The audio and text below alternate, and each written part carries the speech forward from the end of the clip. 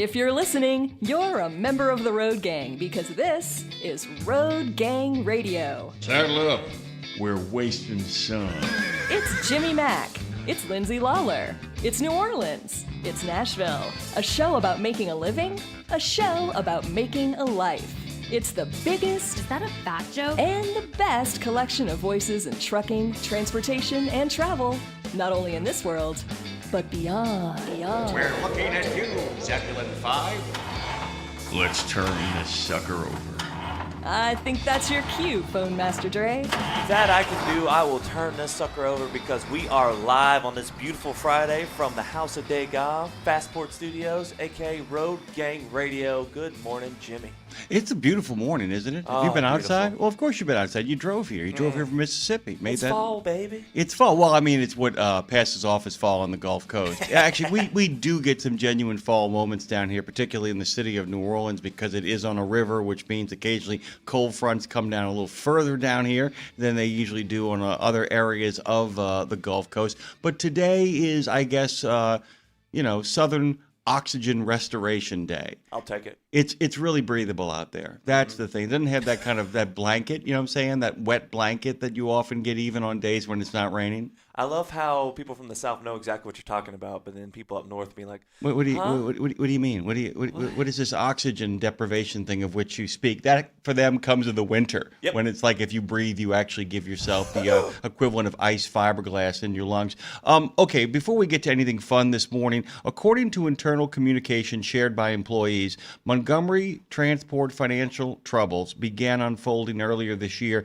In June of 2025, the company's principal owner, One Equity Partners, reportedly decided to exit the trucking industry and sell the company. By July of 2025, P&S Transportation had begun due diligence to purchase Montgomery Transport with a planned closing date of September 30th. However, September 26th, a lawsuit and restraining order filed by Rollins Montgomery reportedly halted the sale process. With the traditional purchase agreement derailed, the company attempted to proceed through the sale through Chapter 11 bankruptcy. By October 8th, the situation had deteriorated further when creditors failed to reach consensus, forcing the company to convert to bankruptcy Chapter 7 style.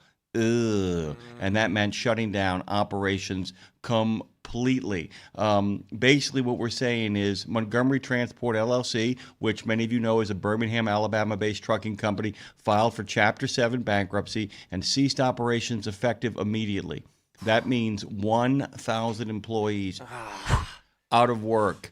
Now, a lot of the truckers in there are going to be able to kind of land on their feet. A lot of them are going to kind of shuffle their way over because they have a set of skills, a unique set of skills that they'll be able to kind of apply in other places. There's a lot of people who work on the other side of that equation in this job market.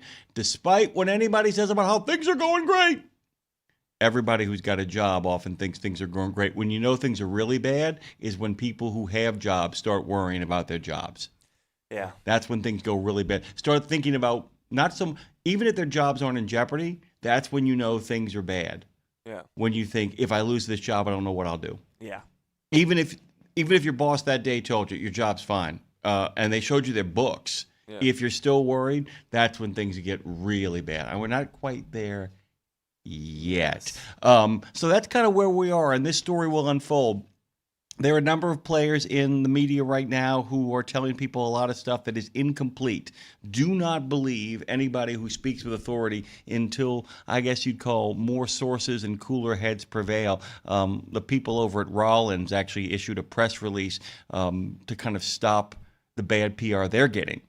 So we'll kind of unpack this as we go along. Some of you guys may know people over there. It's National Mental Health Day, by the way. And I got to tell you, if you know anybody from that company right now, anybody drives for that company, works for that company, you may want to kind of make an effort for them to kind of reach out and be there for them.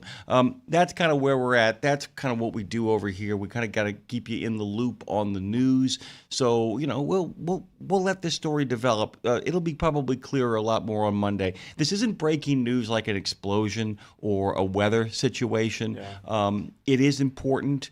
We want to make sure we get it right. There's a lot of people out there who, I got there first, and the problem with getting there first is that sometimes you don't know all the details involved. So we're gonna hold off on that. If you get the guys full have any story. information, you guys give us a call at 615-292-6366. What the man said, 615-292, but with the Nemo. So we got a guest today, John Grills of creepypod.com. He's going all out for the Ween of Hollow. Here's somebody else pushing all their chips into the center of the table that is fall. A Kentucky man with an annual tradition of going all out for Halloween decorating is now attempting to clinch a Guinness World Record with his latest setup. The Cold Spring resident, who has dubbed himself Halloween Herm, has been decorating his Village Green, Kentucky drive home for Halloween for decades, and in recent years has dubbed the display Dead Springs Cemetery. It's all in honor of his mom, who went all out every season. She passed away in '99 to cancer. So the day she passed, August 18th, is the day they start setting up in her memory. This is what Halloween Herm told WXIX-TV. This year's display, which doubles as a fundraiser for the Northern Kentucky Children's Advocacy Center, good for them, features new additions including a Taylor Swift skeleton.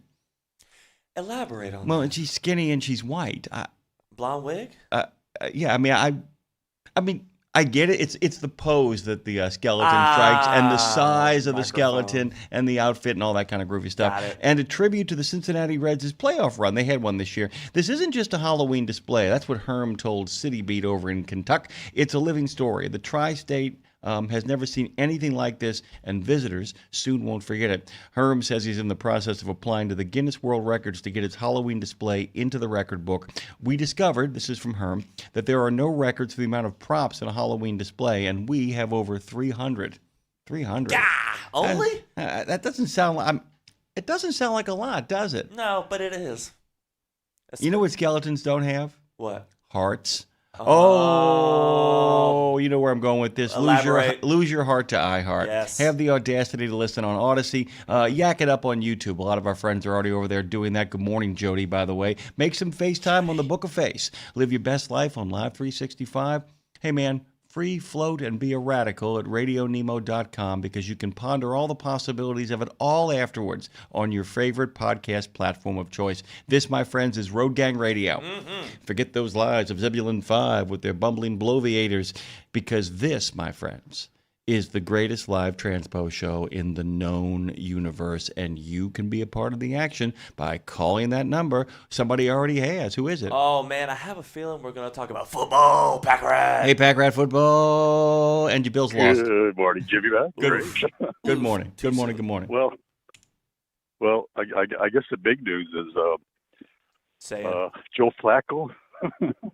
The big news is the Philadelphia Eagles lost to the That's Giants what I'm yesterday. saying. That's what I'm talking about. When suddenly Saints win looks a lot better, doesn't it? Woo! That's big news. Okay. Oh, yeah. Giants. Yeah. Flacco to Cincinnati. What do you think?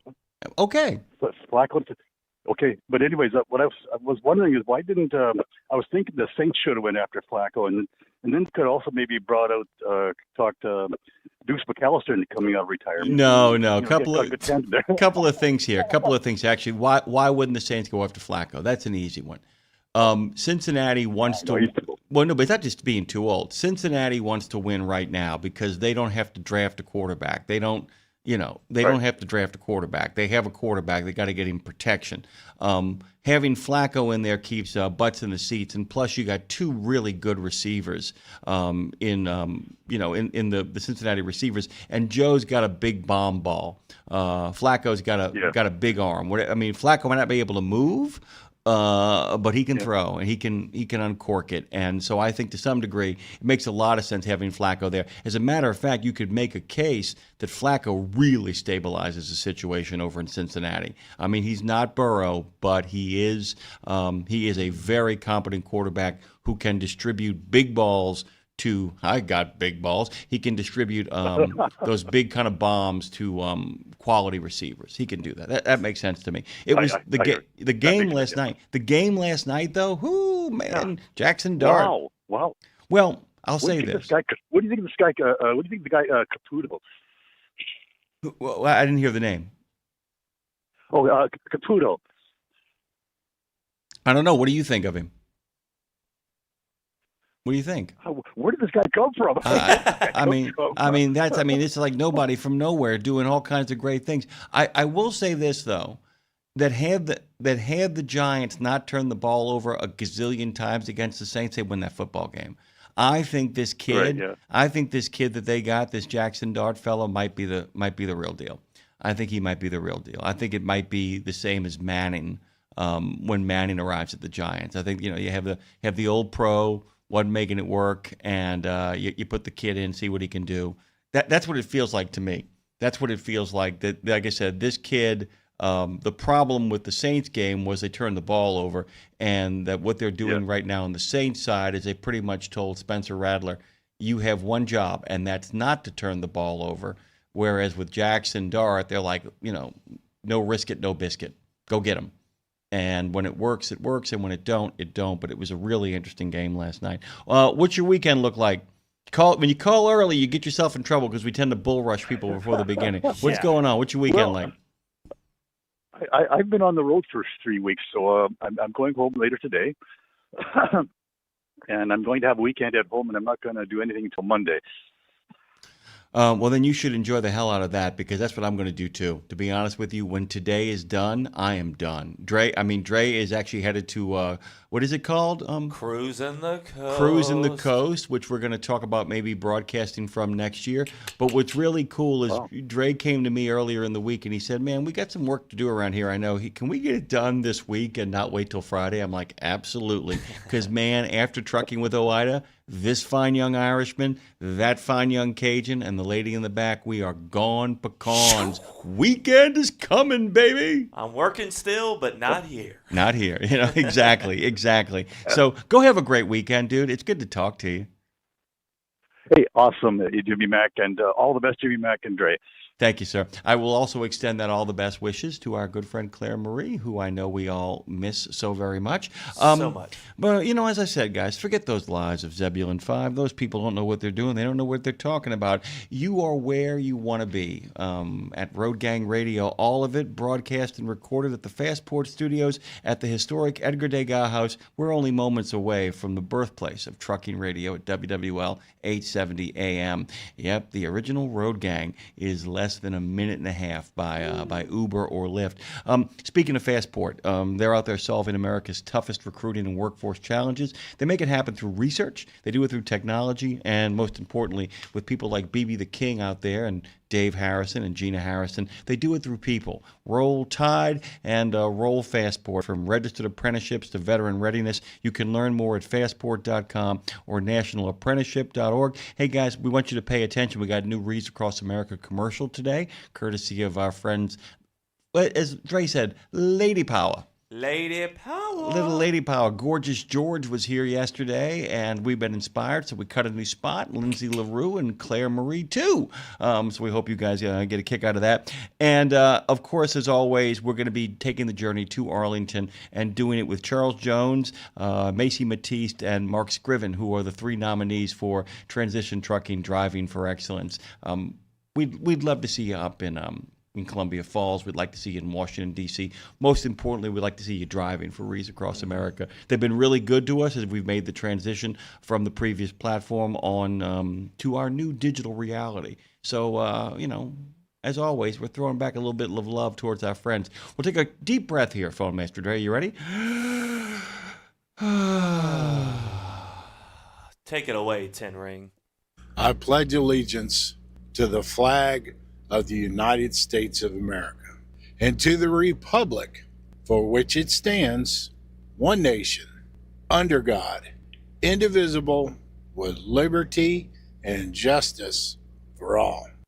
Oh, say, can you see by the dawn's early light what so proudly we hailed at the twilight's last gleaming, whose broad stripes and bright stars through the perilous fight o'er the ramparts we watched were so gallantly streaming, and the rockets rattling, the bombs bursting in air, gave proof through the night that was still there.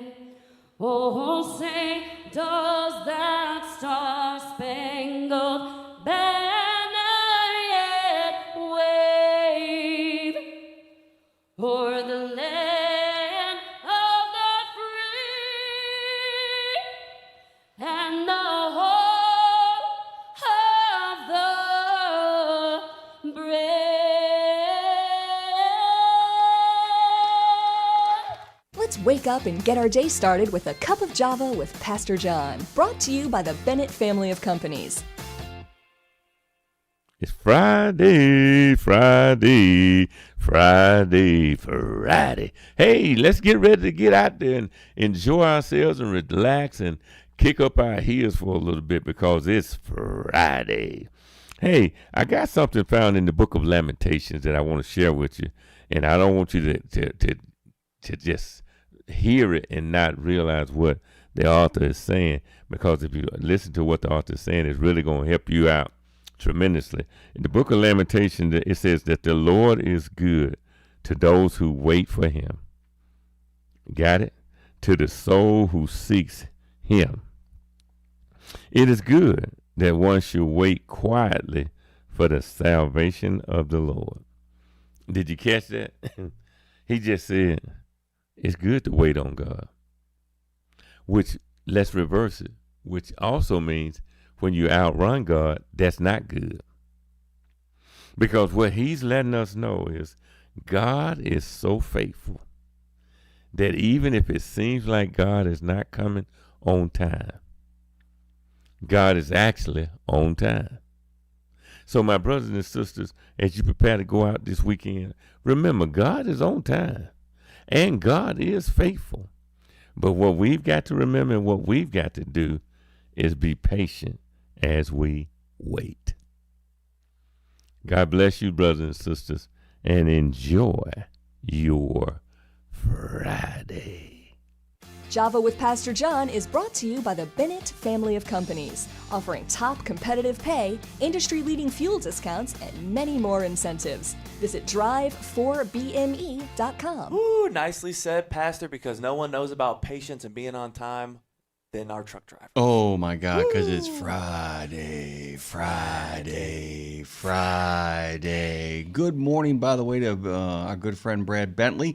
And good morning to our friend Trucker Boson, whose name is actually Kevin. Today is Hug a Kevin Day. Oh! It really is. It's not Kevin Day, because there are days that are just about people's names. They have James Day and Jane Day and all that kind of stuff. Today is Hug a Kevin Day. Can you elaborate on that? Why Hug a Kevin? I gotta dig more into it, but it basically it's one of those things where rather than just having a Kevin Day, the people who are named Kevin decided to have Hug a Kevin Day. Give them a hug. And it's a rare occasion where I can honestly say I don't like a Kevin. Can I tell you something? My mom's brother Kevin, one of the best people ever. As a matter of fact, when he found out who I was marrying and found out who her dad was, he's like, I want to meet him right now. Yeah. He said, I got home so many nights coming back from Southwest Louisiana to the city of New Orleans listening to the Road Gang. Can't wait to meet me some Dave Nemo. Love my Uncle Kevin. Been there for a lot of us in our moments of needs. Kevins are pretty righteous guys. Yeah, it sounds like I'm going to get on a plane and go up north and hug Kevin Rutherford. Kevin's a pretty righteous guy. You know what I'm saying? No, Kevin Rutherford's a pretty righteous dude, by the way. Man. As I always tell people, somebody wants to, I forget who it was, somebody wanted to sort of fight because I have, I guess, political differences with Kevin on some level. And somebody said, you guys must have real contentiousness. And I said, oh, yeah, somebody who deeply cares about the bottom line and the health of truckers. Oh, I don't like him at all. What are you talking about? Oh, dude, and then people will come at me about the similar situation whenever he would talk about keto. And I'm just like, everybody has their preference. Everybody's got their thing. Yeah. The only thing that drives me crazy about all that kind of stuff, Phil Master Dre, is when people tell me, this is how you should eat. No. Boy. Don't tell me what I need to do with my body. Please don't tell me. Please. Yeah. What I really hate is I hate being lectured by people with giant midriffs how I should eat. And I'm like, really, dude? I'm 190 pounds and 6'2". I'm fine. Yeah, that's like my dad coming to me. My mom, that's like my dad coming to me and telling me relationship advice. My dad's been married to my mom to the point to where she is his 5th and 7th wife. I love you, Dad. I'll talk finances, but I'm good. Yeah, we're not talking relationships you're about whatsoever. to have an 8th wife. Yeah, exactly. You know what I'm saying? Henry. We're going to call you Henry from now on. Henry the 8th and 8 wives. By the way, it's a calming ritual, by the way. It's a sense of awareness. It gives you self-esteem renewal, and it gives you a sense of personal control. I'm talking about shaving. Oh, talk to me about And I'm shaving. talking about shaving. Today is National Mental Health Awareness. National. It is World Yes. Mental Health Awareness Day.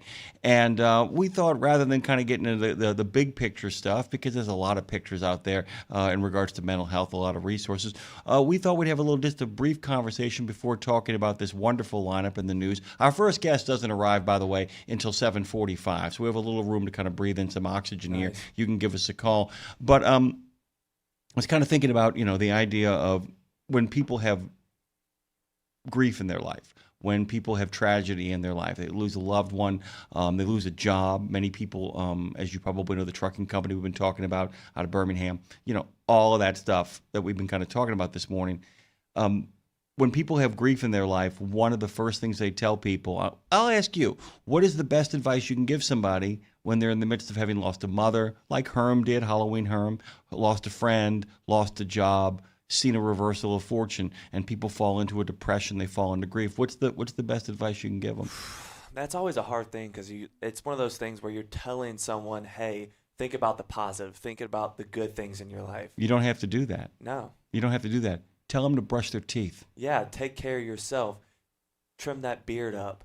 Brush your hair. Just do things where if Take a shower. Yes, if you feel good, if you look good, you'll feel good. Well, and and even beyond just the idea of looking good, but the idea of reasserting control over a situation you have no Exactly. control over. Simply the act of shaving Yeah. is a massive act of personal hygiene. Yeah. People don't think about how much personal hygiene goes into properly shaving. Yeah. It creates a ritual, which often can create stability and structure. I know our friend Marshall out there loves him some Jordan Peterson. Peterson, there are people who make the joke beyond his amazing book of mythology that he wrote a long time ago. There are people that say that they have gotten more accomplished from simply making their beds. Oh my God, that book, Just Make Your Bed. I forgot who gave me that. It's a military guy. Make your bed. Make your Yeah. bed. But that shaving is a great component of that too, and a lot of people aren't aware of that fact. Yeah. A lot of people aren't aware of the fact that simply going through the process of a proper shave, and like if you have a beard, you still have to shave. There's a lot of work that goes into maintaining a beard, as a matter of fact. But it does. It gives you a sense of ritual, which calms you down and centers you and gives you time to think about the day ahead. It also wakes up your senses in your face if you do Yeah. it properly. I mean, the idea of putting on the pre-shave stuff, the hot water, followed by the actual thing you're going to be shaving with, followed by actually scraping off the dead skin, all of that act really wakes you up. Yeah, because you can tell that's usually one of the first things that you see on a man, that he's going through it or something's happened in his life when the beard's not trimmed up, the hair's not combed, and there's something there. It's the great tell. It's the Yeah. great tell. And they always tell people, you lose a loved one, you lose a job, you lose a friendship, something grievous happens to you. Wake up the next morning, make sure you brush your teeth, take a shower, have a shave, have a walk. Create the ritual that creates the space. Now, we're not talking about when we say mental health awareness. Look, the idea of bipolar, the idea of schizophrenia, there are serious mental health conditions out there that do need the help of professionals. Like our guest the other day said, she goes, I'm not a counselor. I'm not. But you need to be somebody like a good barber, like a good pastor. And by the way, there are a number of pastors who actually have degrees in social work. Along with being able to tell you where, about your past lives and all that kind of groovy, freaky stuff that Vincent Jenna, who will be with us at the end of the month, all that stuff that he talks about. Vincent actually can talk you through a problem too. He's got degrees in social work. He's a trained therapist. Yes. Because I know my fair share of pastors that at the same time have that, and they've had to talk people through so many situations. They had to talk people off ledges, and they had to go to school and know these things. But here's the thing. Even if you're not, what you want to be is, as a friend on this National Mental Health Awareness Day, and like I said, 1,000 people lost their jobs yesterday. Yeah. And there were truckers who were pretty much told, finish the gig, get the truck back here, be gone. Go in peace to love and serve the Lord. Some of those guys are going to land on their feet. Yeah. There's a lot of people who aren't. And we're going to keep following this story as it unfolds. Craig Fuller's done some pretty good writing about it over in Freight Waves. My question is for the truck drivers. If you have time before we get in our first guest, What is your first thing that you do whenever you're having a bad day, or you're just having a bad week, or you lose someone, or if you have advice for someone in that situation, what's the first thing that just makes you feel whole or makes you feel like a human again? Yeah, and 615-292-6366 is where you can kind of go with that. You basically, I said, if you're not a trained therapist, you want to put yourself in a situation where you are a good bridge to get somebody to a trained therapist. Yeah. That's what you really want to be. You can't give, telling somebody to get over it, telling somebody to focus on the good in their life. Yeah. Don't do that. But just be there with those open ears and at some point saying, hey, man, I can sit here and listen all day. Maybe you want to talk to somebody who actually is equipped to kind of get you to the next place you need to get to. Just having someone to listen, and even, hey, you don't have to be a Kevin to just give a hug. Yeah. Yeah, or that's get right. a hug. Now today, make sure you give the Kevins the hug, but They need 'em. give people hugs all the time. Yeah. Give them all the time. Even when you're not told. Oh, I'm kidding. Don't do that. Unless you smell. Unless you smell. But here's the thing: if you're actually taking care of your business. Here's the thing. You want to take care of yourself in such a way that people actually want to hug you. Yeah. And not just on Hug a Kevin Day. That's an important thing. We do have a terrific lineup coming your way this morning. Both Dre and I are what I would call incredibly excited about what is kind of unfolding here. The Braz, by the way, Mr. Robert Braswell is going to be doing a special edition of Tech Talk today. So we're excited about that. We're going to do a little bit of load them up and move them out. It's going to be at 7:45. We'll be unpacking who's going to be arriving when we get to the other side of the break. Of course, Breaker Brack Talk. I told you about John Grills of Creepy.pod. Both kinds, all kinds. And I can tell you this right now, Dolly ain't leaving. That's one of the things we found out, that Dolly Parton kind of stepped into the fray and said, I ain't going nowhere. Don't say no thoughts and prayers for me. I'll thoughts and prayers for you. I always love quoting Wolf on Wall Street. I'm not going anywhere. I'm not going anywhere. Carrie, I'm not leaving. Carrie Cannett loves Bowling Green. She'll be talking about that as well. Nate Boyer. Like I said, there may be some scheduling issues there, but we're pretty sure we got it all worked out. Nate Boyer. By the way, most people don't go the way he went. Never played a down of football in high school. Does his stint in the military, comes out, and then becomes one of the oldest college football players, one of the oldest pro football players in collegiate and NFL history. Lots of great stuff coming your way. Dre, hit that music now. We go a little New Orleans groove at the Fastport Studio. Little second line, baby. It's in honor of our friends down there at the fairgrounds, home of the Jazz Fest. Home of the place where Dr. Dre got to see Lenny Kravitz. Come my way.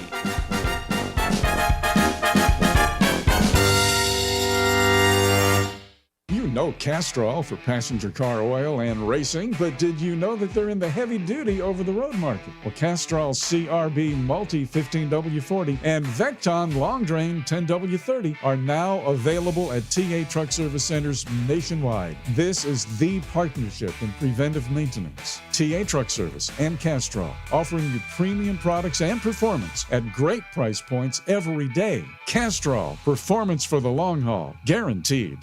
Hey drivers, are you hauling for a carrier that wants to help Reese Across America keep moving forward but just doesn't know how? Well, you've come to the right place. RadioNemo has pushed in our chips all the way with our friends at Reese Across America, and your carrier should too. So tell your company to answer the Reese Challenge and join us to reach 50 states and 5,000 locations. Join the ride, join the mission, and help Reese Across America keep moving forward. Answer the Reese Challenge at readsacrossamerica.org/RadioNemo. That's readsacrossamerica.org/RadioNemo. It's Friday, Friday, Friday, Friday. At Radio Nemo, we believe in finding your tribe, your people, your gang. But you can't find your gang unless you find yourself, and you can't find yourself unless you write, right? Lindsay Lawler's We Should Write is a podcast about the healing power of writing. It dives deep with creatives of all types to discover how putting a pen to paper helps them work their stuff out, and maybe gives you the permission slip to do the same thing. We Should Write, live at noon in the center every Wednesday, and then everywhere you get your podcast. Go to RadioNemo.com and learn how to write yourself to healing, creativity, and clarity. Right? Welcome back to Road Gang Radio. Join Jimmy Mack and Lindsay Lawler's Gang of the Airwaves by subscribing to Radio Nemo on YouTube. We celebrate all kinds. Make it official. After all, if you're listening, you're already in the gang. The Road Gang. Oh, yeah. By the way, it was a raucous night at Wrigley Field. The Cubs relied on two struggling players to help them lead a Game 4 victory over those Brewers in the NLDS, forcing a do-or-die Game 5 Saturday in Milwaukee. Starter Matthew Boyd and left fielder Ian Happ set the tone for the home team. Boyd pitched 4 2/3 scoreless innings, and Happ hit a 3-run home run. And, I mean, that home run set that place off, man. I'm telling you, that place was rocking and rolling, man. Take me out to the ball game. Eddie Vedder's team prevailed. That's what Dre was going to say, man. I could see it in his eyes. That was so cool. And Scott Cooper, our friend S. Cooper, 1677. I brought this up because he said, how about those Cubs from your favorite White Sox fans? Go Brewers. See you on Saturday in Milwaukee, brother. Give us a See call. you on Stop being a Saturday. stranger. Stop being a stranger. Our good friend Showtime says, good morning, campers. If you are in fact a camper, this is the show for you. If you are in fact an RV guy, this is the show for you. If you are in fact a motorcycle, do a little bit of two-wheel therapy, this is the show for you. This is Road Gang Radio, man. We celebrate both kinds and all kinds. Professional drivers and enthusiastic amateur drivers. If you got wheels, we celebrate you. If you got wheels, unless you got 6 wheels when you should have 20, that's unacceptable. That was crazy yesterday. Just a little bit. So Canadian, too. 6 wheels when you need 20 is unacceptable. Really? Thanks, guys. Thank you, Ontario. I can still get there. Yeah. I can get there. I can kind of roll on. This isn't good, buddy. This isn't good, buddy. Get off the road. Yeah. Driving the wrong way in the perimeter. Bad idea. Passing the genuine Miller genuine draft over to the state trooper while you light your blunt. Not a good idea. Not listening to Road Gang Radio. Not an acceptable idea. Who we got on the phone? I'm about to say, you know who has good ideas? Red Jack! Red Jack in the house, man. Where you been? What are you doing? Good to have you back. Speaking of stranger. Oh, good. I haven't moved very far. But you just brought something up that, is a question that's been nagging me for a long time because I never heard what the final outcome was. I know you were thinking about getting a motorcycle. Did you follow through on that? No, I did not. Oh, okay. Because I had to because I've been spending all my money on buying stuff for the studio. True story. True story, by the way, because Dre's sitting in one of the things I bought. He's got a great chair. I bought the 2 producers' gift chairs as my way of saying thank you for all the hard work they did. So I bought them chairs. Dre is actually walking over right now, Red Jack, to show me. Is that your motorcycle, Dre? No. Is that Red Jack? Yeah. Oh, dude, look at that. Dre just walked over the picture of your motorcycle, man. Tell people what I'm looking at, by the way. You describe it for me, Red Jack. Well, it's a 2025 Shadow Phantom. Whew. It's substantially smaller than the last 2 bikes. Yeah, which were each about 300 or 400 pounds heavier. Were they Harleys? And, no, never, not me. Ooh, don't you do that blasphemy on the show. Don't tell that to 10 Ring, okay? Hopefully 10 Ring didn't hear any of that. No, I'm not disparaging any brand. Yeah, don't tell me that. But and I don't have any particular brand loyalty. But my Hondas have always got me home, and we'll leave it at that. Well, they're affordable and they're great bikes, and they go the distance. They're great. They're great bikes. By the way, Shadow. You know who's a Shadow motorcycle rider, huh? Morgan, who does all of our social media that you see. She and her husband they're big outdoor people. They're big two-wheel therapy people, and the Shadow is what is their bike of choice.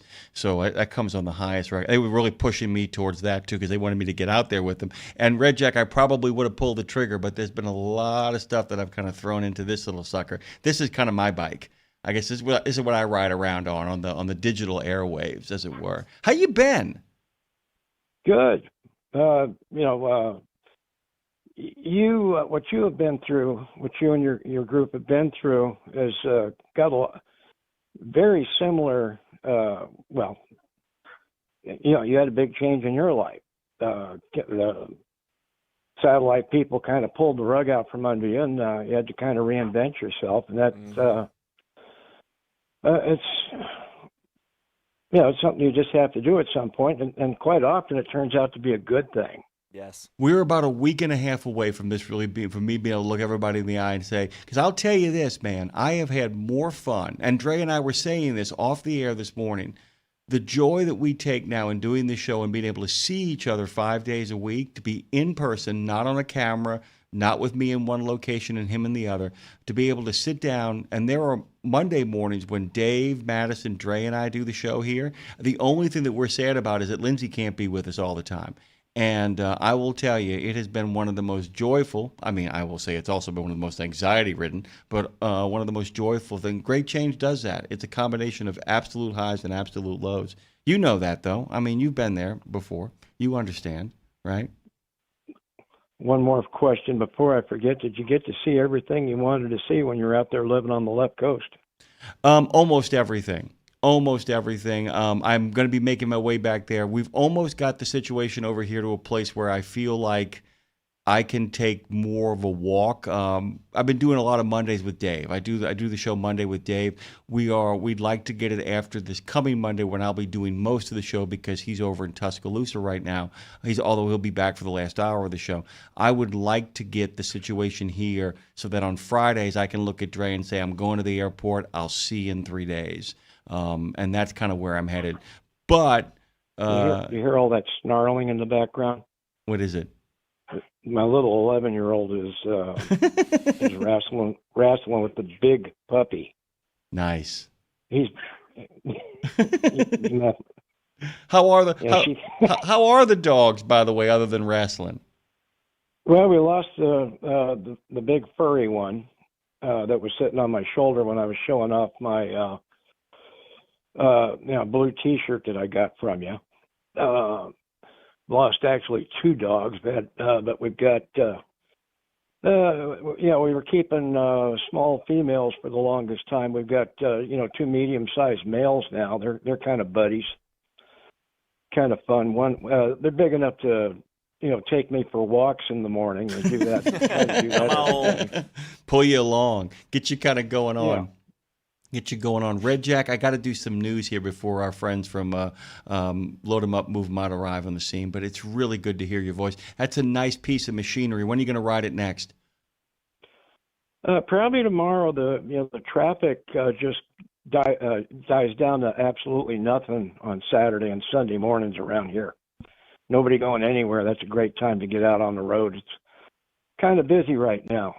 I'm not so bad as say down in the Dallas-Fort Worth area, but you're competing with the young women in their big SUVs going to work in the morning right now. So I'll wait till the morning. I get out there and at least make a loop, go somewhere not far, but go out, spend a half day.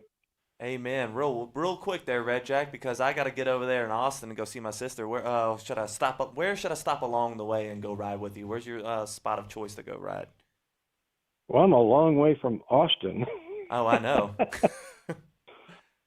But up here, I don't have a good answer for you. I just got that thing a few months ago, and I'm still exploring. Oh, that's fantastic. Well, where you at? Because I'm sorry, I thought you were in Texas somewhere. He is in Texas, but Dre, it's a big place, dude. Yeah, I understand. Well, where you at over there? Well, I'm about an hour's ride north of Texas, just over the Red River. Yeah, he's an Oklahoma guy. About 170 miles north of Dallas. Yeah, he's part of shootout country. Nice. He's part of shootout country. Mm-hmm. So I got some people in Dallas, so we'll figure something out. All right, Red Jack, I got to go do some news. It's great to hear your voice, man. Please keep calling. Be safe, okay? Oh, yeah. All right, man. Yeah, we'll get this going again. Thank you. All right, man. Buddy. By the way, in case you guys didn't know, the old weekend show used to be called the Weekend 34. Red Jack is the man who gave it that name. Trey, we got to do some news, so if you'd care to do the honor, let it happen. Breaking news! It's the 10th day of the shutdown. The FMCSA continues to function. That's too bad, as it has a separate funding mechanism. But speaking of the FMCSA, Derek Bars is now safely ensconced in his job as the head honcho over at the FMCSA. We're going to keep on finding out details about this Montgomery, the 1,000 people that have lost their job. A lot of those truck drivers are going to end up on their feet, but there is talk of a lot of people who aren't truck drivers who are going to be kind of struggling. This is interesting, too, by the way, because I don't know if you guys know this. There's been a lot of talk online. Craig Fuller of Freight Waves, a lot of other people have really been kind of attacking the people who actually were the original owners of that company. They have issued a press release essentially saying they are not responsible for what is kind of unfolding there. Talk about, the vagaries of the market, as it were. We'll dig into that a little bit later on. But this is an interesting story here, too, before we get to load them up, move them out. We'll get those folks on the phone here in a minute. The trucking company involved in a deadly, drowsy driving crash on Interstate 20 near Dallas over the summer had its insurance canceled this week. Trucking company Hope Trans had their insurance canceled on October 8th, rendering them legally unable to operate further. In late August, Hope Trans was given 60 days to take substantive corrective actions to fix multiple violations discovered by the FMCSA. In late September, a wrongful death lawsuit was brought against the company, the owner, and the broker. The crash happened on June the 28th. It is obvious they have not taken substantive corrective actions because on the 8th, they were rendered legally unable to operate further because their insurance had been canceled. Full stop. We got time for one more phone call, then we got to set up our next guest. Who do I got on the phone, Master? Oh, man, where's he been? Chowder. Chowder, where you been? What are you doing? What are you thinking?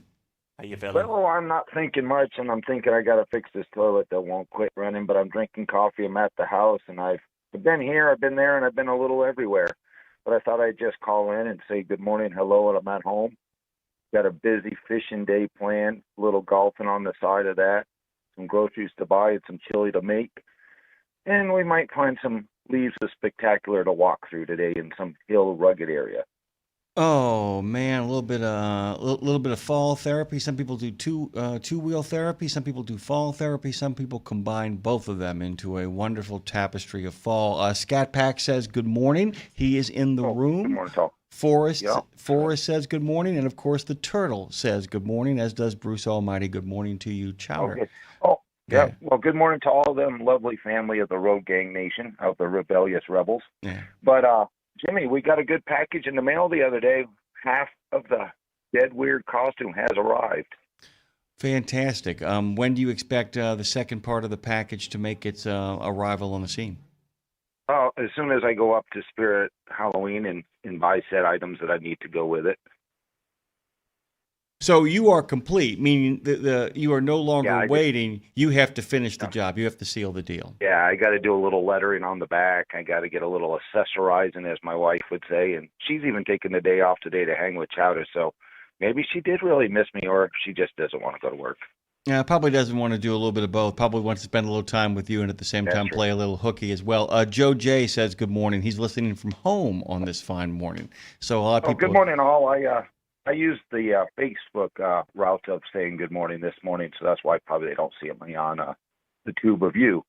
But I just want to say hello to you, Dre, and the family. I've been a little busy running to New Jersey and everywhere. So you guys have a great weekend. Well, I guess today is Friday. Yeah, today's Friday. So, yeah, you guys have a great weekend when you get done, and we will be listening on the Monday of Miana. Absolutely, man. Good for you. Good to have you. Good to talk to you. Go have a wonderful weekend, and I'll see if I can share some of mine with you as well. I think I'm finally going to get out there. Thank you, Chowder. Good talking to you. Later. Bye. Phone Master, are we getting ourselves set up for the next incoming event? I wanted to tell Matthew Go Browns, good morning. Thanks for joining us. Good to have you on board and in the game. Be loud with Chowder. Of course, our good friend Showtime is out there also kind of making the miracle happen. We got a really great lineup today. I keep on repeating this, but it's important. Our good friend the Braz is going to be talking EV infrastructure. We'll be talking with Nate Boyer before then. But right now, on the scene, lean and mean. It's load them up, move them out. Tim is going to be joining us. He's the COO for Garner Trucking, and Jacob for Garner Driver is here as well. Tim, hey, it had been a while since you and I got a chance to talk. You brought along a friend, didn't you? Good morning to you. I absolutely did. Good morning to you as well. How is Landon Krolsky land? How are things going? Are things treating you okay? Well, we're in trucking, and we're survivors, you know. I understand. And you brought Jacob Zabo along for the ride. By the way, he got a friend out there on the chat, basically a Browns fan, that wanted to tell Jacob good morning as well. So good morning, Jacob. How are you? I'm well. I'm better than I deserve, certainly. And that if it's who I suspect it is in the chat, that would be our most recent driver of the year here at Garner. So Tim, we brought you on here because we want to talk about the Safe Drive Apprenticeship Pilot Program, but we also wanted to kind of give you a chance to extend an invitation to one of your drivers to come here. So why don't you kind of unpack what we got going on? Yeah, absolutely. So we became a part of the Safe Driver Apprenticeship Program back when it started almost 3 years ago now. And unfortunately, that program is getting ready to sunset in November. Jacob is one of the individuals that's gone through the program and has been very, very successful with it. This program, for those that aren't familiar, was an opportunity for carriers to train 18 to 21-year-olds to be able to travel interstate commerce and basically earn their wings to be out on their own. And the good news is they're going to get grandfathered in as they've done the time, they've gained the experience, and they'll be able to continue to operate from state to state. But we feel that there's still an opportunity, at least for those carriers that participated in the program, to be grandfathered in as well, that we could continue to operate that program under the same guidelines. Or I think, maybe even simpler than that, the ask for our government to waive that restriction, which is pretty archaic, of an 18 to 21-year-old only being able to travel intrastate until they become of age. Garner has had 5 individuals that have gone through the program successfully. We still have 4 of those drivers with us today, and a couple of them have aged out, so they've turned 21 while in the program, and it's been a successful ride for those individuals. It's been a successful ride for Garner Trucking, and it's given an opportunity for that to remove that window that happens for our industry. We're always talking about driver shortage.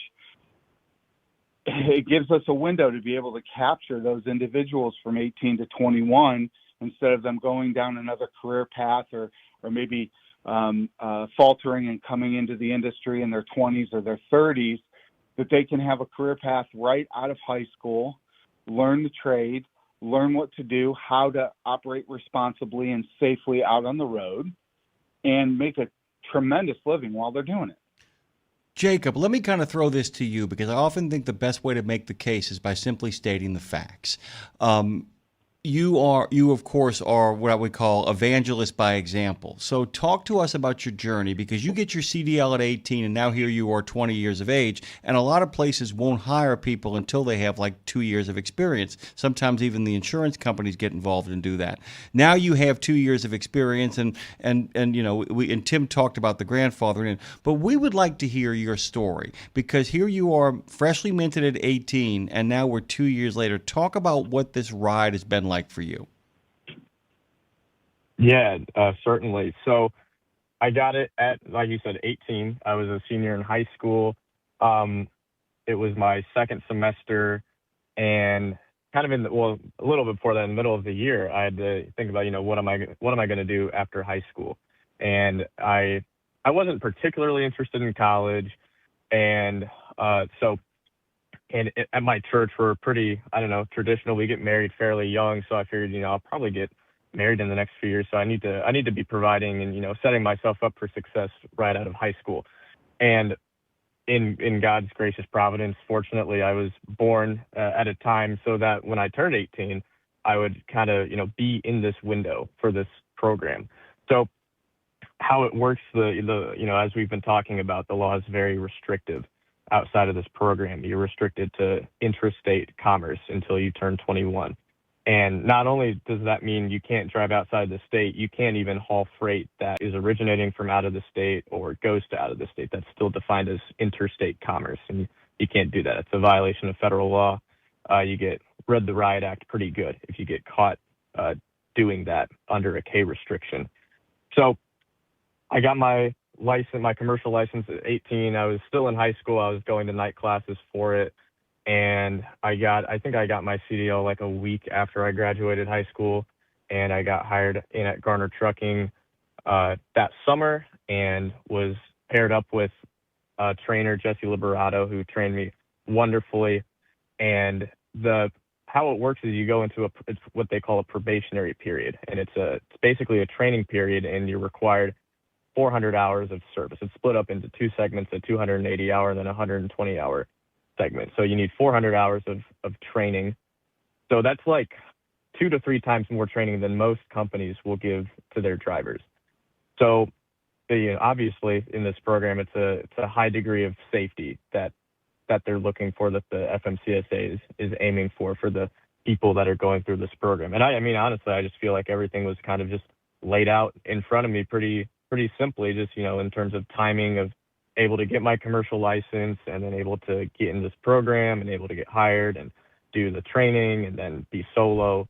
And it's been wonderful. I've loved it. I don't like boasting about myself, and the other apprentice drivers here at Garner are the same story as me. So it's not, I'm not just trying to showboat, but just to highlight the success of the program, I've got 250,000 miles down. I have no reportable accidents. I have no citations, no moving violations, nothing like that. And it's the same with the other apprentice drivers at our company. And I've heard similar testimony from other heads of companies that I talked to at the TCA meeting last week that are also doing this program, that they've found tremendous success as well with it with their drivers. So I think it's a wonderful thing. It's unfortunate that not many carriers have gotten involved in it. But fortunately, so Congressman Rick Crawford has introduced legislation, House Resolution 5563,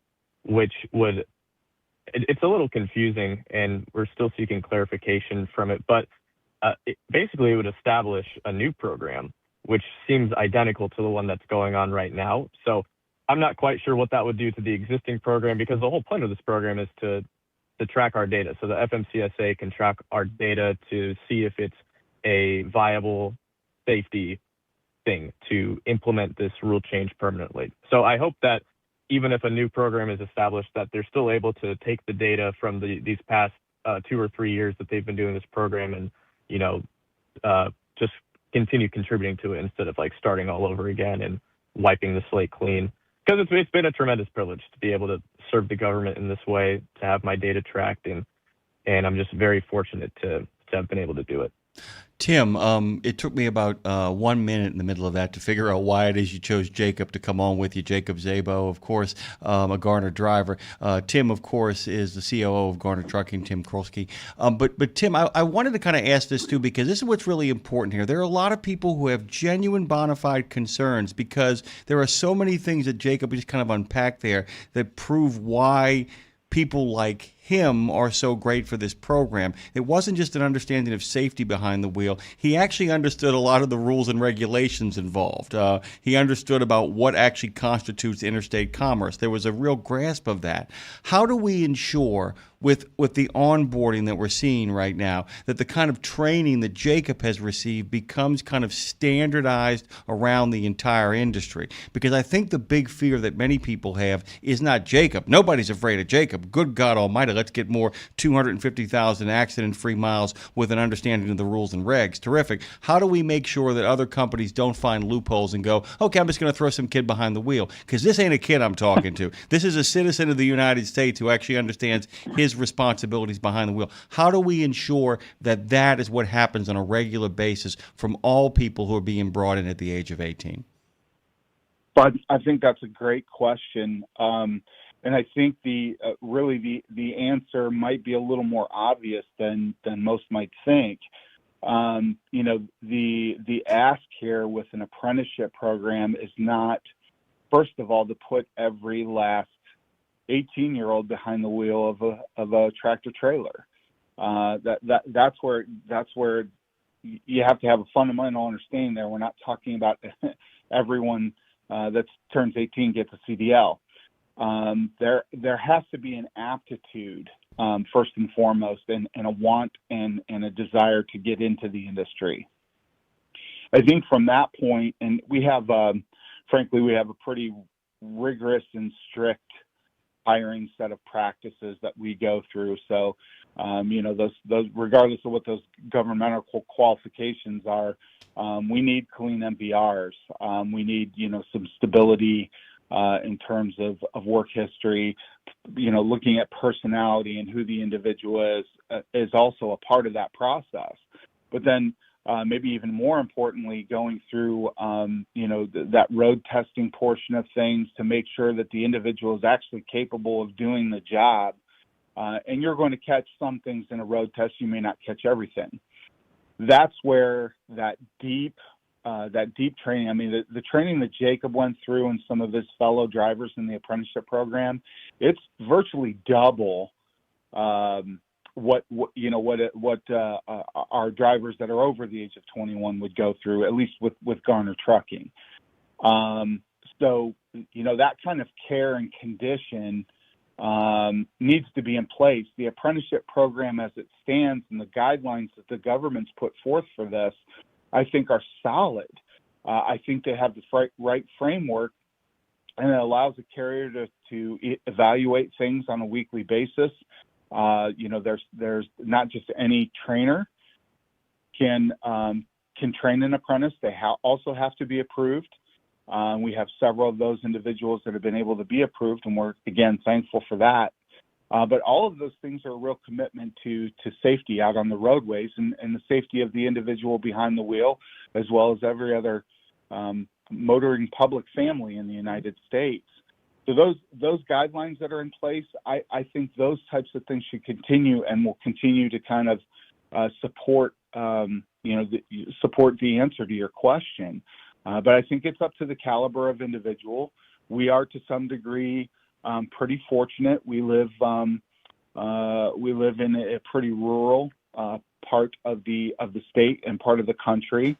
So you find some individuals that love that larger equipment in the first place, and maybe have had an opportunity to operate on a farm, which again gains a little familiarity with handling larger equipment. But I think it's all, at the end of the day, it's in the training, and I think they have the right methodology in place in terms of how this apprenticeship program was framed up.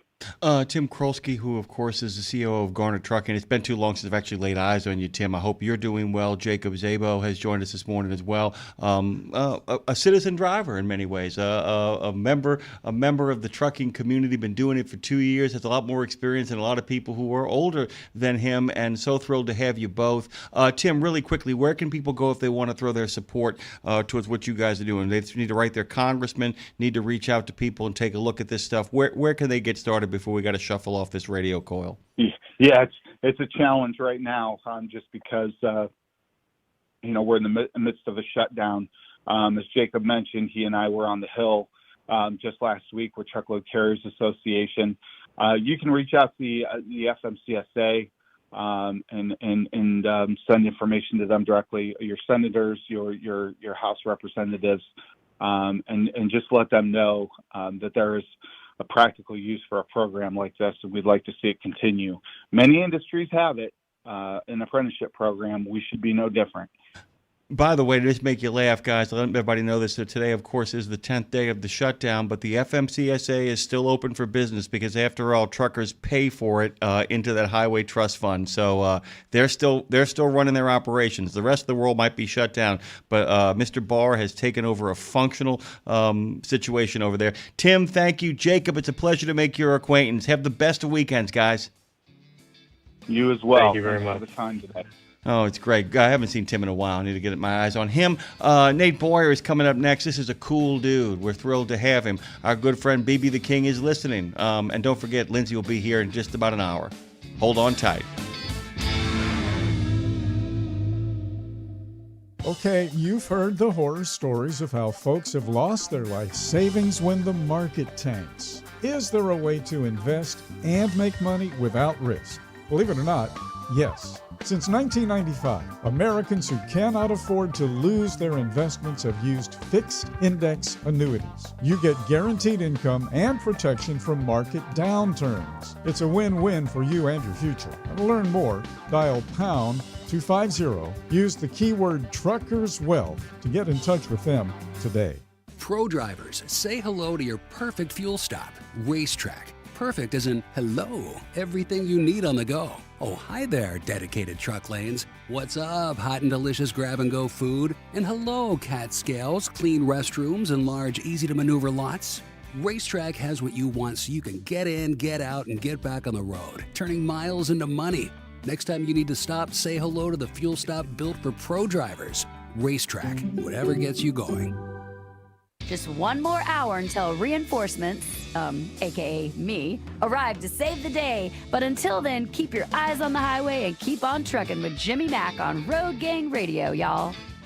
There's a lot of talk about who's going to be the MVP of the American League. Will it, in fact, be Aaron Judge, or will the catcher from Seattle, in fact, carry the day? We got a different kind of MVP on the show this morning. By the way, he's a former Green Beret. He's a former NFL player. He turned filmmaker. He did 3 combat tours with the Special Forces to Iraq and Afghanistan. Nate Boyer, though, said, you know what, hold my beer, because he walked on to the University of Texas despite never playing a down of organized football in his life. He earned a scholarship and started for 3 years with the Longhorns, hook 'em, which of course makes Dave Harrison very happy, and he became the oldest rookie in NFL history while playing for the Seattle Seahawks at age 34. You might have seen him actually in 12 Strong, Den of Thieves, Medal of Honor, This Is Us, plenty of other films to kind of mention.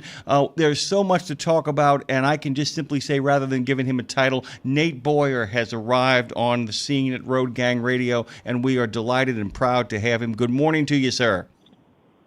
Morning to you. Appreciate the intro. Thank you very much. You're quite welcome. So MVP also stands for Merging Vets and Players. Let's just kind of begin there, and we'll work your bio in over the course, because it has so much of an influence on what you're doing now is based on who you were and still are. So tell us about MVP first. Yeah. So essentially what we do at Merging Vets and Players is bring together veterans and athletes and help them find purpose and identity again when they lose or after they lose the uniform. You know, I'm myself was in the Army, as you said, for roughly 10 years and fortunate to spend that time with the Special Forces. So it was a, pretty high octane life, a lot of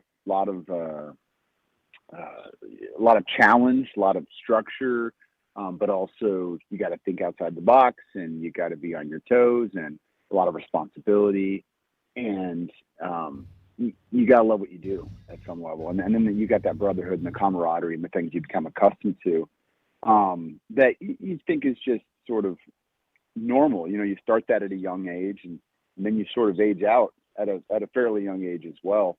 And then I transitioned into going to college and walking on to a college football team, and eventually getting a shot even up at the next level with the Seahawks for a brief time, and not realizing how similar they were until I was in the other one, until I was in the football locker room, and then feeling that same sort of identity with a uniform and connection to something important and that sense of purpose. And then when I got cut,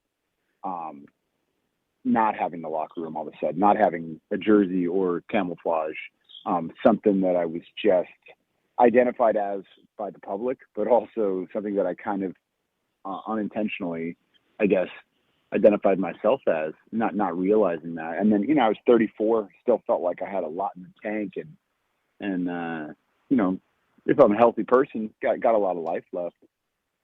But feeling like you've peaked and you'll never be great again was a very similar thing. So, look, we would never compare war to sports, battlefield, ball field, completely different places, but so many similarities, parallels really in the life of a professional athlete and a veteran. So we ended up deciding to start this organization partly out of a personal need. Co-founded it with Jay Glazer, who's a Fox NFL Sunday football analyst, and not a player himself, but been around, worked with so many athletes, so many coaches, and kind of seen that on the sports side and knew that I was kind of struggling in a similar way. So it was a need, but also just recognizing how many others must deal with this, struggle with the transition. So that's why we formed MVP, to kind of help both those groups, both those populations walk the walk together. You know, one of the really great things is you talk about the idea of merging. And I've always told people when you have the thought, this is just like, that is the beginning of the merge process. The idea that you're sitting someplace and you feel out of place, and then a pattern emerges in front of you where you can look at it and go, oh, wait, I've been here before. It just had different costumes and different surrounding noises. I actually know how to fit into the rhythm of that. And from what I understand, and you've already articulated this to some degree, what it seems you guys are hoping to do is to help people recognize those patterns so that they can recognize as the places that they will fit into comfortably when they are moving from military life into civilian life, or changing careers after having left the military service. The idea that, you know, that's a big thing too, because you quickly acclimated to sports, both collegiate and professional sports, so there was a connective tissue, a merging that went on there. It seems that the whole process is to help people recognize those patterns, whereas you recognize them in retrospect. Is there part of a training here that kind of says, here's what you want to look for that will play into your wheelhouse and maybe help you find the right landing spot to live a purpose-driven life? How'd I do?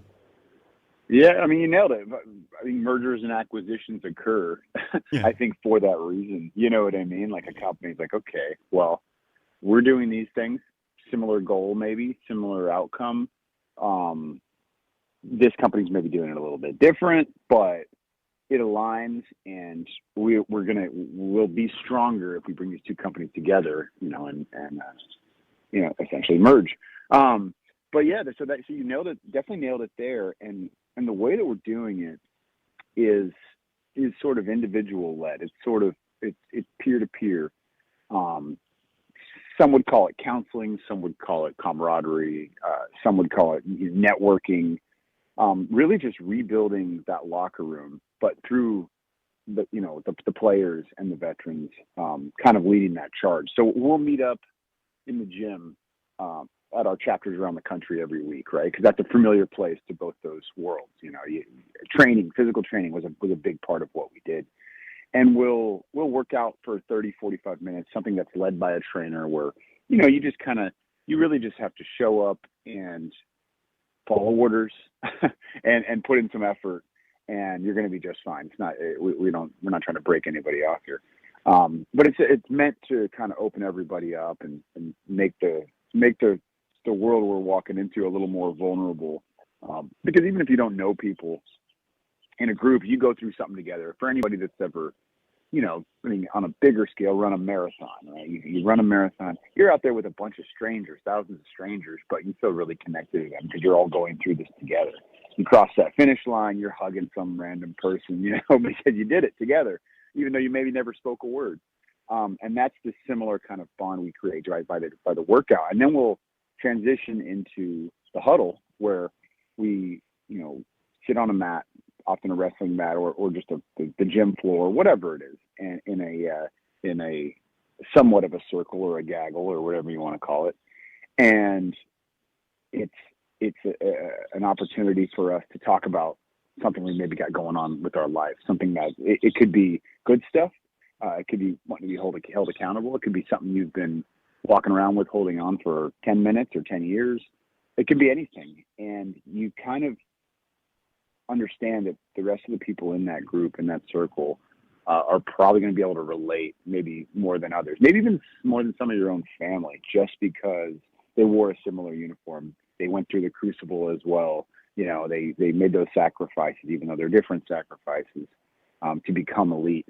And it's a way to help us kind of reintegrate to society. So some of those people just got out, or not even out yet, of the military or sports, which is a good place to start always. And some of those people haven't really faced that transition yet, haven't been willing to take that step because of, you know, fear, or just sort of, I think often just feeling like, you know what, I'm just going to accept the fact that people in the outside world aren't going to get me, and I'm just not going to relate to them. So I'm just not even going to really try to move on. I'm just going to kind of stuff that stuff away and not unpack it like we all should when we come home from a long journey. So anyway, that's kind of what we're doing. Like that's how it essentially works, and it can be various ways to tackle that and attack that. But that's the huddles, the workouts every week in the chapters that we do have, and we have a virtual chapter as well. That's the consistent showing up for one another that we display, I guess.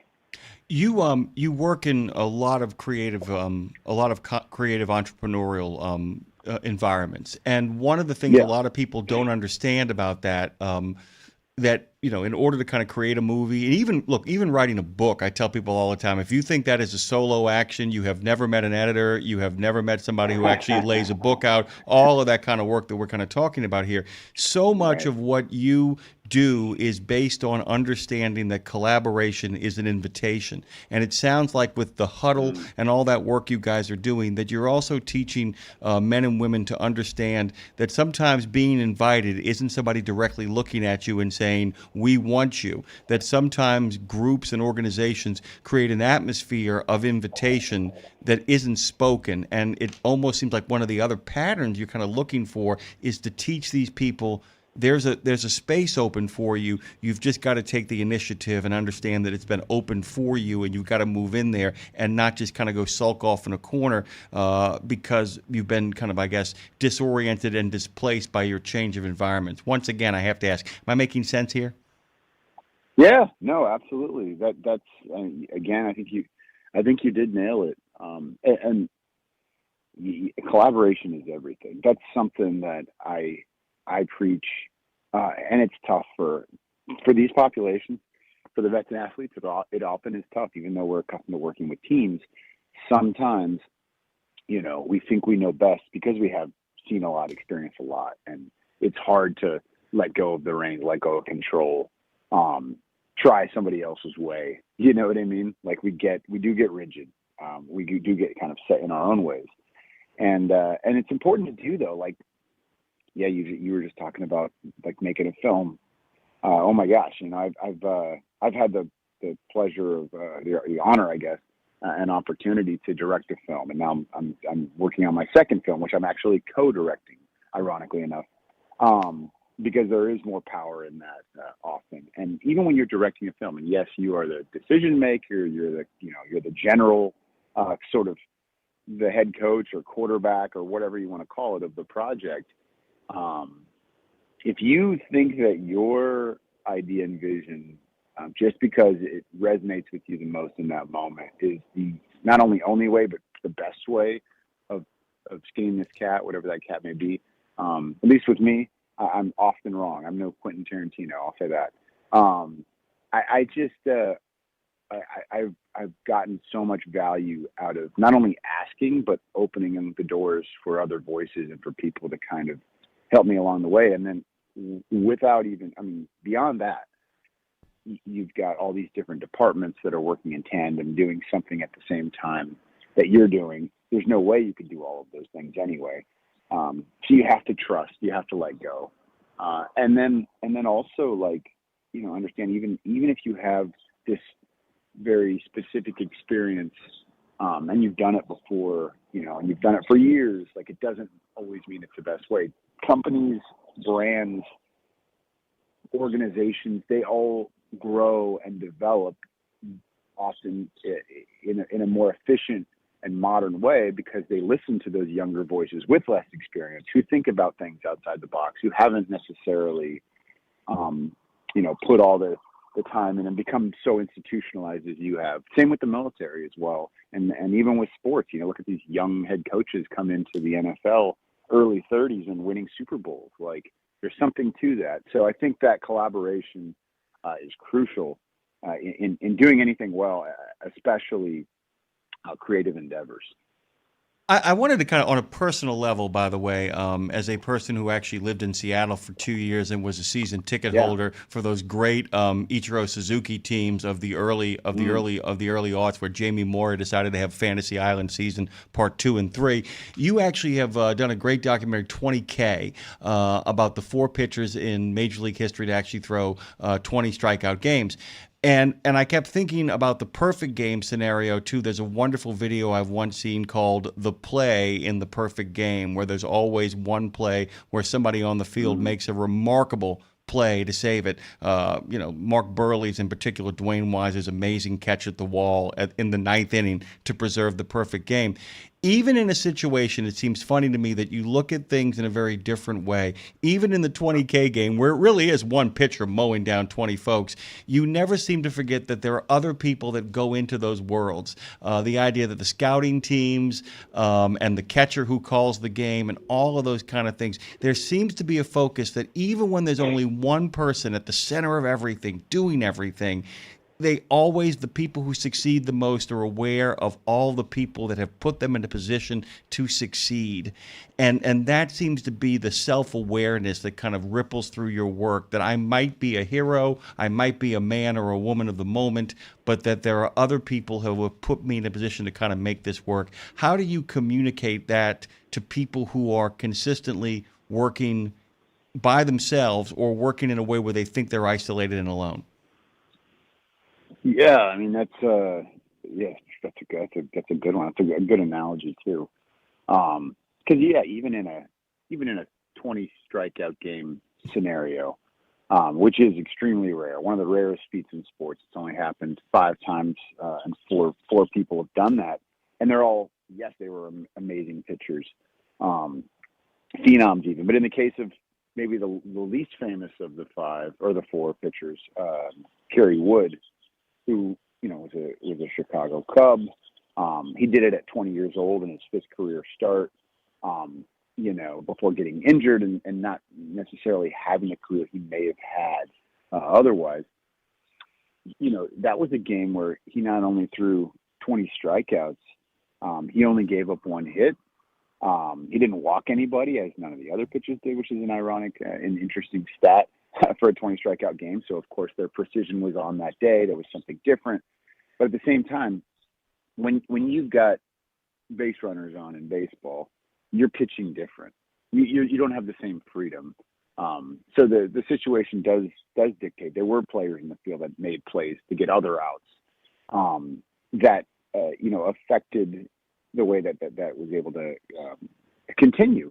And for those that aren't necessarily part of a team or don't feel that and maybe feel siloed out there, I think at the end of the day, at some point, you will be collaborating, whether it's interfacing face to face or passing your piece off to somebody else and all that. And you just have to understand that you aren't alone. And that's a big message for the vets and athletes and potential MVP members as well. Like, no matter where you're at in your journey, you may feel very siloed and alone right now, and like you don't have a team, and maybe you can't see. All you can see is your piece of the pie and what you're working on, and you're not able to see, sort of the bigger picture, the broader scope, or the potential for what this thing can be. I think it's important to just continue on your path, keep working towards that thing that you care about, that you love, that you're passionate about, but also be prepared to and start taking those steps towards more collaboration, towards maybe it's sharing whatever you're working on with somebody else that you trust. Not that you trust is going to give you just overwhelmingly positive feedback no matter what, because they're a good friend or a good family member, but someone who's going to be brutally honest with you and give their opinions and thoughts, and start that collaboration process in that way. But I mean, it's easy to feel alone. I think even especially since COVID, things have changed quite a bit in our world, where you can do everything digitally in a sense. You can have all your meetings digitally. You don't have to get out there and kind of be with other people. which of course there's benefits to, but I also think there's dangers in, and for a group like MVP, you know, for what we're trying to do. Look, COVID was the reason, was honestly the reason we ended up making the MVP movie. You know, it's a scripted movie. It was something that I had co-written, and the script wasn't quite there, but I don't know if it ever would have gotten made, or at least as quick as it did, without COVID. And not that I'm grateful for it, but because everything was shut down, because we couldn't go to the gym and meet up, because all of a sudden we transitioned to Zoom and we're doing all of our huddles virtually, there was like a sort of, after a period of time, a group of people within our organization that really wanted to do something together creatively, you know. And so we decided to make this film, and we brought these people together. Some of them had never worked on a movie before. Some of them had limited experience. Some of them had a lot of experience.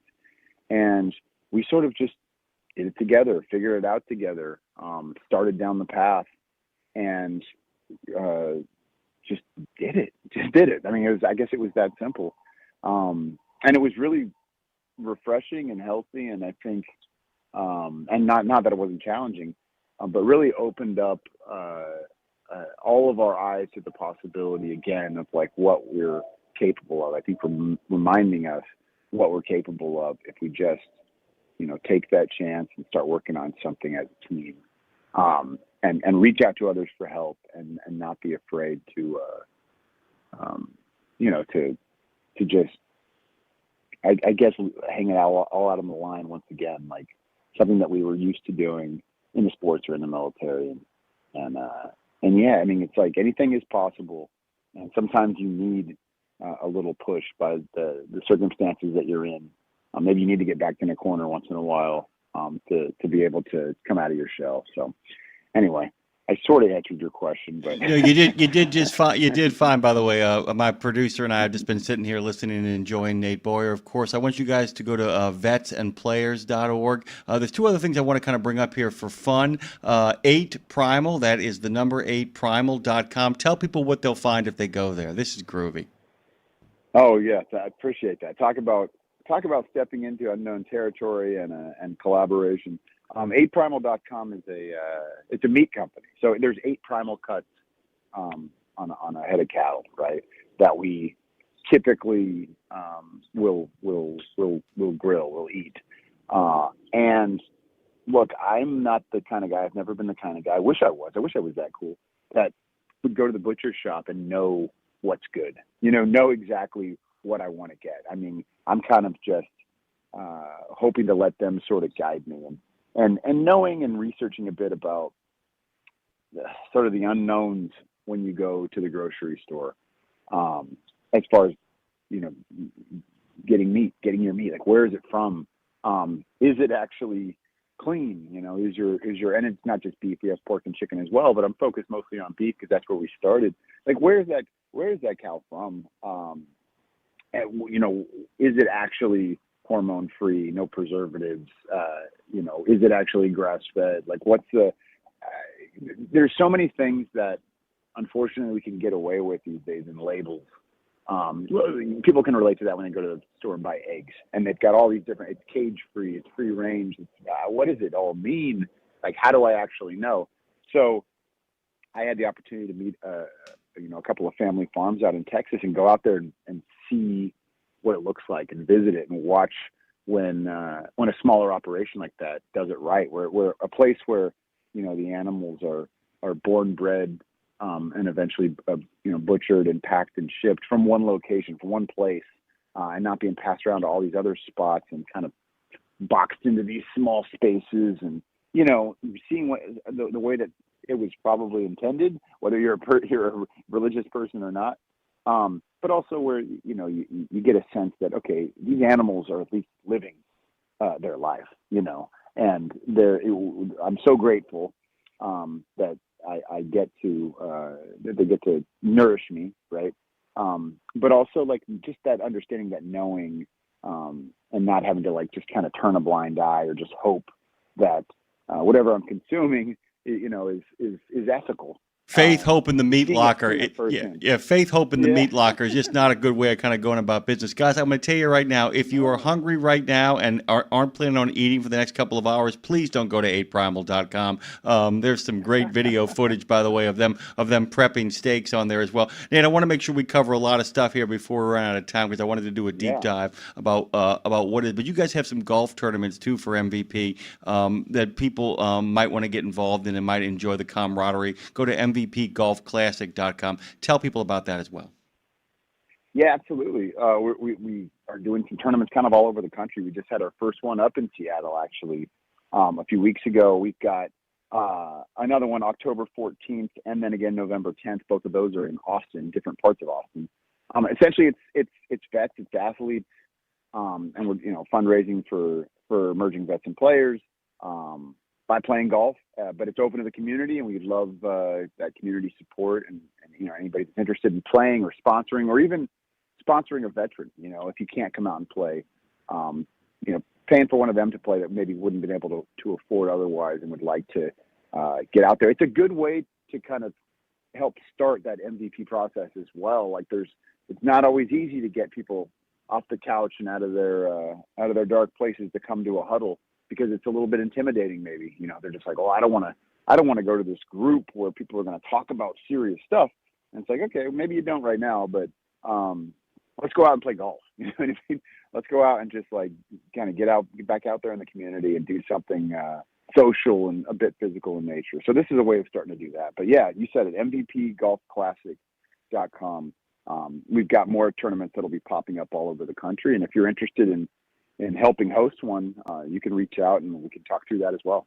Really quickly, before we kind of wrap this up here, Nate also hosted the Discovery Channel series Survive the Raft and is currently producing and directing a highly anticipated World War II feature documentary based on a soldier's journey to Normandy 80 years after D-Day. Do me a favor, the next time you come down to New Orleans, let us know. Brad Bentley and I would love to take you down to the World War II Museum.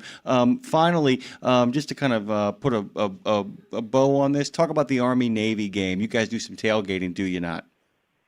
We do. And real quick, I think we've got an event lined up November 19th with the Saints in New Orleans. I think we're going to do an MVP pop-up down there. So we need to talk about that.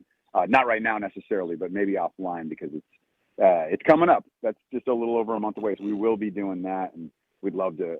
That museum is incredible, that World War II museum. So I'm working on a D-Day 80th anniversary documentary right now. We're in post-production on it. Got to go out to Normandy for the 80th anniversary and start interviewing these heroes that are over 100 years old. So some incredible stories there, and some of them had never told their story. Some of them is really speaking those words maybe for the last time. In Baltimore in December 13th, the Army-Navy game. This is the 250th celebration of our military. Has been this year. July 4th next year will be America 250. It's obviously not the 250th Army-Navy football game, but it's an important year for all that. And MVP is hosting a tailgate out there at Game Day Firehouse. So on our website, vetsandplayers.org, you can find so many of our events, and you'll be able to find the Army-Navy tailgate as well. So we'd love to have people out to that, whether you're out there for the game or you're in the area and you're not going to the game even.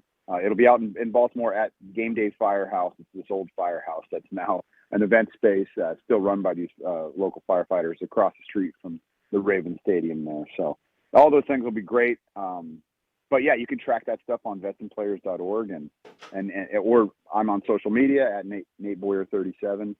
You're able to look at all the things we have coming up. We'd love the community to be a part of that. By the way, my father has basically turned his health around. He's 83 years old and actually moving again. He actually went to 4 Army-Navy games when he was at the Pentagon during the Vietnam War. So maybe I'll get him to get his butt off the couch and make his way over to the firehouse, man. Nate, I know you got a busy schedule. I'm going to let you get out of here. Best of days, and thank you for making the time for our friends at the Road Gang. Thank you, sir. Of course. No, thank you guys. Really appreciate you having me. We'll be right back on the other side of this. That's a great dude, by the way, Phil Master Dre. And, of course, our friend the Brass is going to be here next for Tech Talk. The Brass is coming. Look busy. Woo!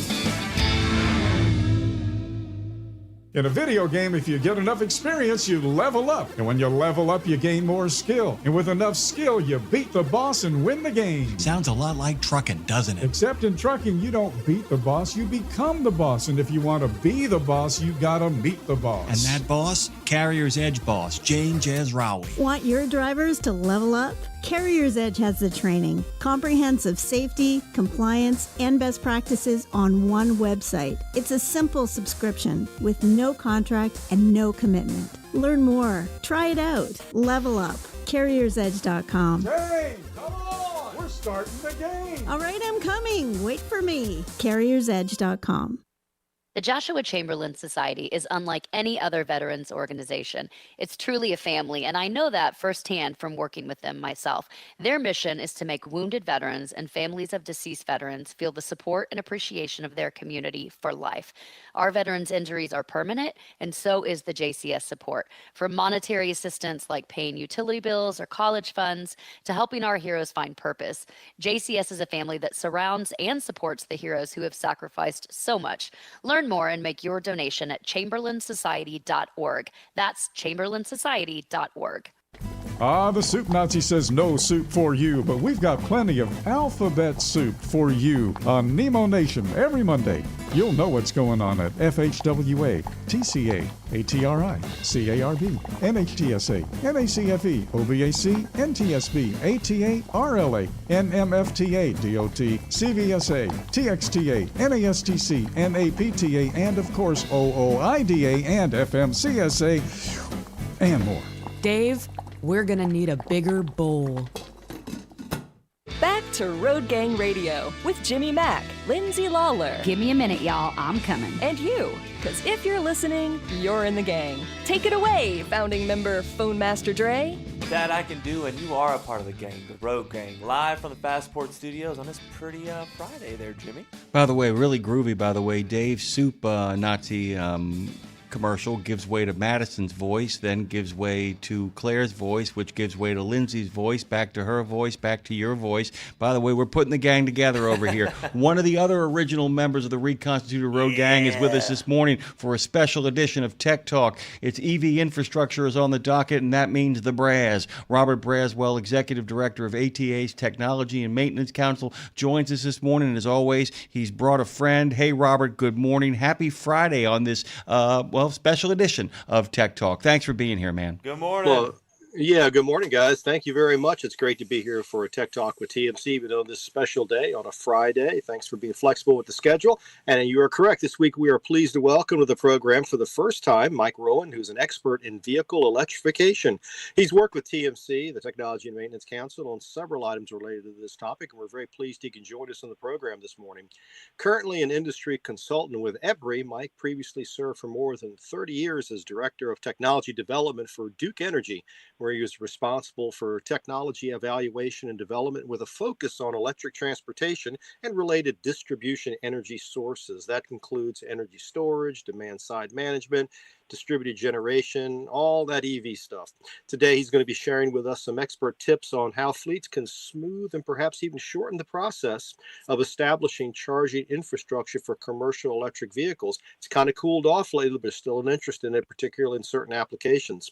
But before we get started, each week we like to make a special offer available to our listeners. And this week it's our TMC Preventive Maintenance Inspection Manual for technicians, offering it for the special price of just $25 plus shipping and handling. To order, call us toll free at 1-866-821-3468. Just ask for item T0450, mention the RadioNemo gang, and you'll get it for that special price. Or you can just email us at tmc@trucking.org. Also, if you're an owner-operator or a small fleet and you've got 100 or fewer power units, you can join TMC for the discounted annual dues of just $150 a year. For this, you're going to get our 2-volume recommended practices manual and many other good benefits. So call that same toll-free number if you're interested in signing up. And of course, at the top of the program, we always remind our listeners that any recommended practices we discuss reflect the consensus of our members. We offer them as recommendations only, and everyone must first determine for themselves if they are safe and appropriate for their operation. Please remember that TMC doesn't endorse any product, person, or service, and the opinions expressed on the show are those of the individual and not necessarily the opinion of his or her company, nor TMC, unless stated otherwise. And with all that out of the way, please welcome to the show this morning, Mike Rowan. Good morning, Mike. Good morning, Robert. Glad to be here today. Looking forward to the conversation. So things have cooled down a little bit in the electric vehicle front, but there's still interest in it, particularly in certain segments. You're talking, regional, you're talking about local pickup and delivery, maybe even some a little bit in certain applications in certain parts of the country for a little bit more long haul. But one of the big challenges is not necessarily getting the vehicle itself. It's all the infrastructure that goes into making sure that vehicle has sufficient charge to carry out the mission, isn't it? You're right. And things have cooled off a little bit, but there is still a lot of interest, and people are taking time, maybe a little bit with the cool down, to get a little bit more focused and take a little bit more time. As you mentioned, infrastructure can be a big issue with this, and it's not just the charge. When people think about infrastructure, most of the time they think about the charging station itself, but really the utility side infrastructure is a critical part of the process, and that in and of itself has been one of the issues from a timeline standpoint. Frequently, the utility timeline schedule has not been quick enough for a lot of the projects. So we're working on ways to improve that process and make the utility engagement smoother for fleets. Generation, transmission, distribution, that's the stuff that you really got to think about, not just, as you say, operating the EV or maintaining the EV. But there's a number of tools that are out there that maybe weren't out there just a few short years ago. I know you've been working with EPRI and TMC to kind of get the word out about some of these things. And there's a new program out there, isn't there? It's called EVs to Scale. Yes, EVs to Scale is an initiative launched a few years ago by EPRI. And really the fundamental premise is, how do we better prepare the utility industry for electrification at scale? There are a number of aspects of electrification, especially when we get into the fleet market and the trucking market, that make it different than traditional electrification processes. The utility industry was built around buildings, and buildings take a year or two to build, and all the processes for utilities were developed around providing electricity to buildings. But with vehicle electrification, that can happen a lot sooner. Somebody can order a electric truck in just a few months, have it delivered, and the infrastructure is in place, and the utility timelines that were built around taking 2 years to provide service are now expected to provide service in 6 months. And that can be an issue. So we're looking to how do we improve that process? How do we move that quicker, farther back into the engagement, so fleets can notify utilities a little bit easier. So some of the go ahead. Okay, so a couple of the deliverables out of EVs to Scale. One I'll mention, grid fast. One of the issues that comes up is from fleets are, who do I contact, or how do I contact, or a lot of fleets have multiple depots, so they may deal with 10 or 20 or even 100 different utilities. So when they start thinking about electrification projects, all right, who do I contact? Where do I go? Do I have to approach all 10 of these utilities or all 100 of these utilities individually? So GridFast is a portal that connects fleets to utilities, creating a single point of contact to simplify the process. And part of the challenge too, I think, is that depending on the size of your fleet, you could be small, you could be regional, national. Each utility, you mentioned there's 3,200 of them. There's different models of utility, right? There's co-op, there's different kinds. The process of engaging with those utilities may differ from place to place. That's true, Robert. There are over 3,000 utilities. Most people are familiar with the big ones, the investor-owned utilities, and they serve most of the load. But actually, most of the area of the country is covered by municipal or co-op, very small utilities, and each of them have different processes and different ways of engagement. So one of the things we're trying to do is how do we create some commonality in the way fleets can engage with utilities so that they can have one place to go. If you're a one site fleet and the local municipal utility, that may not be an issue, but as you get larger and deal with utilities across the country, things can be a lot different. So the more we can create a common approach, the better it will work for fleets and utilities. So GridFast is part of the solution here. What exactly can GridFast do to kind of smooth the road, so to speak, on getting all this straightened out? Okay. So some of your listeners may be familiar with the College Common app.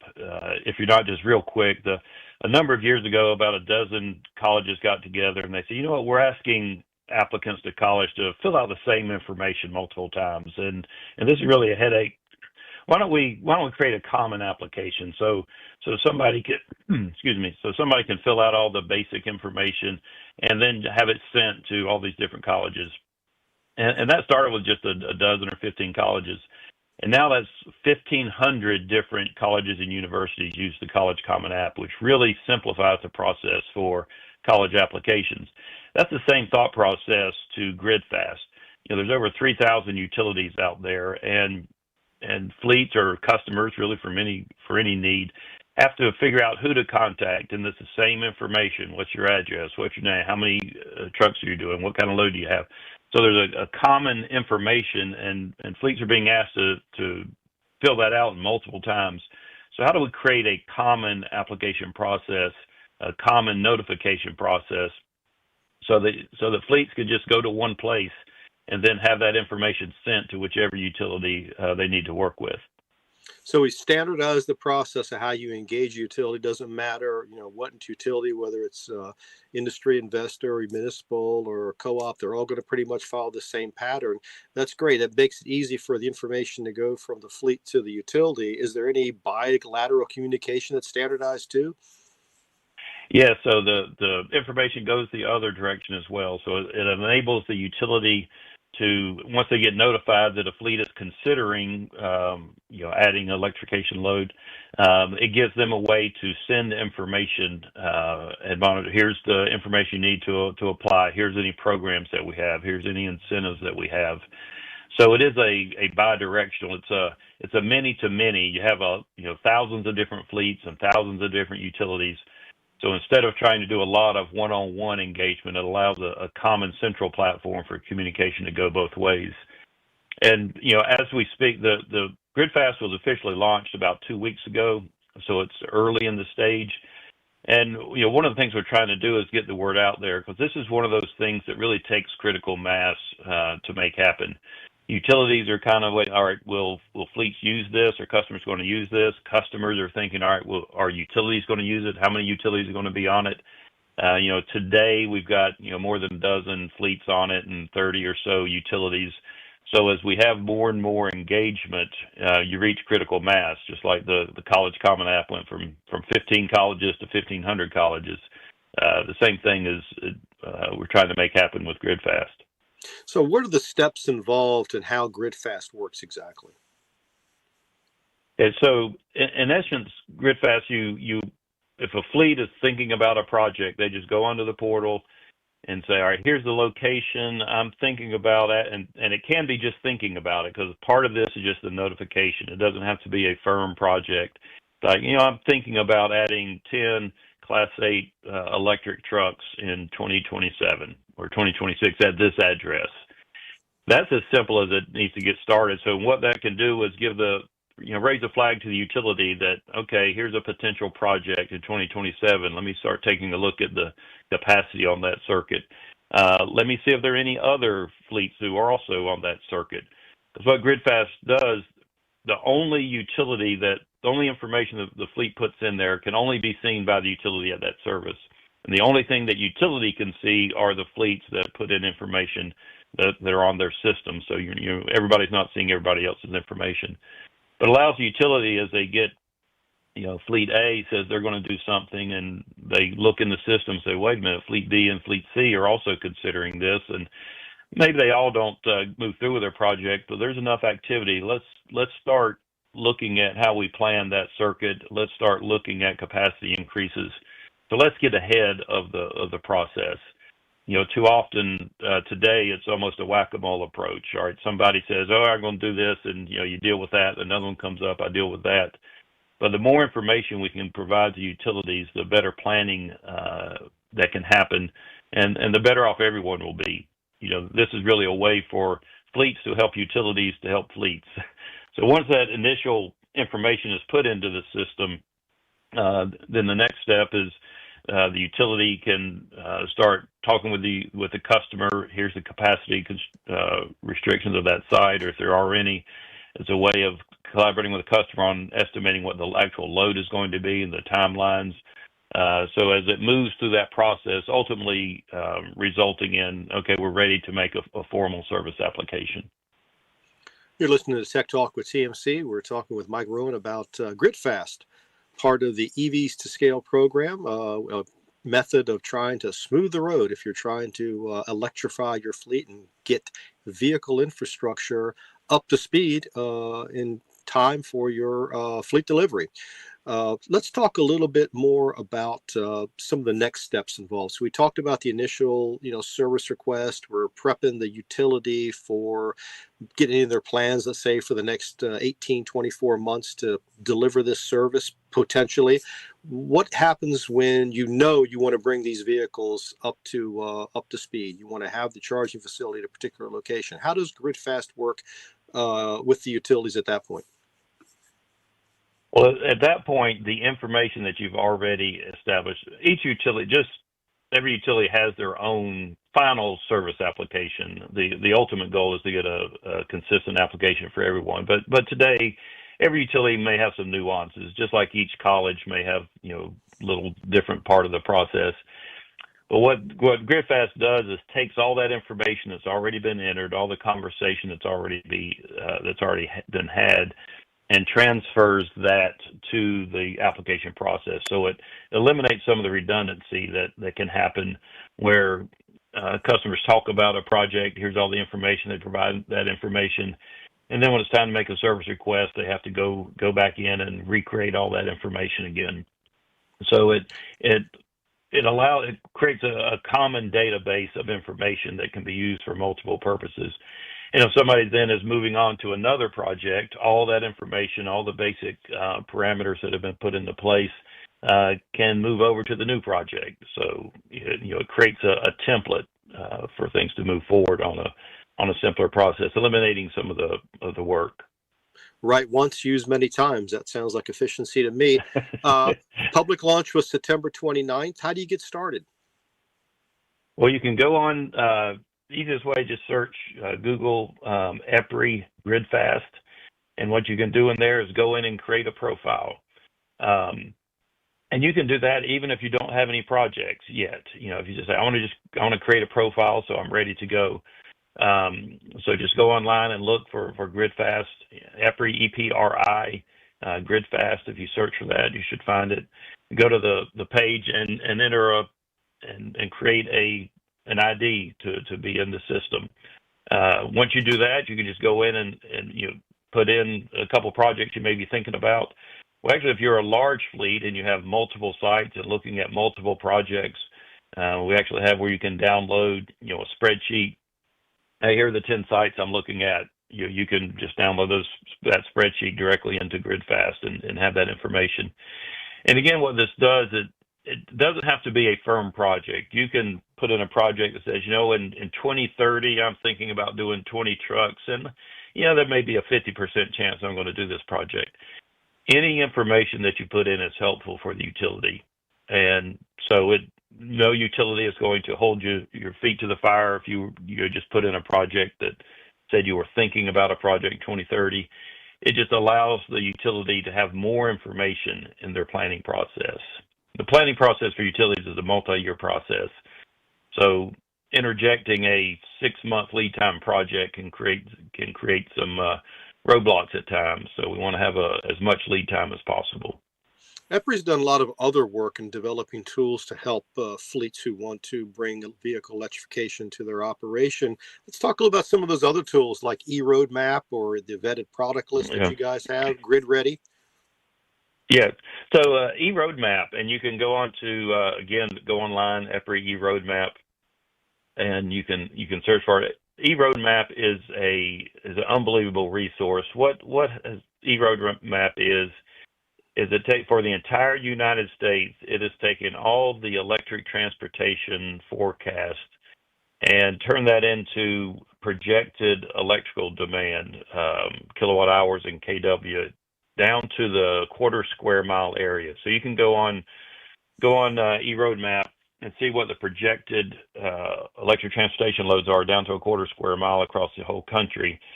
And for today, for 2030, and what full electrification would look like. Obviously, for utilities, this helps with planning, but we're also seeing fleets use this. If you have a depot, you can start going in and say, all right, is this an area that a lot of other activity it looks like it's going to be happening? Is this an area that's likely to have capacity constraints? Within the eRoadmap, there are different layers you can turn on and off, and one of those layers is a load capacity, grid capacity layer. And although it's not available to every region of the country, wherever a public capacity map by a utility has been published, all of that is brought into the eRoadmap. For example, the whole state of California, the whole state of New York have publicly available capacity maps for, Southern Cal Edison or PG&E. So you can go on the eRoadmap, put in the address of your site, zoom down in on the map, and you can actually see what the available capacity is estimated to be at that location. So if you know you have a big project coming, you can go look in eRoadmap and say, look, this is roughly right information, but it would say, I've got a 1 megawatt project and there's 5 megawatts of available capacity. Okay, there's a good chance I'm not going to have any issues in that, and I can start the process. But if I'm going to need 1 megawatt of capacity and I look on the capacity map, there's only 100 kW available, that may have some issues, and you need to start that from a planning process. eRoadmap has data, light duty, medium duty, heavy duty trucks. We have all the telematic information, anonymized, but the telematic information from all the major Class 8 OEMs. We even have things like the Tesla Supercharger network, their rollout plans, the Amazon plans for electrifying their sites with electric delivery. So all that information helps utilities plan better for the load that's coming, but it also provides a lot of information for the fleets. We know of fleets that are using this to, they're trying to figure out which of their depots may be a good one to electrify as they build out their plans. So they're going into eRoadmap and looking at the capacity, looking at what else is going on in that area to determine which sites they may want to prioritize. Yeah, I imagine it would be very helpful if you're trying to determine if I've got multiple locations. I might as well go ahead and put my eggs in the basket where I already know that there's capacity. That would make the most sense, right? Yeah, well, and yes, but there was also, we've had customers, you mentioned the case of, let me go to this site. There's plenty of capacity, so that would be a good one to start with. We've also had customers say they go into this and look, here's a place without much capacity. I need to do that one first before other people use that capacity up. Well, I hadn't thought of that. I thought it'd be the other way around. That's interesting. Well, we actually see both sides of the coin. Some people, this looks like it'll be an easier site, so there's plenty of capacity. Let me go to this location. But there have been occasions where people say, I know there's other potential fleets in this area, and the capacity is tight. So maybe I ought to start there so I can get what available capacity there is while the timeline will be a little bit shorter. So it's an interesting. But what it does is gives you more information. It allows you to have a more educated decision. Also, it goes in and identifies the utility. A number of fleets. If you're a fleet operator, you really haven't had to deal with utility in the past. Not much. And that's been a few. Yeah, that's been a few facility folks, but not the fleet operators. So this, eRoadmap provides a lot of other information. Which utilities are in the area for a particular address? You may not even know who to contact. So that information is in there as well that will help you, identify the utility, identify locations. And again, it's for the entire United States down to the quarter square mile area, which is a first of its kind. And what about the vetted product list? Yeah. Yeah, the vetted product list, though it's been a little bit of the wild, wild west when you get into charging hardware, and some of the listeners may have encountered that. There's so many products out there, and a lot of programs, whether it's federal or state programs or utility programs that offer incentives, many of those have said, all right, we want to make sure that the product that we're incentivizing is a quality product, or that it has certain features that are needed, for validation or whatever. So the vetted product list, VPL, and again, it's a free, everything I've talked about so far is a free service. So any fleet can use these services at no cost. The vetted product list, VPL, if you look at EPRI vetted product list online, you can find it, has a list of all the products that have been vetted. It's not a recommended product list, but it has been vetted. Here are the products.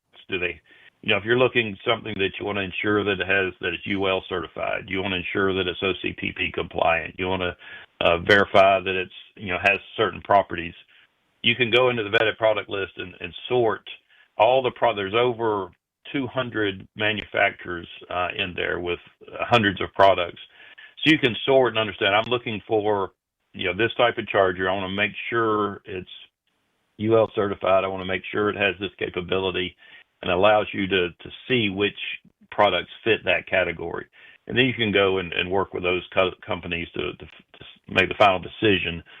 A lot of utilities, a lot of states that have incentive programs, they create criteria, again, to make sure that the money they are using for incentives are spent effectively. So they will specify criteria and use the vetted product list to create, here are the 12 products that you can choose from that meet our criteria. And the vetted product is out there, and it's been there for a couple years now.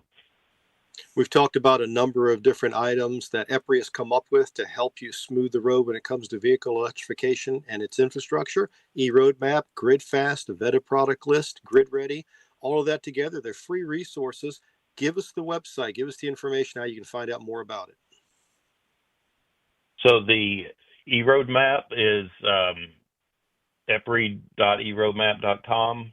The simplest way of doing it is just using your search engine, EPRI, EPRI, which is Electric Power Research Institute. EPRI is the R&D arm for the utility industry. So if you go to EPRI and search for E-Roadmap, EROADMAP, or GridFast, GRIDFAST, or the vetted product list, and you can find that information. Mike, it's been a great whirlwind tour about everything you didn't know about smoothing the road for electric vehicle electrification. Thank you so much for joining us on the program. Look forward to having you on the program again real soon. Talk about this some more. Okay, thank you, Robert. I've enjoyed it. And with that, we'll kick it back over to the studios and Jimmy Mack. Robert, thank you so much. And thank you for accommodating us as well by maintaining the tradition that is Tech Talk and never actually missing one. It was great to have you on a Friday, a freaky, feisty, flinty Friday, brought down to earth with talk of EVs. What do you got next on the docket for us? Well, we return to our regular schedule next Wednesday. That would be the 15th of October. And we're going to be doing a roundup of some of the new recommended practices that TMC has come up with pertaining to maintenance, repair, and specification. We'll have Jack Legler, our technical director, joining us on the program. We'll be sharing that information with the listening audience. Thank you, Robert. And go have the best of weekends, my friend. It's good to tell you happy Friday. Go enjoy your Saturday and Sunday, my friend. You do the same. We will see you next week. Tech Talk with Robert Braswell is the longest running segment on RadioNemo.com. He's got over 1,000. They continue to grow on a regular basis. By the way, talking about a regular basis, at 9 o'clock, you know what it means. Turn that image over because the ladies are coming. LaRue's on the scene. Things are getting weird. Weird indeed. Don't get weird. Get Road Gang. Don't get weird. Get out of a ditch. Go to truckdown.com.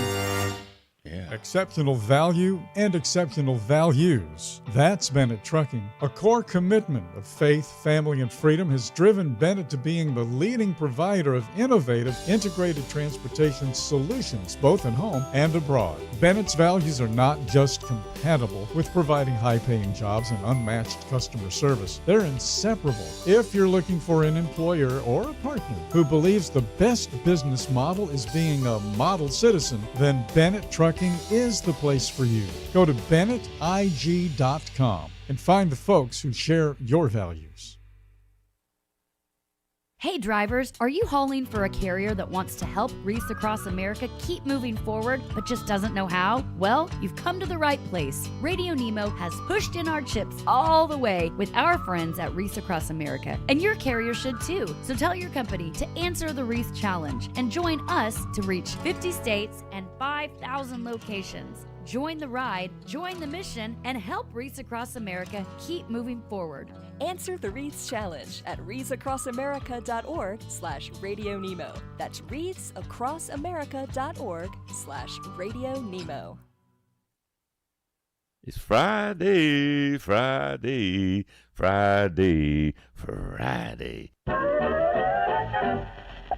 Grills, chills, spills. The ongoing hilarity highway of mac and cheese. Two jokester adventurers looking for fun on the open highways of America. Hey, Mac, did you hear about the guy who's been poisoning Fruit Loops? Have they identified him yet? They call him the serial killer. Crackle, pop your neck. That was dark. Tune in next time when we accelerate into more fun with mac and cheese. Okay, you've heard the horror stories of how folks have lost their life savings when the market tanks. Is there a way to invest and make money without risk? Believe it or not, yes. Since 1995, Americans who cannot afford to lose their investments have used fixed index annuities. You get guaranteed income and protection from market downturns. It's a win-win for you and your future. And to learn more, dial pound 250. Use the keyword Truckers Wealth to get in touch with them today.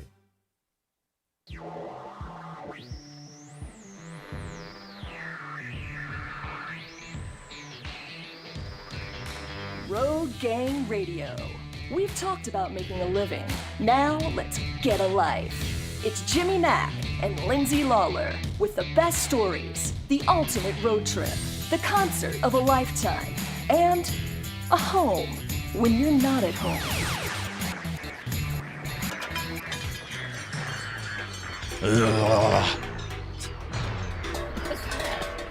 The wheels have come off. But we're still rolling. I love the giggle. It's my favorite. That was a fun dance, Dre. Fun / a little creepy and seductive. Speaking of my favorite, hi, Lindsay. Hey, good morning, boys. Good morning. By the way, we had a really cool moment. One pretty close over this last break, but a really cool moment in the last break. Lindsay, don't know if you caught it. We had you do a spot, followed by Claire doing the bureaucracy at the end of it, followed by Dave doing a spot of the Soup Nazi, followed by the Soup Nazi, then giving way to Madison's voice, followed by Madison's voice giving way to Claire's voice, followed by your voice in the middle of Claire's voice. Claire's voice gave way to Dre's voice gave way to my voice gave way to Robert Braswell's voice. What? That's a road gang. Everybody's here. That's a Got road nervous. gang. That's a road gang right there, man. Good God Almighty. Welcome to Road Gang Radio. And, of course, we're going to go about the business now of actually getting a life. And that means Lindsay Lawler from Franklin, Tennessee. Good morning to you. Good morning to you guys. I love that, just scrolling through the comments over on YouTube at the very beginning, I love Trucker Bosun says, good morning, Road Gang family. And I just, that warmed my heart because I started just thinking about all the people, whether you call in or comment or just listen, or even if you haven't found us yet, because once you do, you don't go anywhere. But just what that really means over time to create what Dave has done for so long, what we've been doing as well, carrying it on, holding the torch. And I just think it's a cool thing to create and bring things together. And speaking of that, Jim, I want to talk to you quick before we get on this guest. We went, Seamus and Freya and I went last night to the Preds game, the Nashville Predators hockey game last night. Awesome. One of my friends is out of town and they have season tickets, so they gave us their tickets last night, which even better when you get to go for free. I highly encourage free tickets all the time. And it was really cool. What I was sort of hit by last night and then went to bed thinking about it and thought about it first thing this morning was, and we keep saying these are divisive times. I'm ready to change that narrative. Yes, there is. People are divided on what they believe and stuff. But last night, I was like, we need to go to more sports games, assuming you can get that free ticket and or afford it. Because it was so cool. It was opening night, Jem, and so everybody had the yellow T-shirt given to them, sitting on their seat when they got there. Already there's some unity.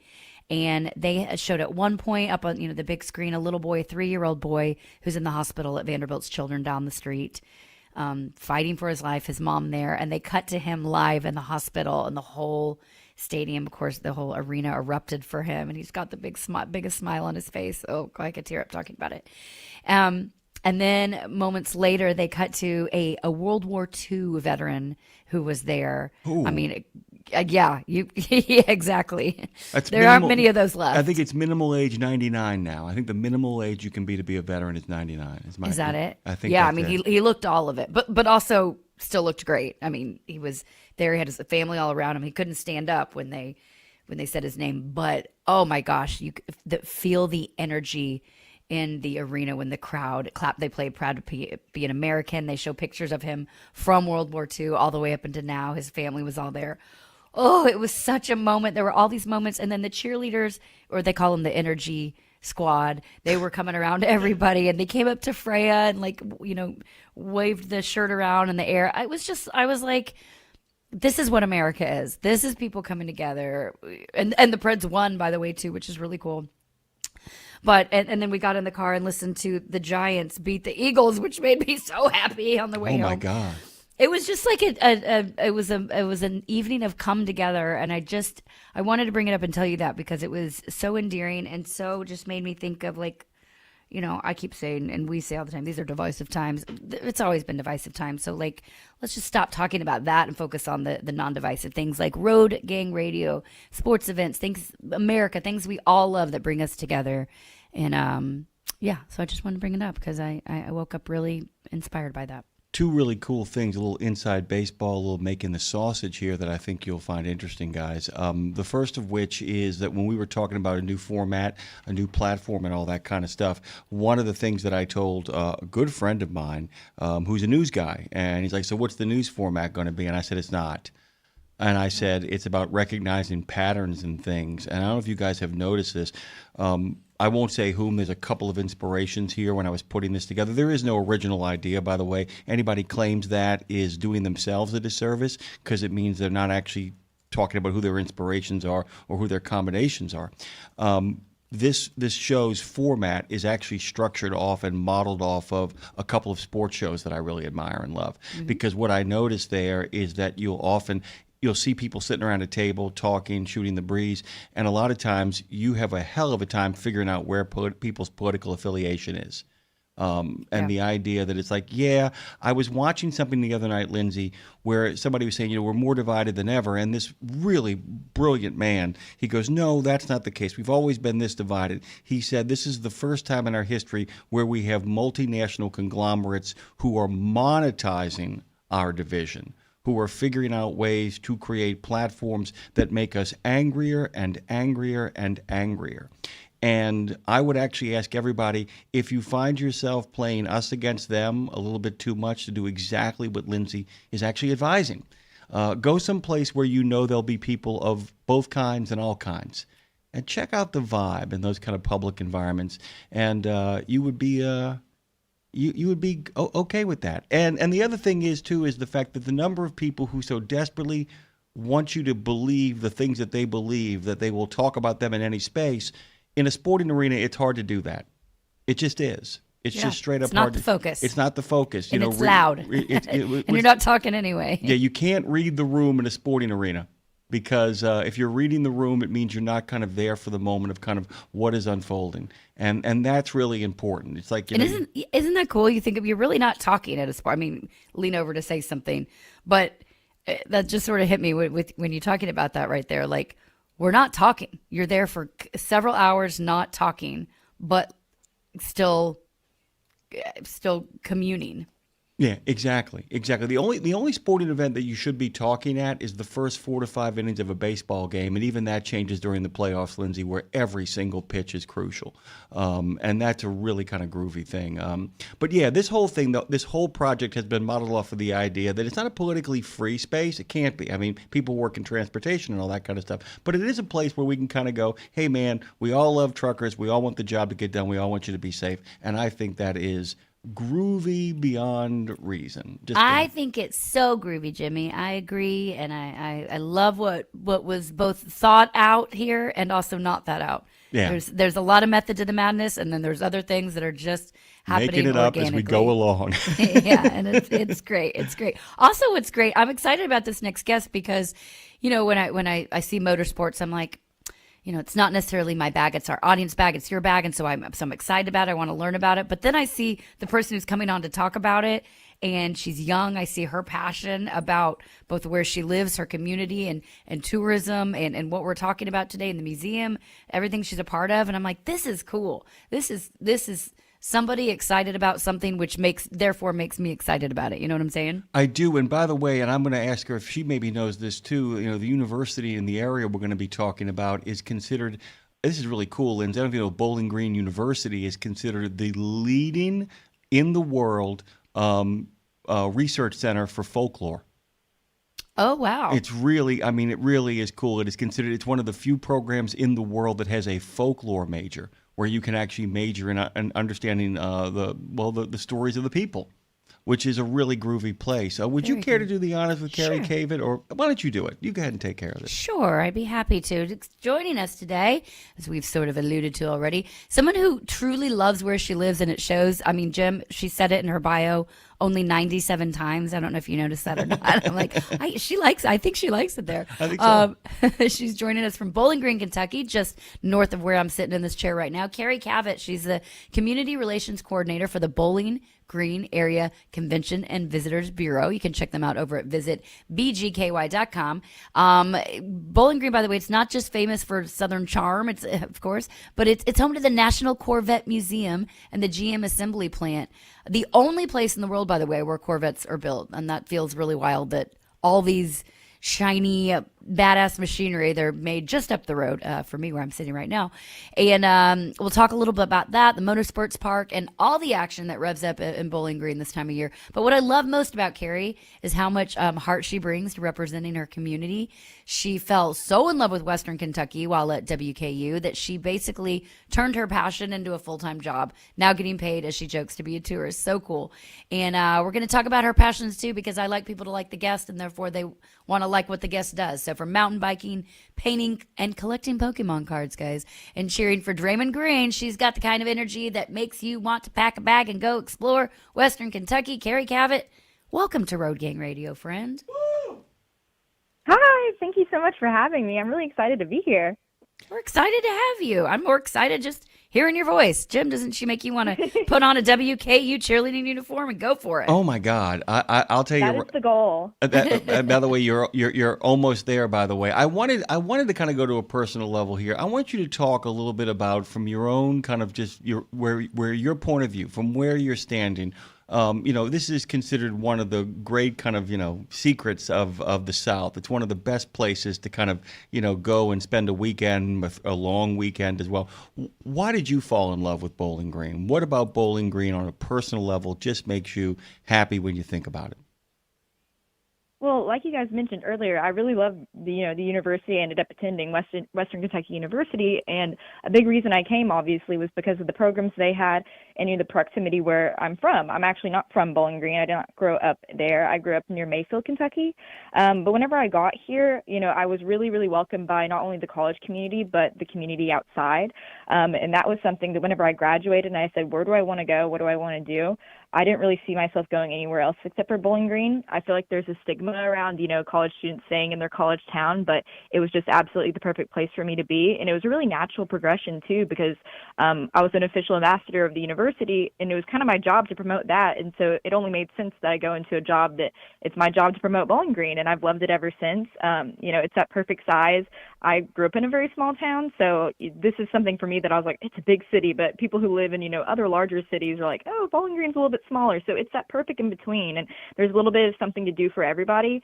There's stuff that I've gotten into and interested in because of Bowling Green, things I didn't think I would like beforehand, because there's such a wide diversity of different options for people to go, partake in when they're here. So it's like you said, there's a southern charm too, but I've just really loved it, and it's been a natural progression just to keep, living here and promoting it and loving it. Your energy, just period, but it also about what you do and where you live is infectious, and that it's a beautiful thing. And I'm just curious because you are younger, and I'm wondering kind of two parts here. You're part of this younger generation that's now working in tourism, and how you play your part in making history and museums exciting for your peers, but also if you're seeing more younger people getting interested in exploring local culture again post-pandemic, or just being out of school like yourself. Yeah, I think there definitely is a more of a want to get outside, because the year I graduated high school, it was 2021, so that was like kind of peak COVID time. And so I think that there is a generation of also people who have been so stuck to a screen the past few years, which, I guess in a sense isn't a bad thing for businesses. We're being seen more and more on social media, and that's part of my job. But also as someone who, consumes social media on a daily basis, I have that want to be like, I don't need to be doing this all the time. I need to get outside. I need to have options to go to museums. People are, I think, being more cognizant of the fact that, we're being sucked into our phones. And so I think that that's a good thing that we're being able to, have so many options for people to get outside, to get in museums, and, to have those options. So I think that my generation has definitely, kind of hit a roadblock there, but it's something that I think people are getting more and more into trying to get out of. I think that there's, this, I guess, I don't know if you've heard it, but people say, you have to lock in. It's a phrase. And so it's just, not really focusing on, your phone or social media, and, getting outside, doing real things. And so we have quite a few museums that, appeal to people like me, that appeal to any generation for that matter. But I definitely think that it's, good that I'm my age in this office, and, being able to breathe, my experiences into this role and into tourism. I'm going to follow up here just to give people a sense of how wonderful a simple weekend in Bowling Green can be. Because I'm over at your Facebook page, visit BJ KY, and I want people to kind of take a look at this, because on this single weekend, there is something literally for everybody. If you want to be scared by a genuine movie star, if you want to actually have a fall back into nostalgia, if you want to get a little bit of history, or if you want to sit in an open cockpit, all of those things are available to you in one single weekend in Bowling Green, correct? Yeah, this weekend's actually a really great weekend, to talk about. There is so many different things, and that's something that we call that the Weekend Roundup. We talk about our top 5 events every single week, and, we are a motorsports town, for sure. That is our big thing, but we always have something going on. That's what the annual Nostalgia Fall Classic is. It's nostalgic cars and drag racing, but all the other events, there's something for people who like art. The Hammer Inn, that's at Kentucky Museum, so it's a lot of metalsmiths. And then, like you said, there's movie stars over at Skeleton's Lair Scream Park. I think his name is Mike Gianelli. He was in the Ninth Circle on All Hallows Eve, so he'll be, signing autographs. And there's just a lot of opportunity this week alone, but there always is, honestly, in Bowling Green, where we have a big diversity, like I said. Well, and then, Carrie, we have a large part of our audience are over there are truck drivers. So we're going to shift and talk about, of course, the auto side of things here. But for truckers or travelers passing through, what's something you would say they might not expect about Bowling Green? We know the things that are sort of the cliche. We know about Corvette and some of the, the auto sports side of things, and bourbon and all the things that Kentucky has to offer. But what's something that maybe threw you about Bowling Green that might throw some of our listeners as well? Something that definitely threw me, I would say, is our music history. I think that being in proximity to big, very, very popular music towns, like Nashville, we're very close to them. It's something that I guess gets overshadowed, but we actually have at the Kentucky Museum, they just opened up a new exhibit called Sonic Landscape that explores all the music history of South Central Kentucky. And so I don't know if you're familiar with Cage the Elephant, but they actually went to Western Kentucky University. Yeah, and so they performed on campus before. They're from here. Sam Bush, he plays the mandolin. He's one of like the fathers of newgrass, I think is like the term, but it's just kind of bluegrass with like a little spin on it. I got to see him live actually about 2 weeks ago for free at a Kentucky Museum, and he is an amazing artist. And so he's from Bowling Green. We have quite a few people who are just from this area who kind of been inspired by Bowling Green. We have other musicians who haven't lived in Bowling Green, but like I said, have been inspired and have wrote songs. And it's something that our music history that I didn't really know that we had so many people like that. But alongside that, we have a few other great music venues you can go to. We actually have a planetarium, which you're like, why does that have anything to do with music? But they're showing this exhibit called Pink Floyd, Dark Side of the Moon. Oh, so no. They play the whole album. Yes. The moment you said planetarium, I went, he's going to be talking about Pink Floyd. Here it comes. I mean, this is like part of my 70s landscape. It's great, isn't it?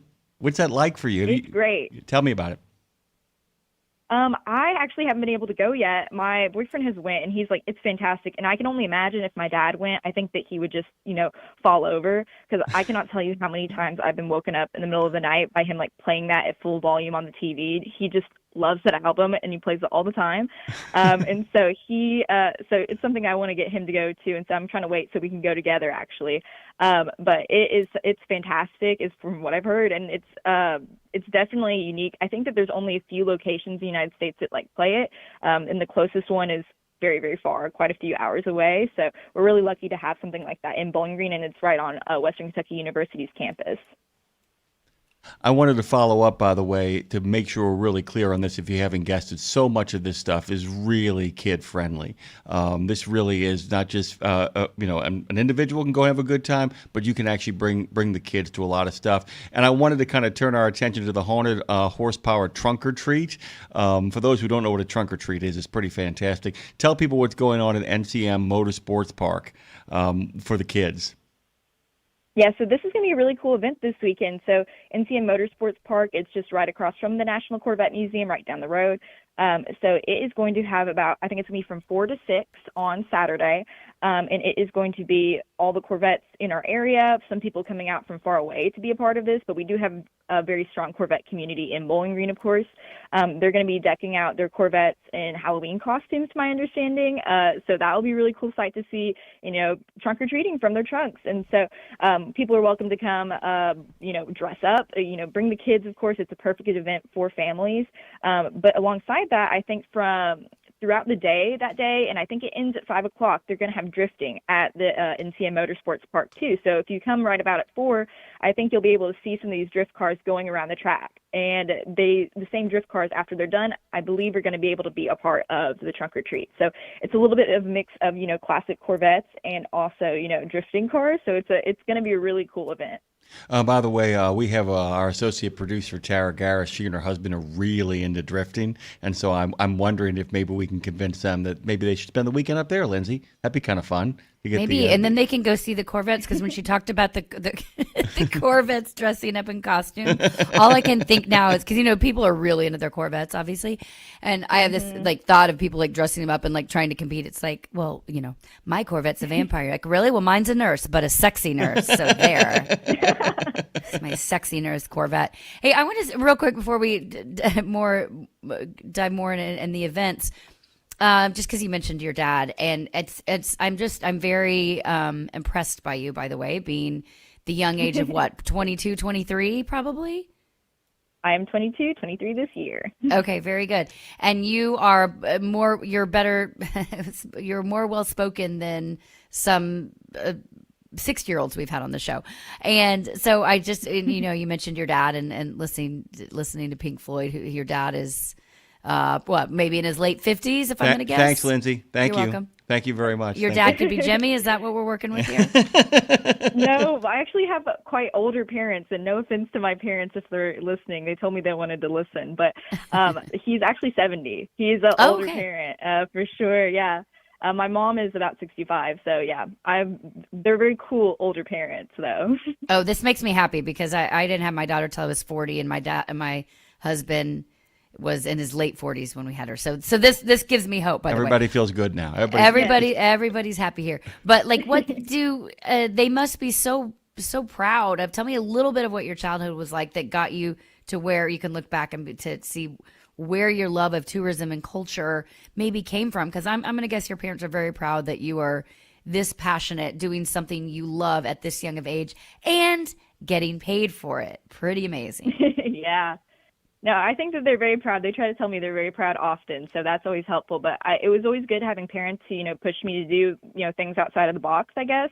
My mom is, she's a little bit of a traveler. I think she hasn't traveled as much whenever she had us as kids. I'm one of three siblings, so I have a brother and a sister, and they're both older than me. But with that, it's been definitely her just like throwing us into the fire, just going like, oh, go do this, go do that, sending my brother and sister off to like Alaska and stuff for a summer. So like she really just makes us do kind of like whatever. She travels. I a lot, can send my kids away. Yeah. Can I send my 6-year-old away to Alaska for the summer? to work on a trail crew is what they did. Yeah. They were gonna work. That is the plan, right?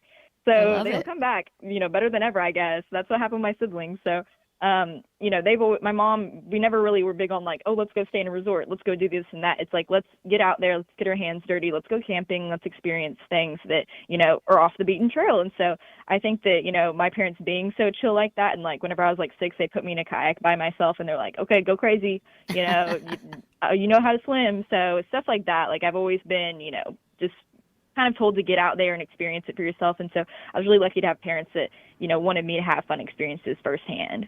That's awesome. That's such an inspiration for anybody listening with young kids, myself included, to remember we're shaping. Not that there's anything wrong with going to a resort, but like let's #balance it out and go to other places as well. Maybe expand your horizons a little bit. You inspired me, Carrie.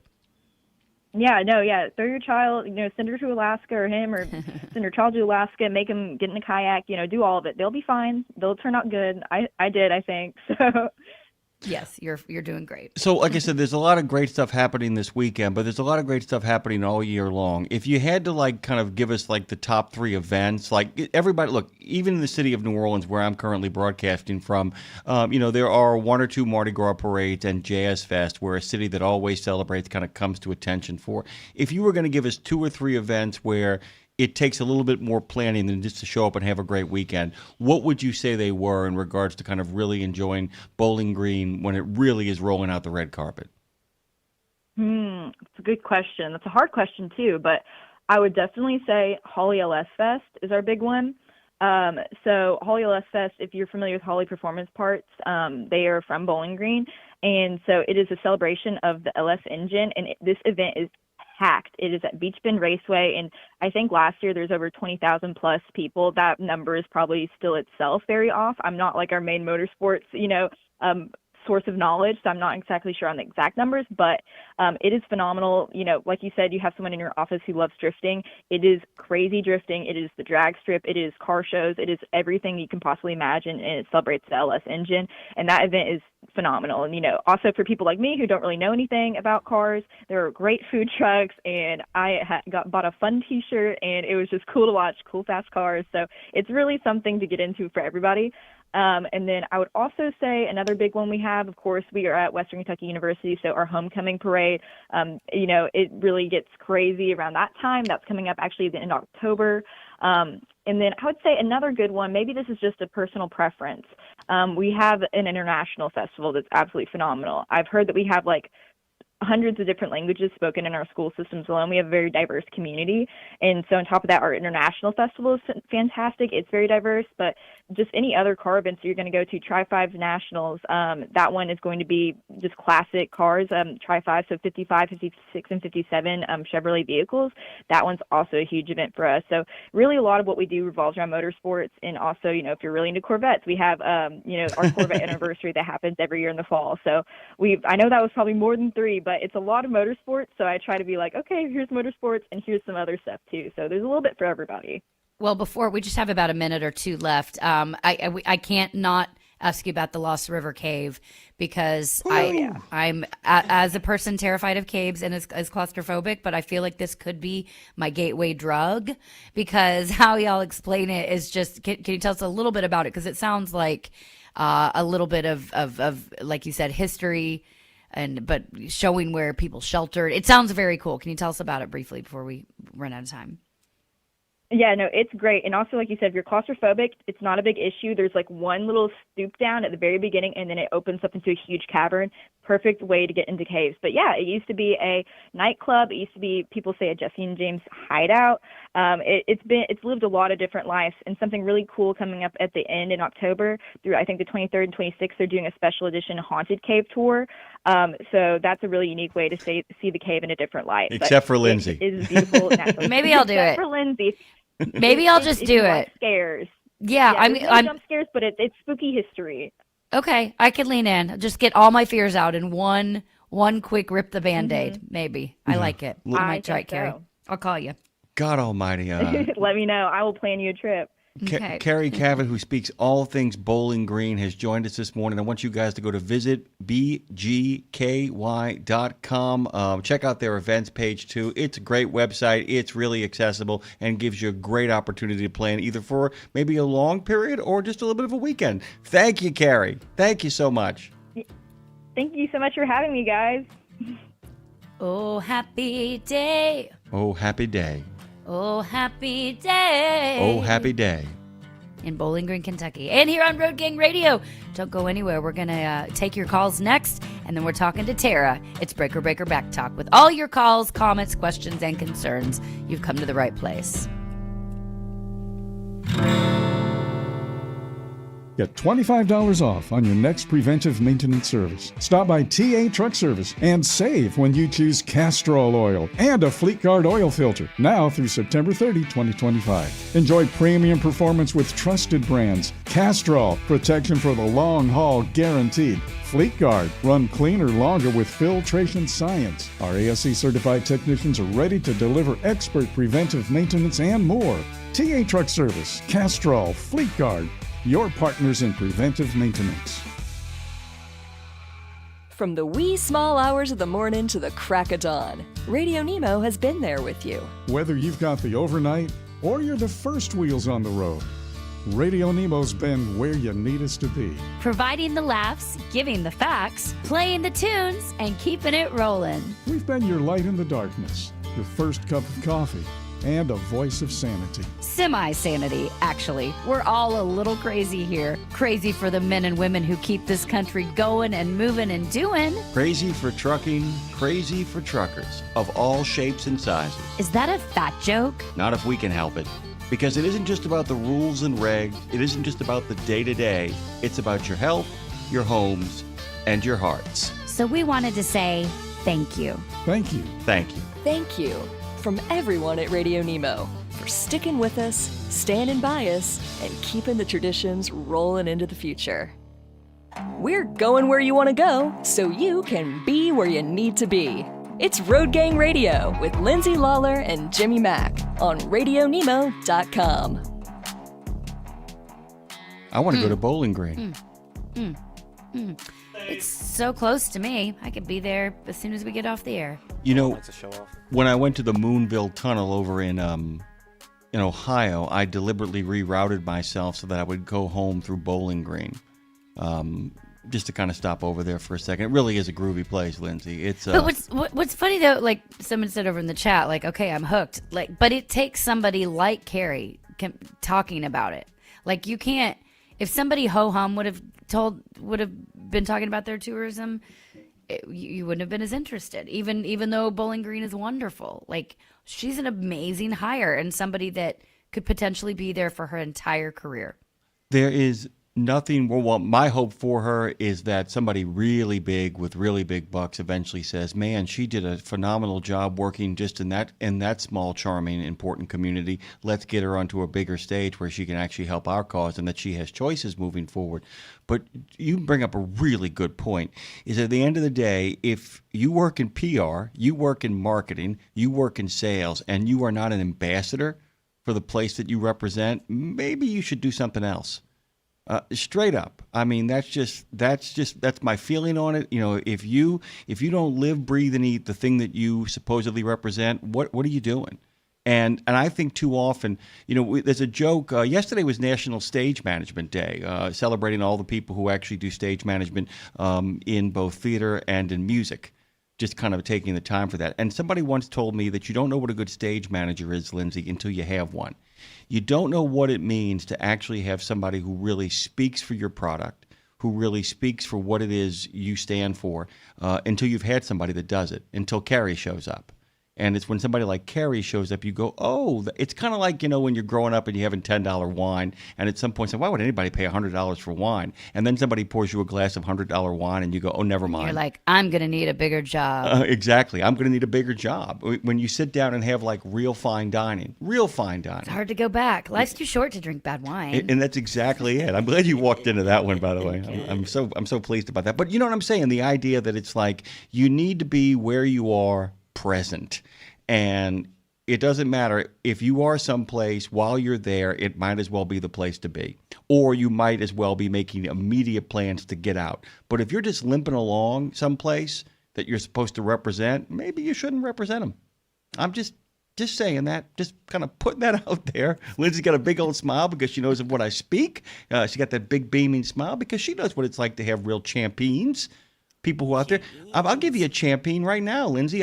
Today is Hug a Kevin Day, which, by the way, for Trucker Bosun, big hug to you. But there's an ambassador. That's a brand ambassador. Not paid, just out there putting our stuff up on the side of his truck, letting people know that the best darn live transpose show in the known universe is happening right here and right now. The known universe. Oh, my God. We're actually going to spend a weekend, Dre and I, working with this amazing board that we have yet to explore the possibilities of to figure out ways that Not this weekend, Dre. Don't worry. Not this weekend. No, matter of fact, He's looking at you like he's going to murder you. Dre is a gone pecan. He's falling asleep behind the mic currently. He is literally going to be out of here the moment we get Trucking with Oida done. He's just going to be... Leaving here and work an extra job right after this show all week. By the way, I heard that Trucking with Oida has certain special guests coming up. Hey, Trucking with Oida is coming up today at 11 a.m. as we do every Tuesday, Thursday, and Friday. Jim, what are they talking about today? I think they're talking to somebody at the end of the show, aren't they? I mean, I heard a rumor, call me crazy, that certain members of a certain gang of the road is going to be joining them. I'll actually listen. Is that... Nice. Scott, we're kidding. Scott, yeah. we're totally kidding. Don't hurt me. We're just kidding. Okay, listen. Let me read you their copy. I'm going to read you their copy, Lindsay, because I think you deserve to hear it. You ready? Okay. We don't have to tell you that Lindsay Lawler wears a lot of hats. Singer, songwriter, radio host, queso queen. But most of all, she wants to be known as a connector. And it comes through in work, whether that be through her music or her show We Should Write on RadioNemo. Lindsay talks us and walks us through her life, how trucking entered it, how her lifelong pursuit of forming connection with people from all walks of life. Plus, by the way, then they're going to shift gears.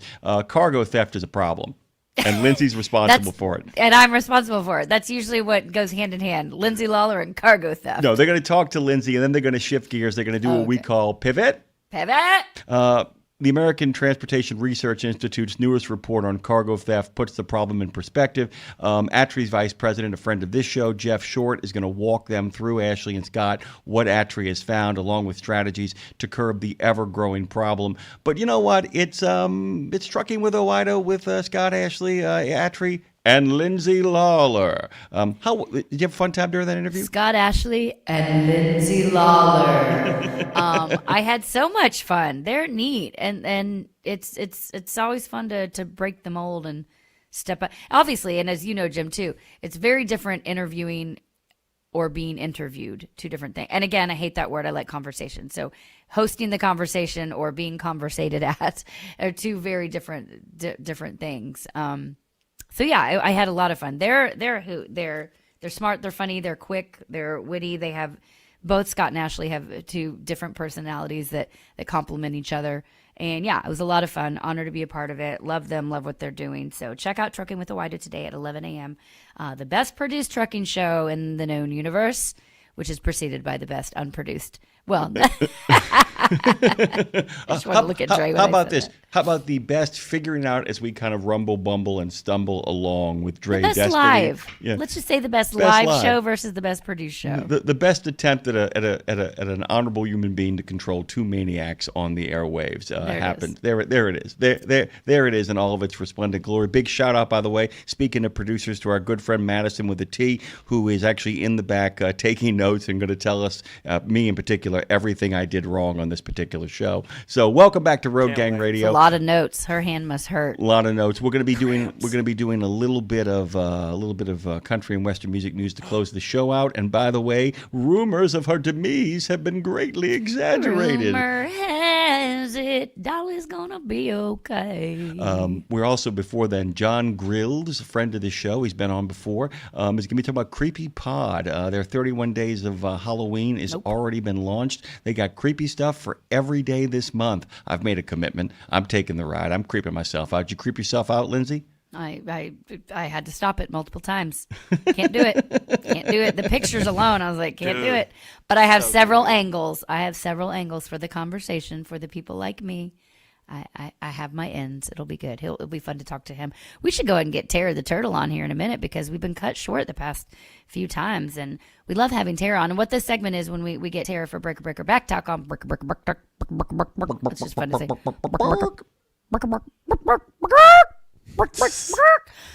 When we get Tara on, she comes in with your questions, comments. She basically goes and collects everything over the previous week or back further. She has years she can go and dig upon to try to find. So these are comments on Facebook, over on the YouTube, your emails, which is our email still weekends at radionemo.com. Yeah. Is that the email? Yeah, okay. still the email. You can email at weekends@radionemo.com. I just got the spots fixed. Come on, man. I know. Baby steps. Plenty of ways to find us and message and let us know what's going through your head and your heart. What do you like? What do you not like? Who do you want to hear? Who do you not want to hear? What are your concerns? What are you liking? This show is about you guys. So if you don't tell us, listen, you can't complain if you don't tell us. That's what I'm trying to say. That's what we're saying. And just because you complain doesn't mean we're going to listen. But it does mean we're going to hear you. I hear you. I'm just not listening. I hear you. Oh, yeah, it's coming through loud and clear. I just don't know anything that you're talking about. Turn my hearing aids off, please. The thing about Creepy Pod really quickly, and Lindsay hit the nail on the head, is that there's stuff like the Lovecraft investigation where you're kind of listening and you're kind of enjoying, and then all of a sudden you realize you're incredibly creeped out. The thing about Creepy Pod is usually you just kind of open that stuff and go, yeah, I'm creeped out. That's what I did when I pulled up the creepypod.com website. It was those pictures. I was it's like, a nope. contact high. It's a contact fear. And by the way, I've really got to call Terry Taylor, speaking of creepy, and let him know that Janelli is going to be over there in Bowling Green because he's such a big fan of Art the Clown. Janelli, by the way, was the original Art the Clown in Terrifier, which means one more thing, Lindsay won't be attending. Nope. As we kind of roll in, before we actually get the turtle on here, and I wouldn't mind talking to her about this as well. Did you hear the story I opened up the show with, Lindsay? I don't know if you got a chance to. I know you got to get Freya out the door and all that kind of groovy stuff about the guy going for the Guinness Book of World Record with his Halloween setup. Uh-huh. It is so cool. Halloween Herm lost his mom in '99 to cancer, and she was such a Halloween aficionado that in her honor they've been growing this display. And it has gotten to the point now where they're actually able to use it as a fundraiser for the Northern Kentucky Children's Advocacy Center. But he actually is now kind of out there trying to create a Guinness Book of World Record for the most props used. And he says he's got 300. It doesn't seem to me to be a lot of props, though. Maybe there's something I'm missing there. That's a lot. But you know what's cool? It made me think about this is one more way. This goes in that story this morning, one more way that goes into remembering people and maybe, different kinds of ways, like the gravestone recipes and carrying that through forever, or what you want played at your funeral. Ways to remember people. Continuing this on. She loved to decorate for Halloween, and he's continuing that on. That he's gonna be reminded of her forever. I think that's really cool. Yeah. I also love the fact that there's a Taylor Swift skeleton this year. Yeah. Taylor Swift skeleton. And I said, she's been working out a lot. Yeah, I was saying, I said so it's skinny and white. That's really kind of not a hard leap to kind of make. And she really is white. I mean, I think she's translucent, as a matter of fact. But I'm guessing from what I saw, it's the pose and the wig that kind of really make the scene. What you got, Drake? Man, what's the oh god, it was the show. It's the little segment they do on Jimmy Fallon where they try to guess like certain things. And you ever watch the little game shows they do on Jimmy Fallon late night? Not Fallon, yeah, Fallon. And they had to sit there. They had to guess someone. Well, these two guys, they looked at each other and they were like, "She's got a long back." Taylor Swift. A long back. She doesn't have a long back. She doesn't have a long back. She's awkward. Saying that she doesn't have a butt. I got it. I got it. She shouldn't have a butt. She's awkward, and that's why I think it works. Her legs go all the way up to her neck. Speaking of awkward, Tara, are you there? Awkward turtle. I am, but if Lindsay is speaking, I cannot hear Lindsay. Oh, well, guess what? I'm going to fix that real quick. Bam! Thank you. Hi, Appreciate it. awkward Lindsay, are you there? turtle. Hi, can you hear me? Yeah, good morning. Good morning. Hey, we call one of my really good friends. She says she's really awkward, so she calls herself the awkward turtle because she's like, I'm so awkward in social scenarios. So she like pulls her head back into her shell. And you are not an awkward turtle. You're just the turtle. But you're a charismatic turtle. Yeah. Oh, thanks, guys. Welcome to the program, not awkward turtle. What's going on? Turtle can dance, therefore turtle is not awkward. T can actually dance. Seriously move. Good morning.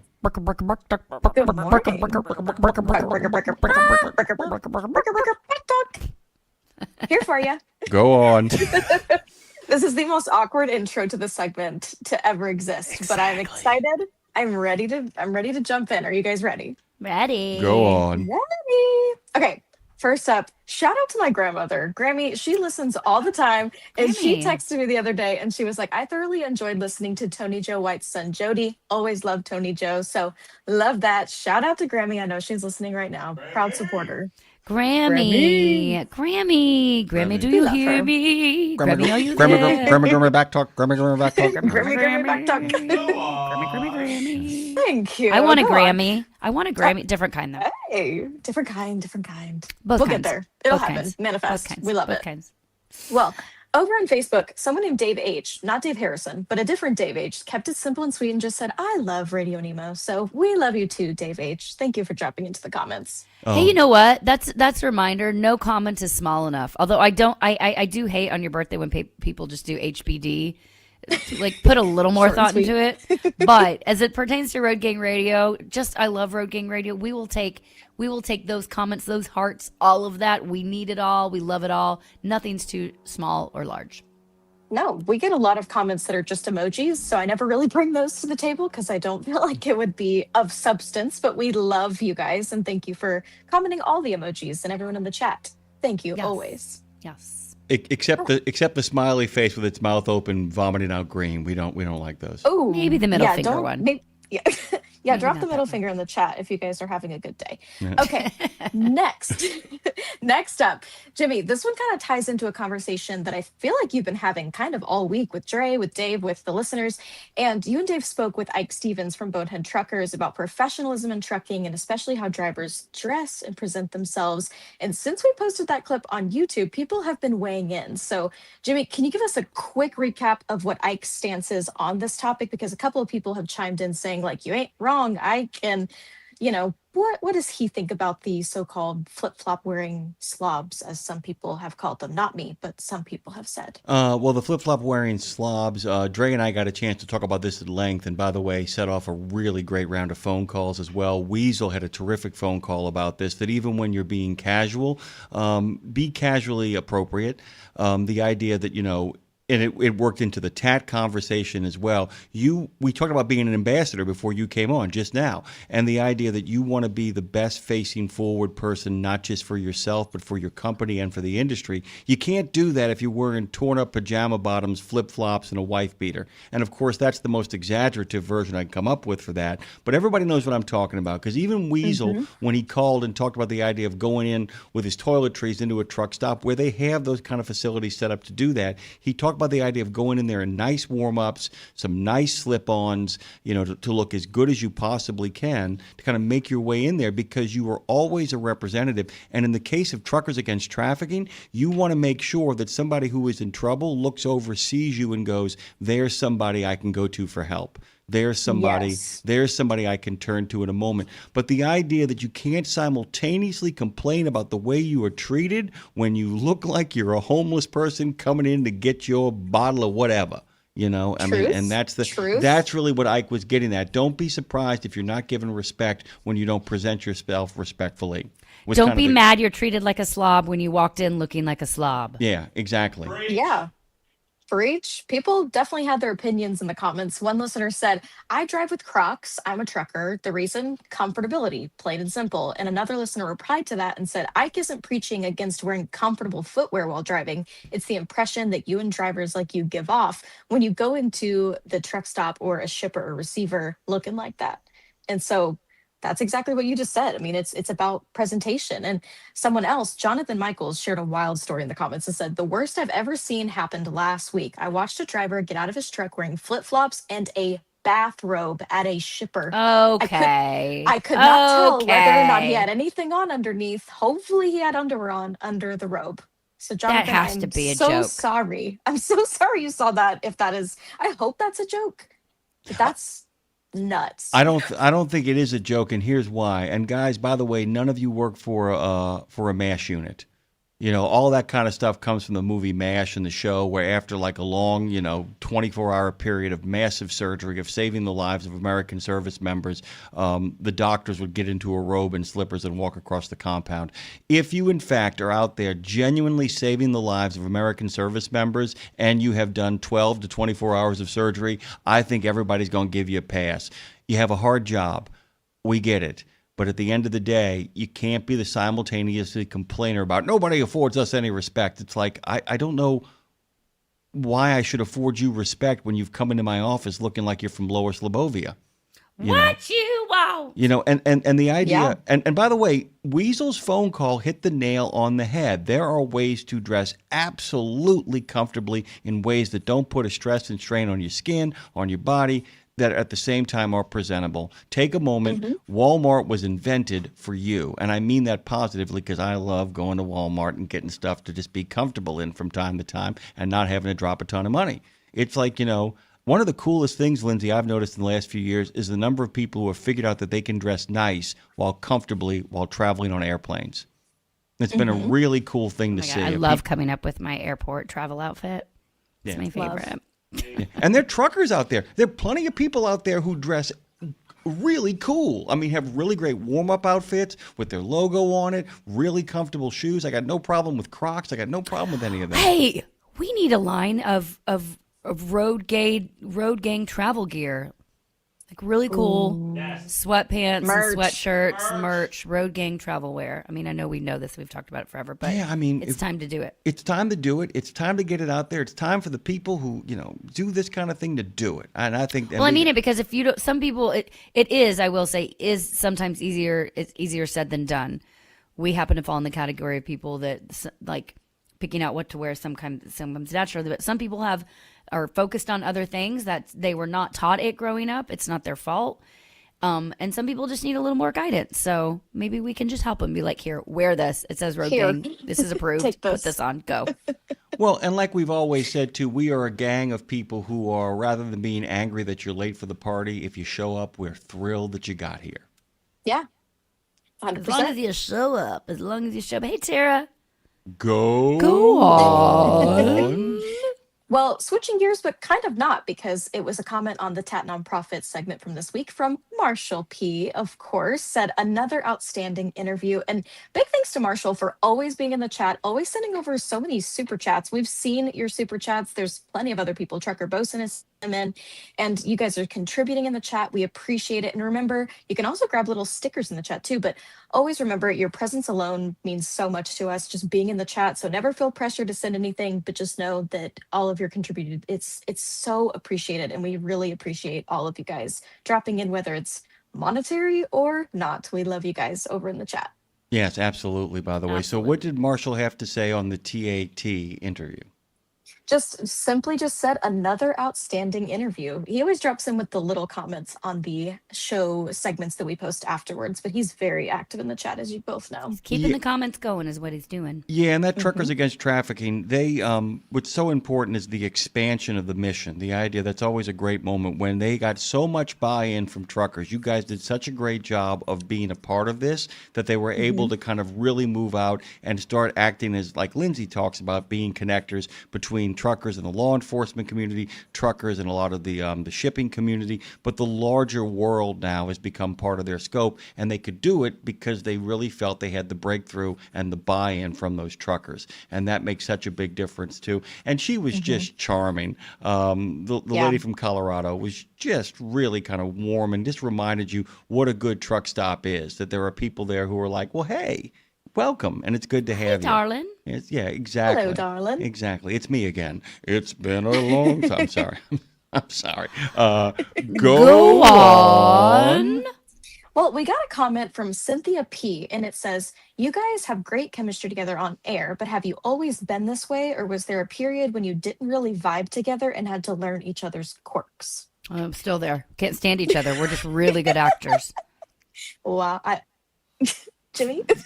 It's a complete fraud. I mean, everything we do is a fraud. Actually, I'm going to say something. We're in acting class right now, Yeah. currently. Yes. To be honest with you, and we talked about this on the air. As a matter of fact, as good as this show is, and I really believe in this show on so many levels. As good as this show is with Lindsay and Franklin and me here, what I would tell people is anytime we go any place together, some of the match replays, if you ever get a chance to listen to those, I would tell you that in person we're even better, and it was kind of instant. The moment we started doing it, we kind of got it. I don't know if that was Lindsay's feeling of it, but it was kind of like, oh no, I get this rhythm. I get this person's pattern. I get where the speed at which. And the best part about working with Lindsay is that it actually slows me down a little bit because I have somebody that works at the same speed of light that I do. So I can actually recognize it. Sometimes she does the same thing where she will actually downshift in the midst of us kind of going back and forth to kind of stay on the road. I don't know if that's her feeling, but for me it was pretty darn quick, which is why people were like, well, you got to get a new co-host now that Claire's kind of taking a leave, and everybody had a suggestion. I'm like, I'm not doing that. I have somebody in mind. I'm done. I think too, we complement each other in different ways. Like we have very different strengths. And so I think the fact that I was trying to look because I actually wrote something down about this. I'm trying to see if I can find it. Where is it real quick? Because I want to read this to you guys. Okay. Yeah. The translator. So yeah, hang on. Where is it? This is going to bug me. So anyway, basically, I was talking. Well, I was trying to figure out. I was trying to figure out how to vocalize what we do differently, and I think that like I keep saying I'm the connector and kind of bring.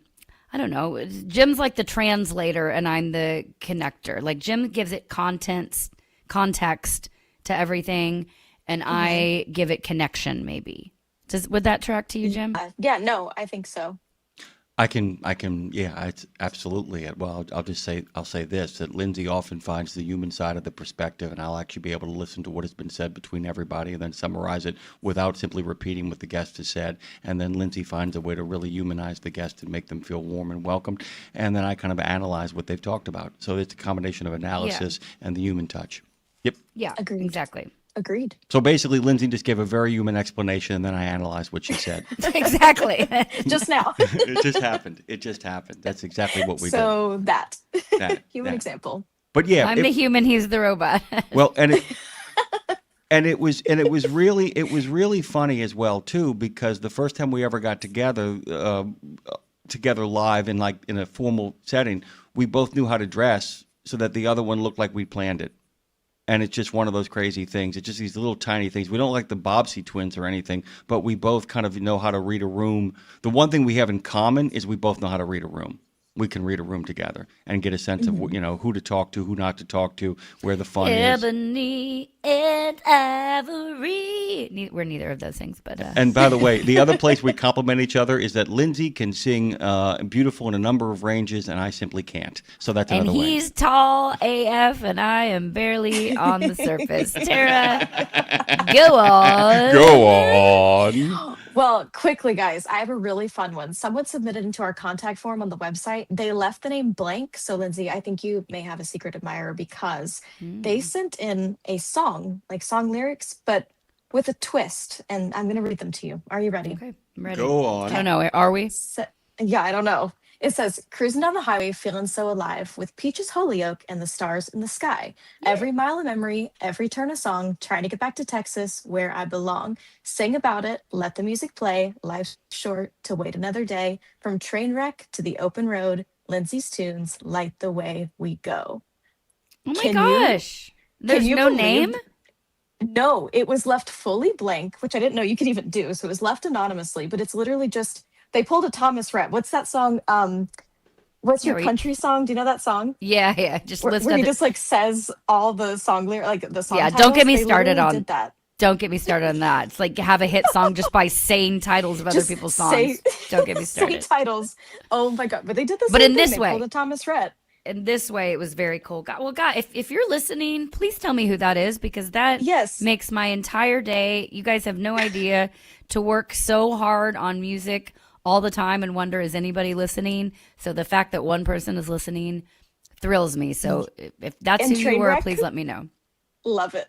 It was like from the latest album. It was from older ones. Like love. I just like could not believe it. And I was so mad that it was left anonymously. In a way, it's kind of cool. But in another way, I'm like, what? It's probably my dad. No, he wouldn't know how to do that. It's your stalker from 10 years ago. But anyways, guys, have the best show. Also, today is National Hug a Kevin Day. So Lindsay, maybe hug Kevin Post, Jimmy, Kevin Lindsay, I'll hug Kevin Jonas, Trucker Bosun, give yourself a big hug today. I feel like all of that, the world will be aligned if I feel like all four of us just hug a Kevin. Dre, do you know a Kevin to hug today? Yeah, something like that. I think we watched the other night that movie The Lost Bus with Matthew McConaughey, by the way. All right. Oh my God. He rescues 23 children from a burning bus going through the California wildfires back in 2018. Dude, if you want a chill night at home, do not watch this movie. I had so much panic. Directed it was directed by Mr. Anxiety. It's Paul Greenglass who directed The Green Zone, most of the Bourne Identity films, and Captain Phillips. I mean, it's like terrible. I have a 6-year-old. It was so anxiety ridden. If you see his name, good movie, Lindsay, if you see his name, run in the other direction. It's like Captain Anxiety, Paul Greenglass. So much anxiety. But anyway, the guy's name is Kevin, the main character that's based off of this man who saved all those lives. But I kept thinking, because he's like a maintenance guy driving a bus, and now he's responsible for 23 children's lives. And I kept thinking of the bit, the comedian we like, the Australian one about gun control, when he's like, Jim Jeffries. Jim Jeffries. He's like, and there's people are attacking you, and you've got Kevin, the security guard. Like there's one little BB gun, and you've got Kevin. Hug a Kevin today. Hug a Tara today is what we want to hug a Tara every day. It's brick talk. Hey Tara, there's drifting going on in Bowling Green, Kentucky. If you heard our last guest, so thank God. Thank God. Thank God for Tara. We love you, girl. She loves us too. We'll be right back. Yes, I do. With John Grills.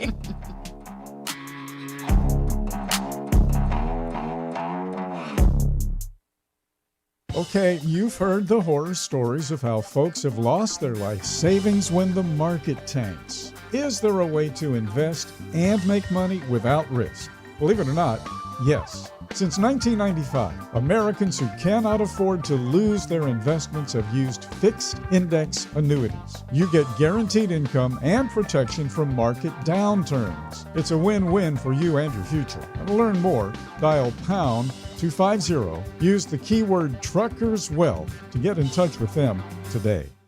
Pro drivers, say hello to your perfect fuel stop, Racetrack. Perfect as in hello, everything you need on the go. Oh, hi there, dedicated truck lanes. What's up, hot and delicious grab-and-go food? And hello, cat scales, clean restrooms, and large, easy-to-maneuver lots.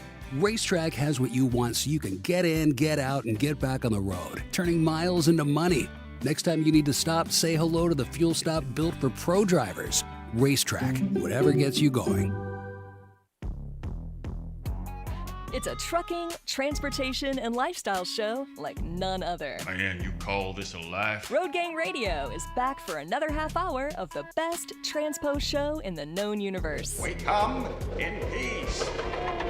Well, actually, we're falling to pieces.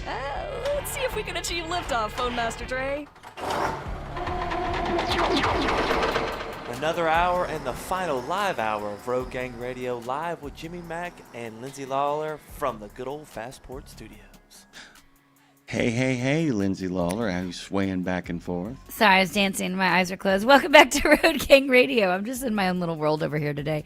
This next guest, Jim, this is obviously so up your alley. This is a returning guest who you've talked before. I have not had the pleasure of talking with John before. The Creepy Pod, which is, admittedly not necessarily my thing, but I find ways in. And I certainly have one of my recurring dreams that Jim, I want to talk to John about today. But set the scene for us, this amazing, brilliant, hard-working man who we're talking to today, Jimmy Mack. By the way, Lindsay, and I will tell people, go to creepypod.com. If you're not into the scary, trust me, the moment you scroll down, you'll be like, what have I gotten myself into? Nope. John, by the way, John Grills is a writer and podcaster from Minnesota, which, by the way, the only thing between Minnesota and the North Pole is barbed wire. With over 10 years of podcasting experience, he's created several podcasts, including the horror anthology podcast he currently show runs called Creepy, a podcast dedicated to ghost stories, urban legends, and creepypasta from around the world. They've been doing this thing since... Creepypasta? Yeah, exactly. Creepypasta, man. That's where it all begins. He's been doing this weekly since 2017, has over 1,000 episodes to kind of ruin your evening on the road in a really positive way. John's also done voice acting, writing for other popular horror podcasts. If you've actually enjoyed No Sleep, we've had them on the show, friends of the show, Tales to Terrify, Pseudopod, and many, many more. And he is in the midst. We are in day 10 of the 31 Days of Horror event. Good morning to you, John. Welcome back. It's good to have you.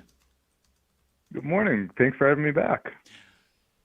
I'm going to let Lindsay just kind of unpack all of her neuroses right now. Sure, please. Well, yeah, I have a million angles to go. John, but, full disclosure, I'm not a creepy. I mean, I'm a creep. I'm a creepy person, personally. But, the creepy does not inspire me like it does Jim. But I'm coming around to it. The more the more I talk to fabulous, amazing people like you. But I do have the thrill as a songwriter. I know what you're doing. You're storytelling, obviously. But before I unpack it all, let's just start very basic, John. To you, from your perspective, for anyone who would quickly maybe scroll by this because they say, well, I don't like horror, I don't want to be scared. What would you tell them about why it's worth giving Creepy a listen? That's a great question. Besides, it helps put food on my kids' table. Yes, well, that's a big one. Sympathy route.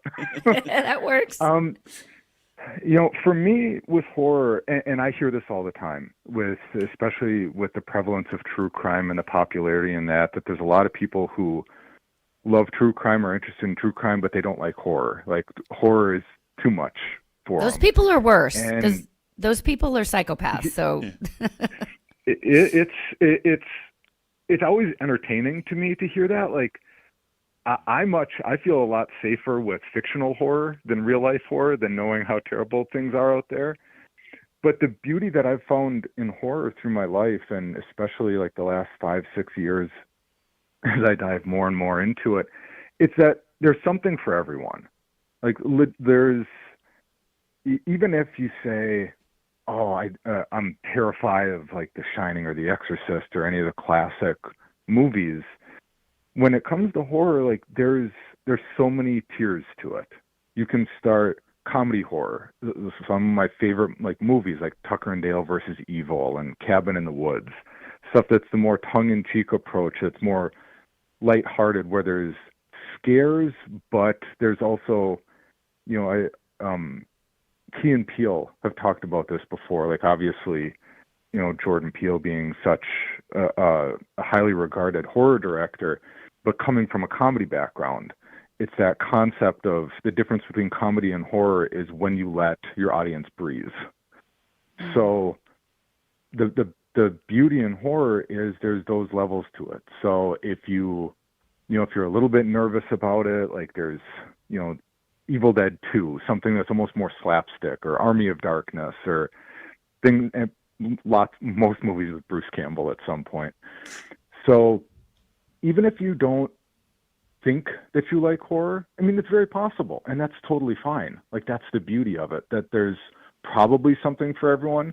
But if you don't like it, it's like my favorite quote about bourbon. Like, there's 2 rules about drinking bourbon. Don't let anyone tell you how to drink bourbon, and don't tell anyone how to drink bourbon.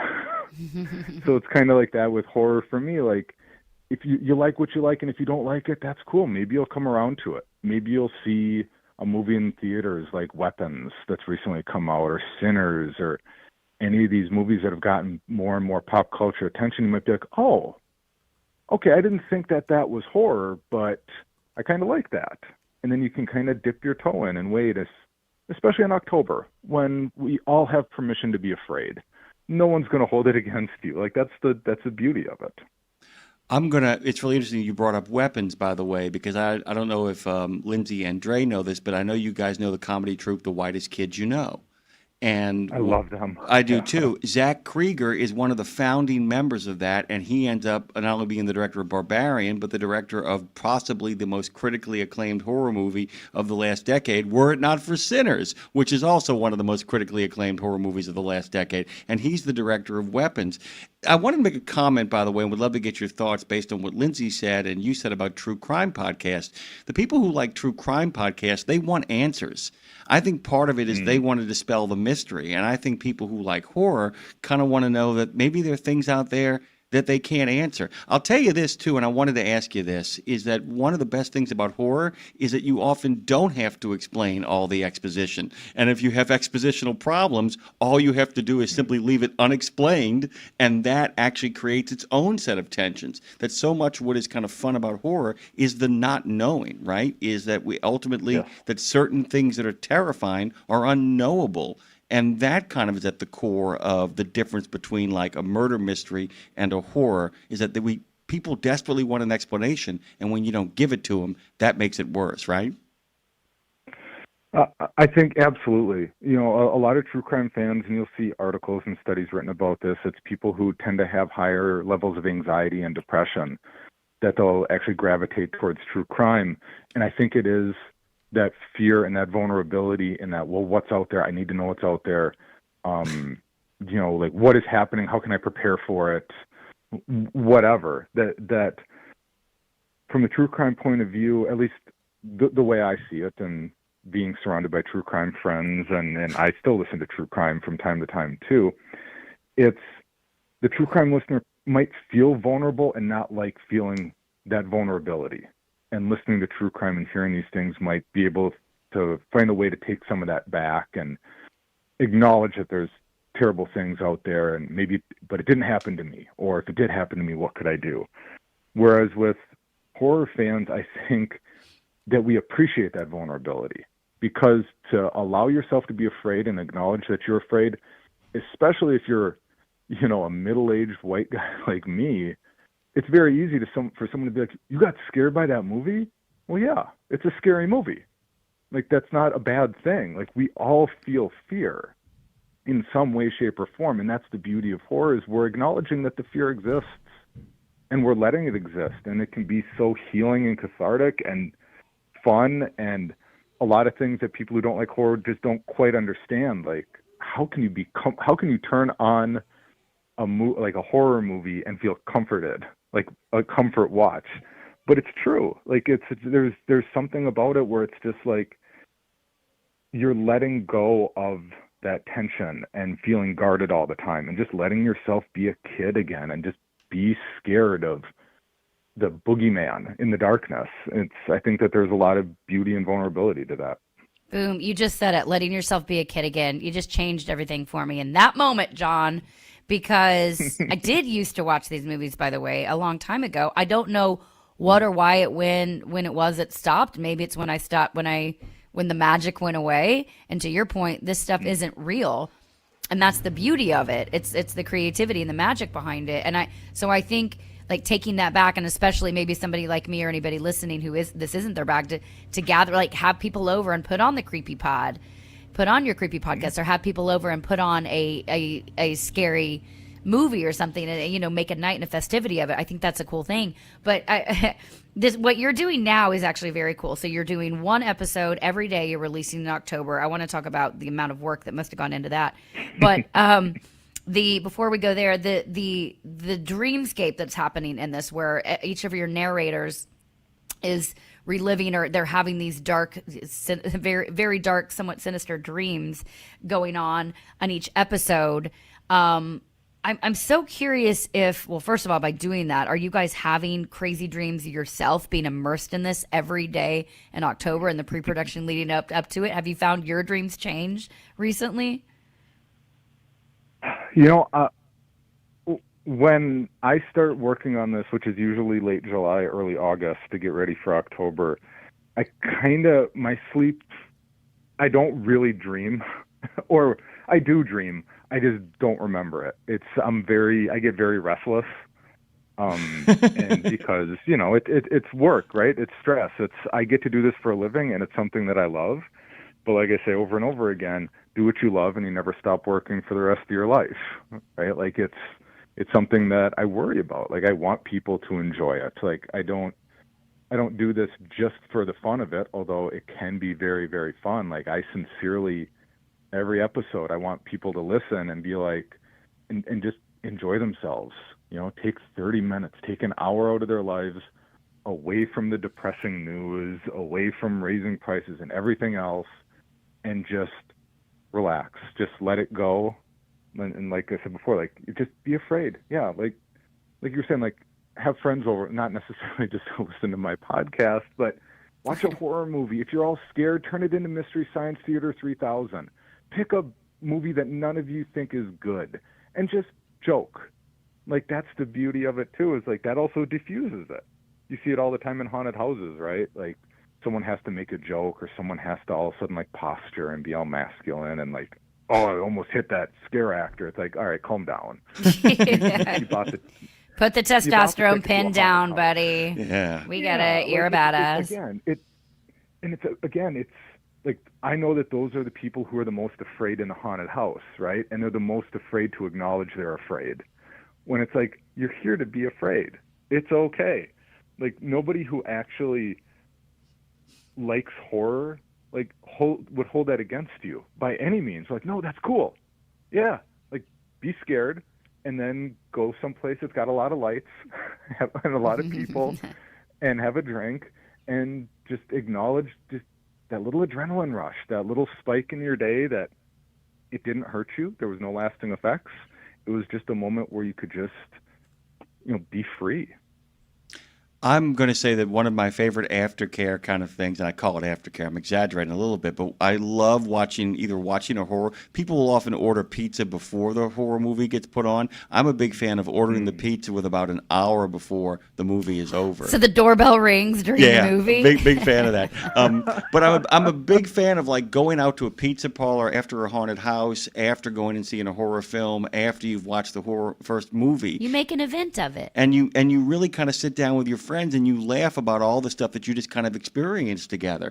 And there is something else. We were talking about this the other day about why people listen to sad songs. And it's also, I think, why people watch horror movies a lot of the time by themselves, is that we go someplace dark and then we come out the other end whole. And the same thing with listening to a sad song, is that we want to experience an emotion so that we actually can go to a place where we walk out and we are a little bit lighter in a sense that, not from relieving ourselves, but that we are lighter to a large degree, be able to kind of step outside and be like, okay, that was fun, and now my world isn't as bad as I kind of remembered it when I walked into this place.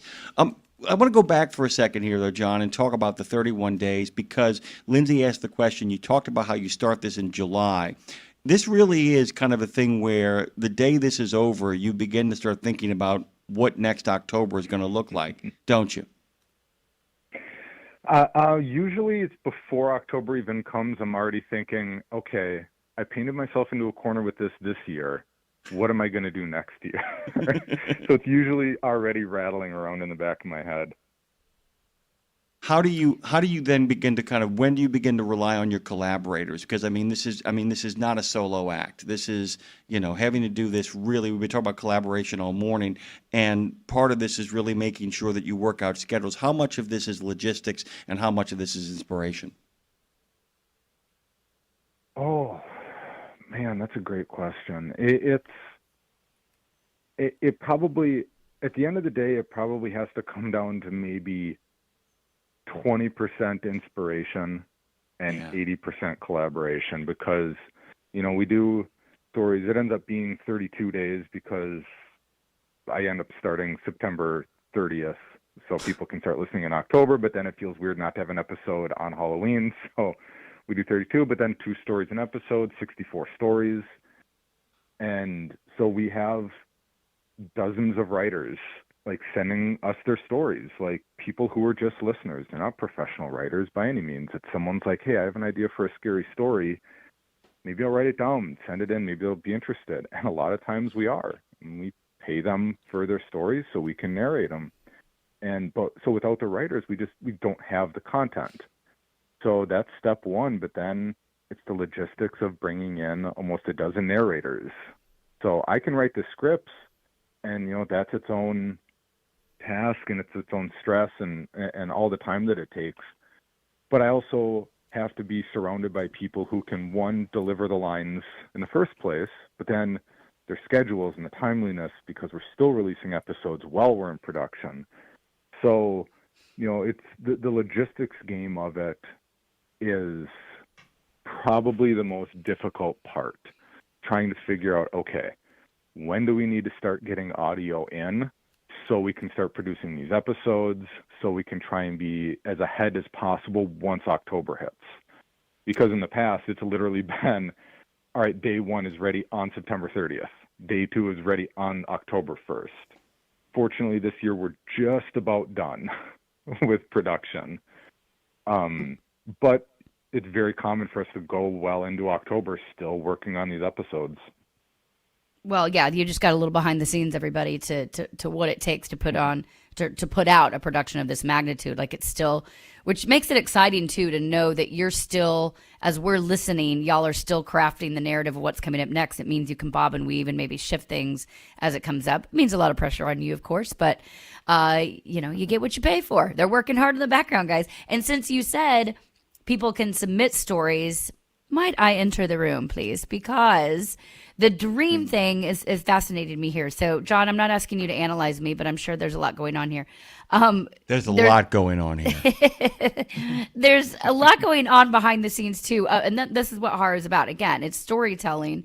And there's, outside of being entertaining, there is something going on behind all your stories. You are crafting a full narrative here. So John, from a young age, I watched the Nightmare on Elm Street movies when I was young, probably too young, one might say.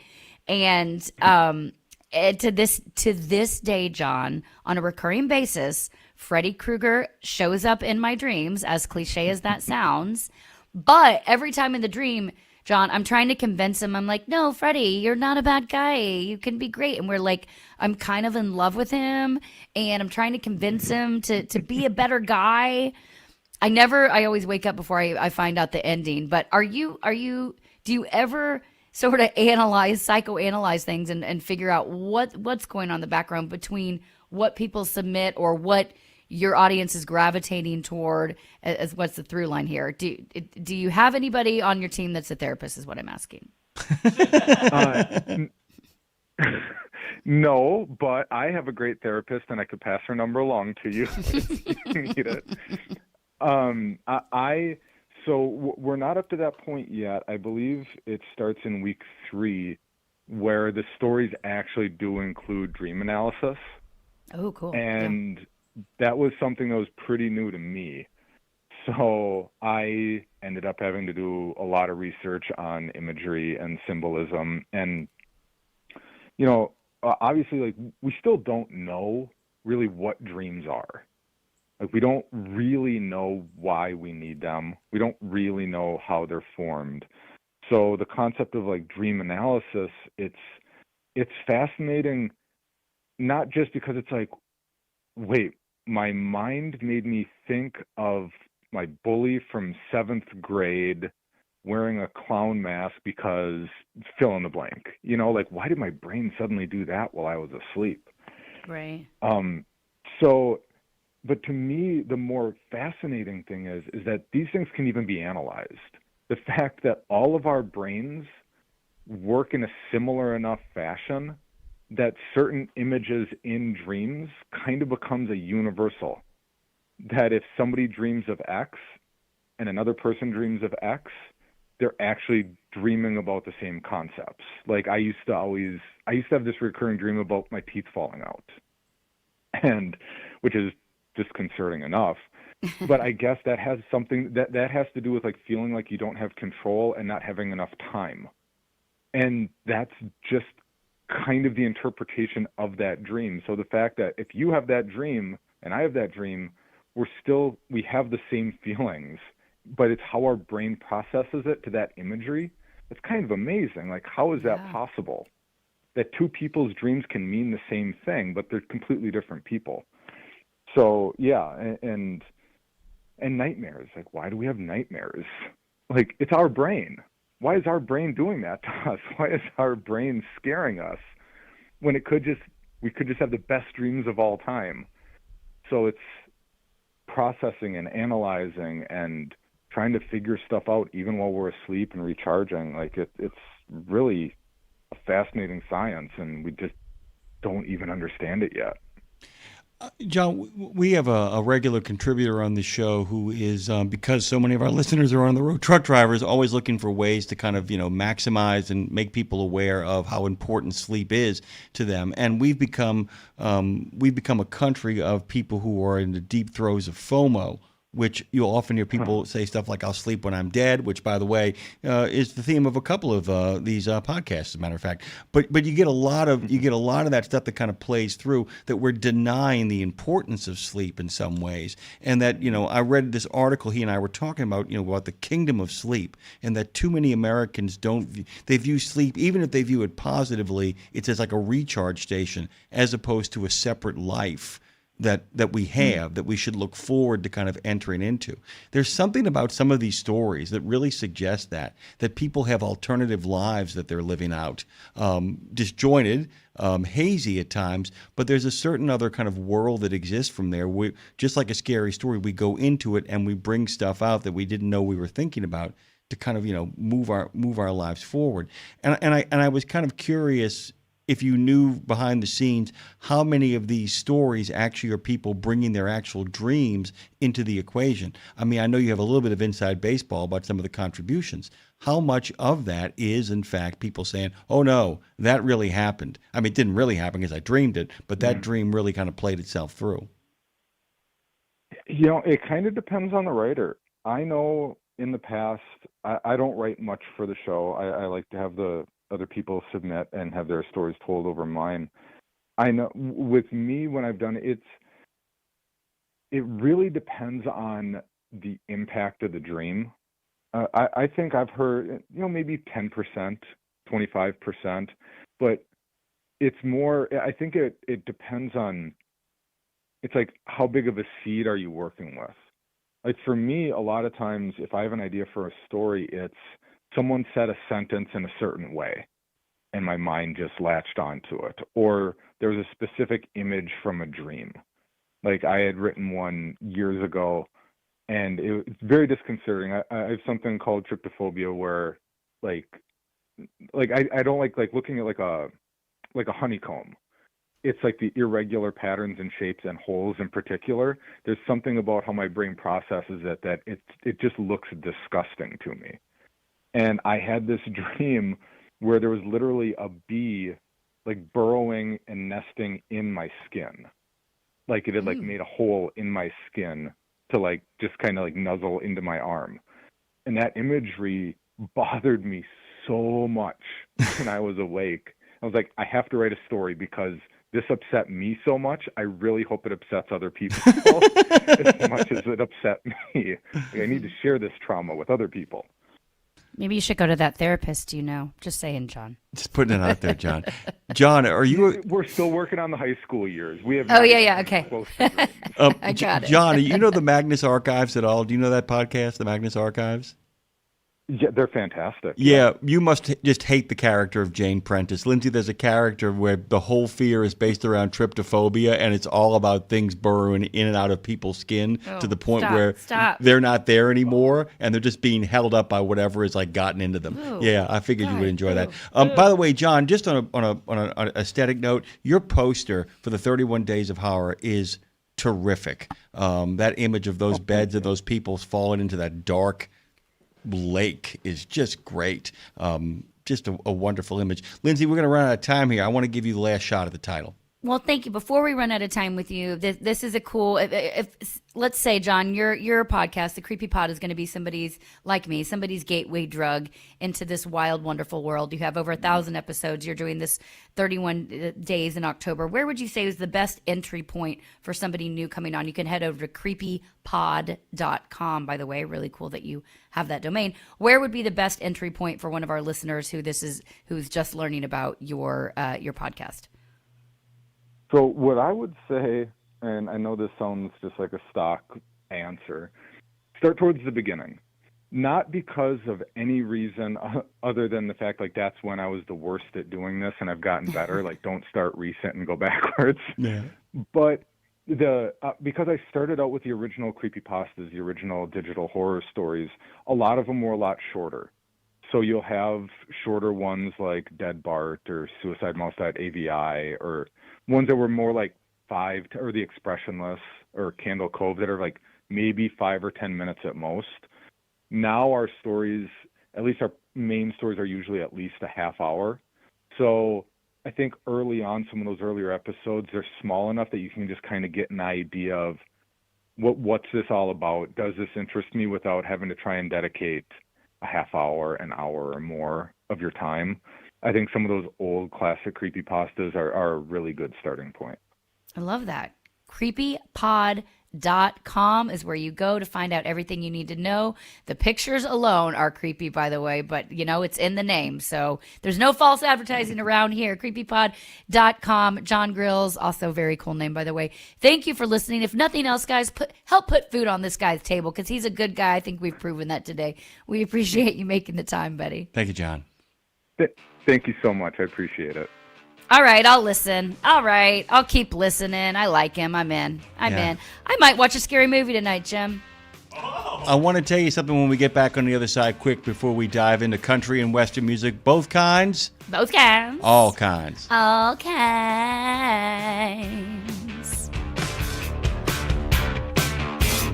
17 Sapp Brothers Travel Centers are known for great food, hospitality, and mom-approved showers and restrooms. But don't forget the service centers. Sapp Brothers ASE certified technicians can repair nearly any issue in shop or roadside, including axle repair. Dig into your free steak dinner with your oil change. That's a Sapp Brothers tradition to thank you for your business. Tires? Sapp Brothers will beat any competitor's advertised price on tires. And download the Sapp Brothers app for exclusive promotions in the shop, restaurant, and store. Your spot under the coffee pot is waiting for you at Sapp Brothers. It's Friday, Friday, Friday, Friday. At RadioNemo, we believe in finding your tribe, your people, your gang. But you can't find your gang unless you find yourself, and you can't find yourself unless you write, right? Lindsay Lawler's We Should Write is a podcast about the healing power of writing. It dives deep with creatives of all types to discover how putting a pen to paper helps them work their stuff out, and maybe gives you the permission slip to do the same thing. We Should Write, live at noon in the center every Wednesday, and then everywhere you get your podcast. Go to RadioNemo.com and learn how to write yourself to healing, creativity, and clarity. Right? Well, hey, y'all. Welcome to the Ho-Ho. What did you call me? Excuse you? Welcome to the Ho-Down, because it's time for country and western news with your Music City mistress, the honky-tonk queen herself, Lindsay Lawler. That's what I'm talking about. That's what I'm talking about. That's what I'm talking about. That's the lady. That's the lady. Well, hell. Well, hello, boys. Well, hell. Welcome back to your country and western music news, because on this show we celebrate both kinds. Both kinds. On this show we celebrate all kinds. All kinds. On this show we celebrate even creepy kinds, Jim. Even creepy kinds. Creepy kinds. I don't give you much in way of advice. I'm telling you, Lindsay, I think that with the exception of Old Gods of Appalachia, there is so much space and so much room for some good old-fashioned getting creepy, telling some creepy stories while playing some creepy music. There's a whole bunch of people out there who are willing to throw a lot of people's money a lot of ways if they're actually telling ghost stories and creepy stories based on the backwoods, the back roads, and some groovy tunes. Just want to plant that evil seed in your head. What is before we dive into country, I don't know why this kept popping in my head today, that maybe I'll go back. I can't even remember if I've watched these or not. But did you what are the movies called that the Rob Zombie did? What are those horror movies? Well, he did remake the Halloween, but you're talking about the Devil's Rejects and what's the other one? Devil's Rejects. He's in a fun house, a murder fun house. Yeah, that's what right? Devil's Rejects is. Those characters from there. It's what is the name of the movie, Dre? I got you. Oh my God, a total blank spot. I did the haunted house at Universal of it. I'm trying to remember.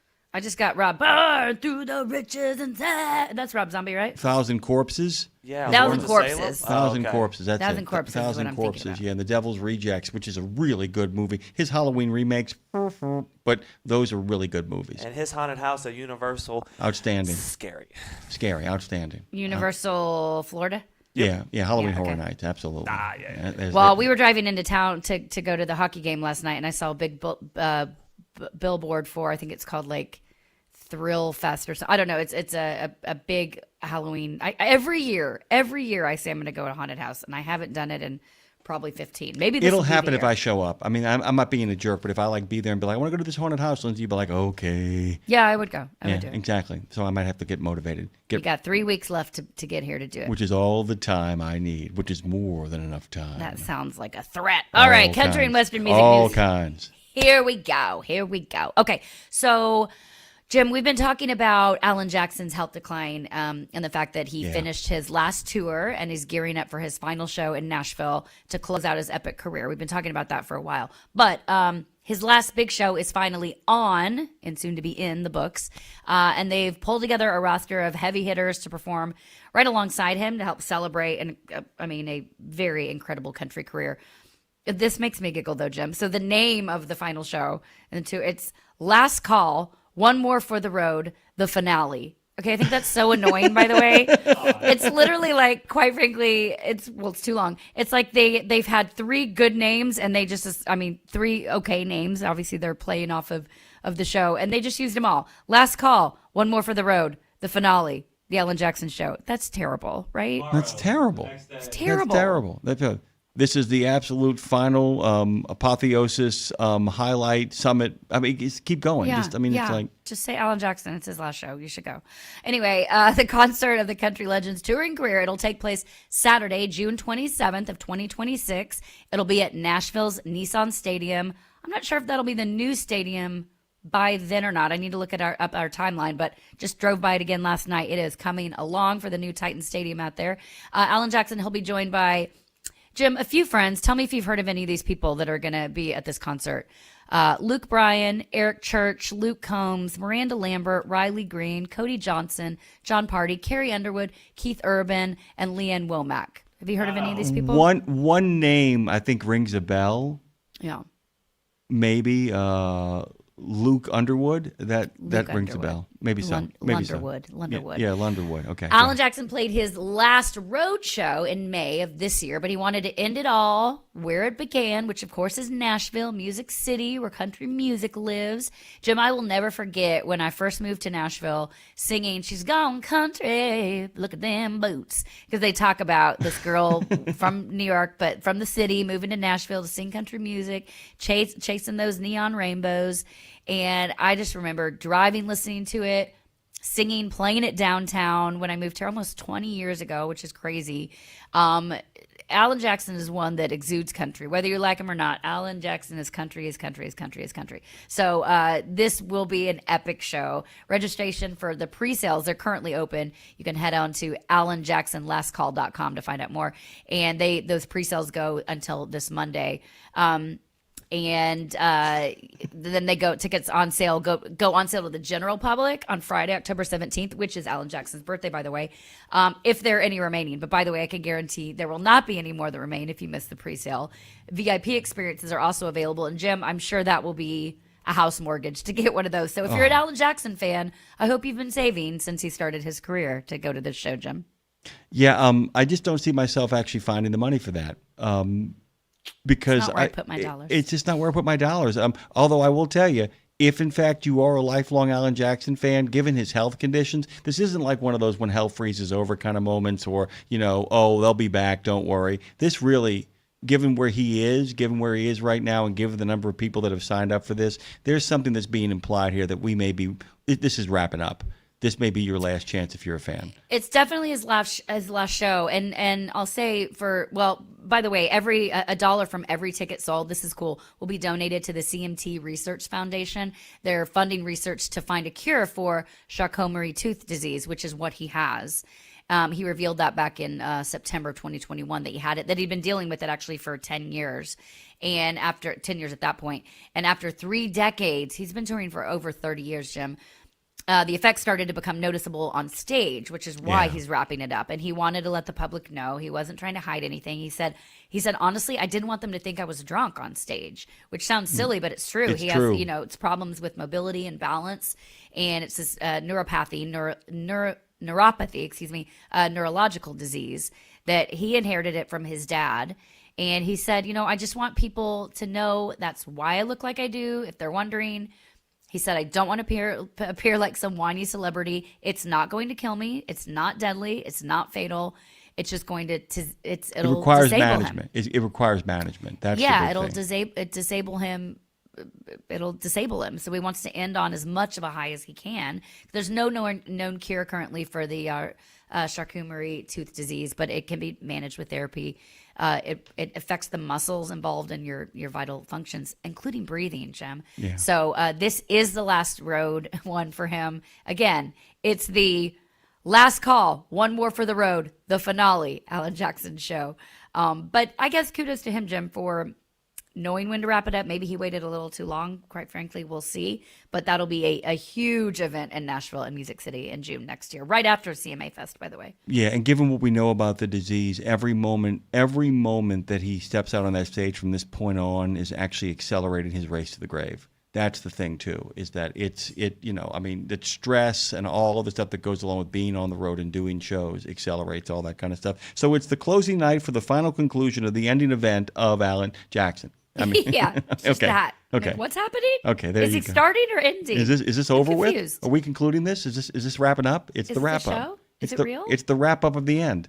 I don't get it. Isn't that a double negative? Does that mean it's a positive? It's all happening. That's what it means. Where am Everything, everywhere, all at once. Who are these people? Yeah. All right, Jim. Good news. Dolly Parton, she is setting the record straight about her health. Thank you, Jesus. Here she comes again. Here she comes again, straight from her lips to our ears. I saw the video. I was so happy when I did. I'm very confused, by the way, now seeing this video. Who screwed up on letting the message get Her sister. Her sister, but even before that. Anyway, okay. So the country music community, everyone, including myself, we've all been worried since health issues, so to speak, forced Dolly Parton. She decided they were going to postpone her string of Vegas shows. She's supposed to be at Caesars coming up in December, like a 2-week run, concerns ramped up, though, after her sister, Frida Parton, she shared a statement, shame on her, asking how vague is this? How daunting is this? Asking fans to pray for the country legend. Now, shame on her. How did someone not catch that your sister comes on and says, please pray for Dolly after Dolly's just canceled shows? That will make people freak out. How did that get out there? Anybody who has the last name Parton who is directly related to her needed to be told that the moment they speak, they're a human starter pistol. Yeah, dude. I mean, that's just what it kind of comes down to. It's like, I don't want to say anything, but just pray. I mean, what the... That is somebody that's like, I need my 15 seconds here. I mean, that really is. I mean, that really is. That's the Andy Warhol kid right there. It's like, I'll get my name out there before I'm going. Pray for Dolly. My God, come on, Frida, if that's actually your name. Well, anyway, Wednesday, Dolly Parton, she put those worries to rest with a video message of her showing her hard at work. It is not AI. She's filming commercials for the Grand Ole Opry. She's in great spirits. She even time-stamped the clip, if you noticed, Jim, mentioning the date. So I did. Yeah, she thanked fans for the prayers and well wishes they've been sending her. She assured them she's just fine. The video, the first thing the video makes clear is that Parton, she isn't on her deathbed. She hasn't even really slowed down her work schedule so much. But she said, I know lately everybody thinks I'm sicker than I am. And she goes, do I look sick to you? I'm working hard here, guys. She said, I appreciate your prayers. I'm a person of faith, and I can always use the prayers for anything and everything. But I want you to know I am okay. So what happened... she basically, Jim, she told everybody, listen, what happened? Carl Dean, her husband of over 50 years, passed away back in the spring. And she took maybe a pause to grieve, but she kept on running. And whether that was, she's got a huge career. Dolly's got her hands in literally everything. And so there probably wasn't enough discussion. Maybe at the time it seemed like I'll keep going so I don't have to deal with it. Subconsciously, it posed a problem. So finally, doctor said, things have been adding up. We got to take a look at this. So she says, and I quote, back when my husband Carl was very sick, that was for a very long time. And then when he passed, I did not take care of myself. So I let a lot of things go that I should have been taking care of, mental and physical probably. She says, nothing major, but I did have to cancel some things. She said, when I got around to it, the doctor said to me, we need to take care of this. We need to take care of that. Nothing major. But she's made very clear, I am not dying. I am not dying. Now, Jim, I don't know if you saw this also. Listen, I lean into a lot of AI things, but there's a lot of bad about AI as well that makes people, same thing as gossip, same thing as the rumor mill. AI plays into this. There was a picture that circulated of Dolly Parton on her deathbed and an emotional Reba McEntire sitting by her side. Dolly said, we both look like we need to be buried in that picture of these fake images. She said, by the way, if I was dying, I don't think Reba would be at my deathbed. She might come visit me, but I don't think she'd be sitting there at my deathbed. And so she just said, I figured if you heard it from me, you know I was okay. I'm not dying yet. I have a lot of work to do. God ain't done with me yet. What has happened is that all of the evil that is and was the National Enquirer now has the tools to make people believe who never would have believed the National Enquirer. Oh my God, you're right. AI is the new National Enquirer. I mean, it literally, everything that the National Enquirer used to be up to before they got blown out into bankruptcy and destroyed for all the nefarious stuff they did has now come back in the form of artificial intelligence and AI slop that you can literally put people on their deathbeds. You can give people six-pack washboard abs, all of that nonsense and in reverse. It's garbage, and turn it off and don't believe the hype. Yeah, I don't even like I don't understand. There's a trend right now where you, from the movie Scream, you do the AI picture. It's an AI picture of you and the Scream mask guy in the background coming in your room. Mm-hmm. I guess that's cool. You can do it, but I don't. Why would you? Like, everybody's doing it, so it's just your face on it a million different ways. Or if everyone's like, now make yourself this, now make yourself that. It's like, why do you? Everybody's doing that. Why is that interesting? And it's really funny because when we were talking about the marketing for this show, I put an end to it. And look, they were using it in really good ways. They were altering it and going back and fixing it. But for any sort of art, I said, don't do it. Why? I said, even if we get there first, everybody will get there immediately afterwards. You could just. There is something wonderful about doing something original that you made that's just for you and putting it out there. Stop Just well, stop. And I wonder, that for the trendy, the trends that people do. Mm-hmm. I know that listen, I don't know how to work social media. I admit that. If I did, I'd be in a much different place. Very in different. social media.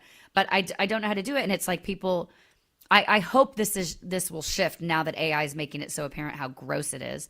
But it's been like, everybody's doing this, so now you have to do this to stand out on social media. And it's so backwards to be like, everyone's doing it, so do it, and then you'll stand out. Then you'll get the numbers. As opposed to, as opposed to what would make more sense, like stand out by doing something new and natural for you. You have It's a new very weird song. thing. Listen to it. Yeah. I mean, listen, it stripped me. I got so excited when I saw there was going to be a Rihanna Billie Eilish duet. I'm like, yes. Or I've heard some songs come out. I'm like, oh my God, this is great. And I'm like, oh my God, this isn't real. No. How bizarre and how terrible for people that do work really hard on their own music, known people that you know, and then to be like, this song came out, people fell in love with it and realized, oh, it's not me. Sucks. I think Carrie Cavett is the wave of the future, to be honest with you. I think you're going to see a lot of young people who are going to actually make businesses from specializing in real life experiences. I really do. So. I hope so too. I'm rooting for these kids. They're exciting. I'm rooting for humanity, guys. Listen, use the robots as your assistants, not as your face. That's all I'm saying. Okay. A couple more stories we will dive into here on Country and Western Music News, soon to be sponsored by Put Your Name Here. But first, Trucking with Oida is coming up today, as we do every Tuesday, Thursday, and Friday at 11. Jim, what are they diving into today? Well, actually, they're diving into you. Oh, Singer, great. songwriter, radio host, and queso queen Lindsay Lawler joins Scott and Ashley to talk to our favorite connector, Lindsay Lawler. And it comes through in Lindsay's work, by the way, whether it's music or her show that you can listen to every Wednesday here, We Should Write. Lindsay, who I'm talking to now, will be walking those guys through her life.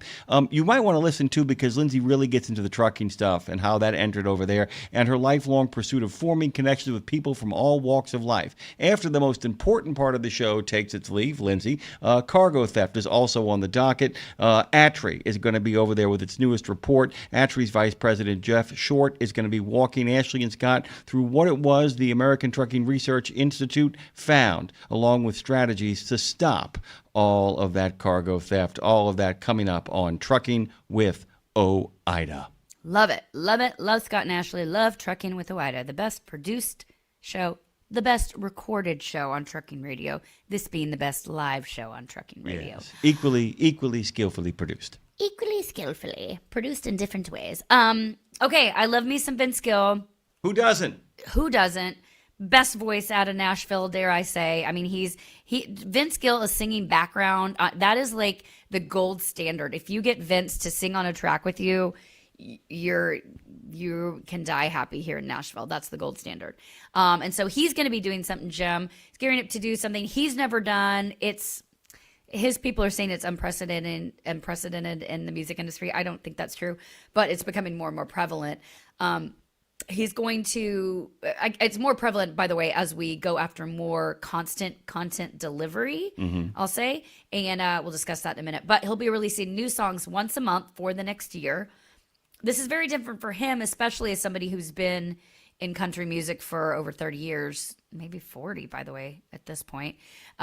This is a new thing. We used to obviously put out full albums, and then we went through the streaming thing, and now it's like continue to give people stuff constantly. So the Country Music Hall of Famer, he signed a lifetime record deal with MCA Records, meaning that he and his work will be a part of that family for the rest of his life and beyond. And beyond. As part of this monumental agreement, Vince Gill, he's going to release an EP featuring new music every month for the next year. It'll give fans consistent stream of original material. The president of MCA, by the way, says he's been a major part of the MCA family for decades. This lifetime agreement reflects our unwavering commitment to supporting him. Or, by the way, blah, blah, blah. It really means we own you for life, Vince. But kind of, Jim, let's dive here because yes, they own him for life, but probably at this point in Vince's career, he's like, I'll just make music. I don't want to do the business behind it anymore. I understand it. I get it. I'm set for life. I'll make the music. You put it out and handle everything after that. Everything true comes from Leonard Skinner. To quote them, you should have signed your contract. You should have signed today. You'd be making lots of money working for the MCA. Just made me think about the same thing with Alan Jackson, by the way, with the whole thing of the final closing, blah, blah, blah. It is unprecedented, unparalleled, unequaled, unmatched, unrivaled, extraordinary, uncommon, out of the ordinary, unusual, outstanding, groundbreaking, revolutionary, pioneering, one of a kind, and unexampled. By the way, lifetime contracts have been around since the beginning of time, and it is a big one. That's the difference. The difference here is that it's a massive contract. It is a massive arrangement. And in some ways, it's him kind of crowing, being like, I'm set. I ain't got to worry about none of that stuff no more. That's really what it is. I mean, you're right. I mean, that's what it comes down to. He doesn't have to worry about all that other stuff anymore. He has basically a massive institution, which is less inclined to steal from you, to be honest with you. Well, and I don't understand how it's any different. I mean, he's been with them it's a partnership that has been actually 36 years, which he's very grateful for. I guess he just committed to stay there forever, because there are the Taylor Swifts and these people of the world that are leaving their contracts. And these are newer people, though, that are leaving their contracts, wanting to own their own content. But the old school guys like Vince Gill, they're like, I've been happy here. I've had a great career. I don't need $1 billion. I just want to make music, because he did say, I'm feeling the most creative I've ever felt in my career these past few years. Vince said that. You know, he's been doing the Eagles gig, being the frontman for the Eagles. He's done the Sphere residency. And with all that, Jim, the coolest thing about Vince Gill, he's one of these guys that with that kind of career, he still shows up in his sweats, by the way, not in a wife beater and flip-flops, but in some nice appropriate sweats at the Station Inn downtown in Nashville, legendary venue down there. He'll still pop up with the whoever's playing at the Time Jumpers, whoever. He'll still walk in a bar and play music, because he just loves to play music. He sings on anybody's project he believes in. That's the kind of guy he is. Yeah, and I think I will add this. I'm willing to bet that the announcement from the Gill camp is probably because the people who are in charge of kind of his people, his attorneys, his representatives have probably worked out certain things where, I hate to put it this way, where MCA can't screw him, if that makes any sense. Yeah. That's probably the real big breakthrough. It isn't like I'll stay with you. I'll stay with you. But here are the trip wires. Here are the things that actually put you in. I bet you there's some penalties attached for how they treat him. I bet there's a couple attorneys attached to this, Jim. What do you think? Yeah, and by the way, here's my best advice. I keep on saying this, Lindsay. People who start their relationships with attorneys end as friends. People who end their relationship with attorneys don't. That's it. Always trust but verify. Bring your people in, have them look over the contracts, do everything right, then you can move forward as friends. I hate when people say, we don't need to get attorneys involved. The moment somebody tells you that, you're in trouble. Go on. Children of attorneys, we need attorneys. We need attorneys. We like it or not. We like attorneys. We like attorneys, by the way. We love attorneys. We like attorneys, yeah. Since we like to talk tour logistics, this isn't really tour, Jim, but speaking of trends, this is happening more and more. Another country music star is going to try to bring down the house inside the house that Rockney built this upcoming spring. How do you feel about concerts at Notre Dame, Jim? I have no problem with concert at Notre Dame stadiums. By the way, I've been to a lot of football games at Notre Dame Stadium. So the last one was Garth Brooks, who brought the Thunder. So Thunder! Who's bringing the next incarnation of Waking Up the Echoes at Notre Dame Stadium? See what I did there? Well, I do. Very well done. It's funny that you mentioned Garth being here as well, because actually this artist just surpassed Garth Brooks for sales of all time, which blows my mind. Luke Combs. I thought it was. I knew we were going here. It's insane. The University of Notre Dame announced just yesterday that Luke Combs is going to perform at Notre Dame Stadium on his My Kind of Saturday Night tour. He'll be there in April early of next year. It'll also feature some special guests: Dierks Bentley, Ty Myers, Jake Worthington, and Thelma and James. Thelma and James, by the way. Oh my gosh. I don't know if you know who they are. I do. First of all, hot couple alert. I do. Nashville locals. I just reached out about them being on our show, being on We Should Write. I wonder if they'll do it now that this announcement has come out. We'll see. But anyway, this will be just the 5th concert at Notre Dame Stadium. Luke Combs will follow in the footsteps of Garth Brooks, who's done it twice, Billy Joel, and most recently, as we talked about, Zach Bryan. So you can head over to lukecombs.com for pre-sale. Those tickets go on sale this Wednesday. And the general public sales go on Friday. But you can also sign up for early access at lukecombs.com. But this is an interesting thing. And as we talked about, Jim, filling a stadium of this magnitude, I mean, Luke will be able to do it, especially since he's surpassed Garth Brooks and sales. Again, mind-blowing. But it doesn't just happen. You're not like, oh, I'm a popular artist, I'll fill a stadium. That's not what happens here. This is a massive undertaking between Luke's camp, between Notre Dame's camp, fan clubs. Like, this is all hands on deck to pull off something of this magnitude. Yeah, and they know how to do it. Yeah, sirens, bring everybody. Yeah. By the way, they know how to do it over there. I'm telling you, man, it's a very different football experience. You've been to see a game there, Lindsay? I have not. They know how to do the event. It's a very different thing than your normal tailgating situation, which means they are uniquely set up for the kind of dignitaries and security measures that a lot of places, while they know how to do it, don't know how to do it like that. And to kind of put this in perspective really quickly, the population of South Bend is only about 103,000 people. But that used to be the population of the residing area now. The metropolitan area of South Bend, Indiana is now closing in on 500,000 people. I would not be surprised if in the next 2 decades or so, South Bend begins to rival every city, become the second biggest city in Indiana very quickly. It's a growing area with real proximity to Chicago. It's a big place. Go on. I'm going to end us with, because there's three very important birthdays today, 3 country legends that share the same birthday. 2 of which are still alive, one of which is a friend of mine, and one was somebody who went to my church, and I'm not going to say idolized, but that was pretty amazing. Mm-hmm. So a couple, Jim, born on this day, 1946, was U.S. folk and country singer John Prine. Love me some John Prine. He released his debut album in 1971. He had 19 studio albums and all. And tell me what this means, Jim. Bob Dylan said of John Prine's stuff is pure Proustian? Proustian, got it right. Proustian? Okay. John Prine's stuff is pure Proustian existentialism, Midwestern mind trips to the nth degree, and he writes beautiful songs. Yeah, I think Dylan said it pretty good. He writes stories that are seemingly simple on first glance that actually are rich, complex, and very deep. Boom. Love it. He was an amazing man. He went to the church I went to. He would perform at a lot of things. He was loved around this community and, of course, the world. So happy birthday up there in heaven, buddy. And then in 1957, born on this day was my friend Tony Arata. He's a singer. He's a songwriter. He and I just played at the Country Music Hall of Fame together. Most famously, he wrote The Dance for Garth Brooks. Heard of it. And then he wrote a song for Patti Loveless that I got to sing. I got to sing it with him playing guitar at the Country Music Hall of Fame, and it was one of the 100% top moments of my entire career. So happy birthday, buddy.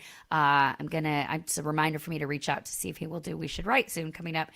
And finally, born on this day in 1958, Delta Dawn, what's that flower you have on? Tandy Tucker was born in Seminole, Texas.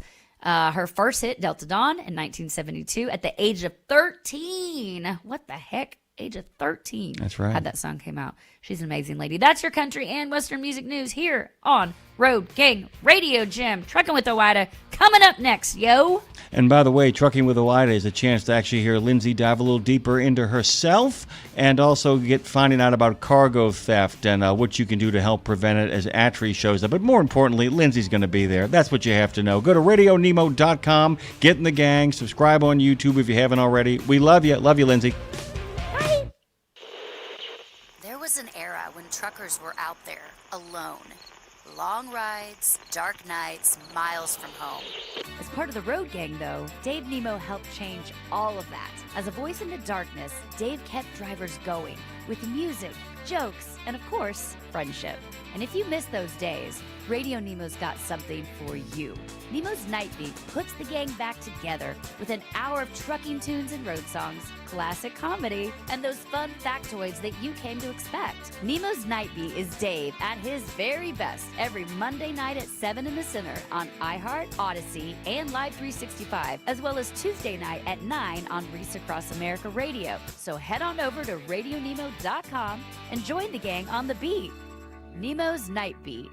It's Friday, Friday, Friday. Get $25 off on your next preventive maintenance service. Stop by TA Truck Service and save when you choose Castrol oil and a Fleet Guard oil filter. Now through September 30, 2025. Enjoy premium performance with trusted brands. Castrol, protection for the long haul guaranteed. Fleet Guard, run cleaner longer with filtration science. Our ASC certified technicians are ready to deliver expert preventive maintenance and more. TA Truck Service, Castrol, Fleet Guard, your partners in preventive maintenance. Hey drivers, are you hauling for a carrier that wants to help Reefs across America keep moving forward but just doesn't know how? Well, you've come to the right place. RadioNemo has pushed in our chips all the way with our friends at Reefs Across America, and your carrier should too. So tell your company to answer the Reefs Challenge and join us to reach 50 states and 5,000 locations. Join the ride, join the mission, and help Reefs Across America keep moving forward. Answer the Reefs Challenge at reefsacrossamerica.org/RadioNemo. That's reefsacrossamerica.org/RadioNemo. Here's to a mild autumn and clear roads across the U.S. from the Allen Lund Company. And welcome to Trucking with OIDA. I'm Scott Thompson. And I'm Ashley Blackford. Ashley, as people may know, we also air on the Radio Nemo network. One of their shows is called We Should Write. It is hosted by Lindsay Lawler. You may know her as a musician, a singer, songwriter, radio host, obviously. Queso King, if you follow her social media accounts. Queso Queen. Did I say king? Yeah. Queso Queen, I'm sorry. But we're going to get to know her a little bit today. Yeah. We're going to get her on the line, ask her about her beginnings, how she got into the music business, which is super interesting. She's, put out a few different albums. So we'll talk to her about that, how she got into the trucking biz. And of course, like you mentioned, her show that airs on Radio Nemo, We Should Write. I definitely have a lot of questions about that. Yes, and Queso Queen. Is the way to put it. I want to ask her about that as well. Absolutely. I want the recipe. And the American Transportation Research Institute has a new report out about cargo theft. Jeff Short is going to fill us in on that. But first, let's check in with Lindsay Lawler. So let's go back to young Lindsay Lawler in Oklahoma. We're going to do inner child work. Here we go. Lindsay, if you could lie down on the couch. Dig deep. Get comfortable. Okay. Is it a safe space? It's a safe space. You are amongst friends. But Thank you so you grew up in Oklahoma, and you have so many different titles like online. Like we were looking at it. It's It's too much. Your it's resume is is it too much? long. I don't know if it's too much. I mean, it might be the right amount, right? But do you consider yourself, I guess, a musician at heart? Is that kind of where we're in the safe space? Is that where your heart kind of lives, I guess? I would, if I had to pick a title, honestly, connector is the word I love, because it sort of brings all of my, like, as a songwriter and a storyteller and a trucking spokesperson and a radio host, it brings all my worlds together. I feel like what I do very naturally, very intuitively, so to speak, is just like share, sometimes too much, but like connecting. I love nothing more than being like, okay, I love that person and I love this person and they need to know each other and we're going to do it through, via this through line. And so I love connector or host or, host, but not in a radio sense, in a life sense, I guess. Nice. I'm curious, really young Lindsay, when you were growing up, what was it you were writing down that you wanted to be when you grew up? Okay, here's what's crazy. Young Lindsay, so I just did an interview with, I just got off my show, We Should Write, which is a show about the healing power of writing. And my guest today was Sandy Knox, and she's a Grammy-nominated songwriter.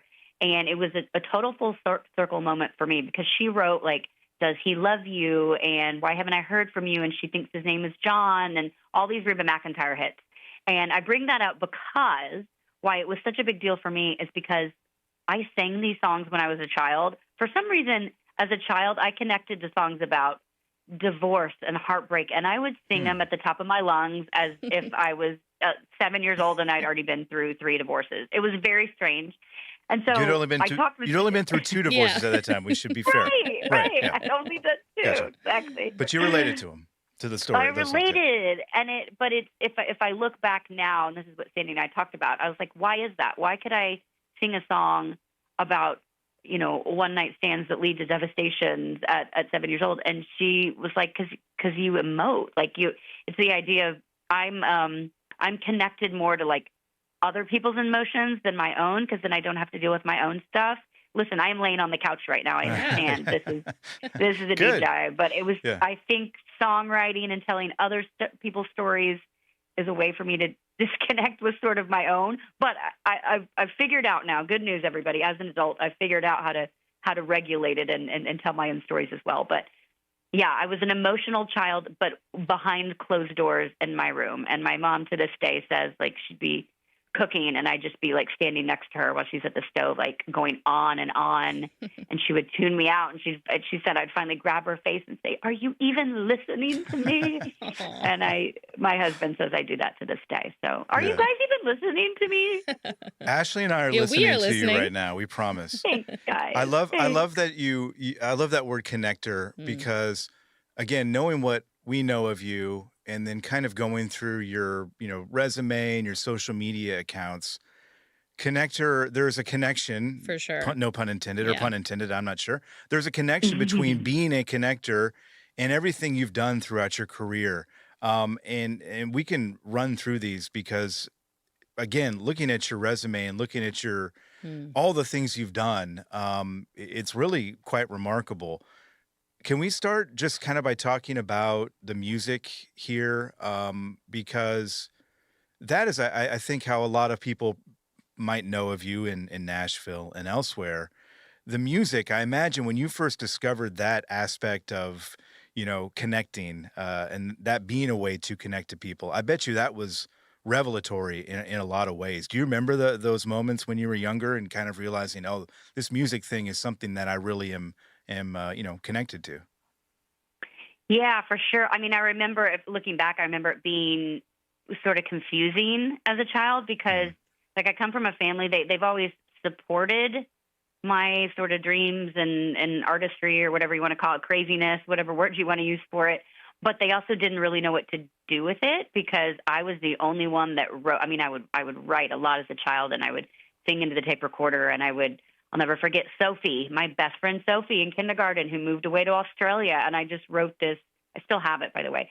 I wrote this like it's painful, where I was just so sad that she was moving, so it was like, I think almost like not an old soul. I hate that term, but something like that, where I didn't really understand what was happening, but I knew it was stuff that it was something I had to get out of me. And so I would write poems and I would sing. I don't really play. I play piano-ish, but I don't. I usually try to surround myself with really good musicians so that I can just sing, because I hear, like, even you guys talking, I hear melodies. And so I don't know what that's called, but I probably multiple personalities or mental health issue probably, but I hear different things. So I'm always crafting a song when somebody's talking.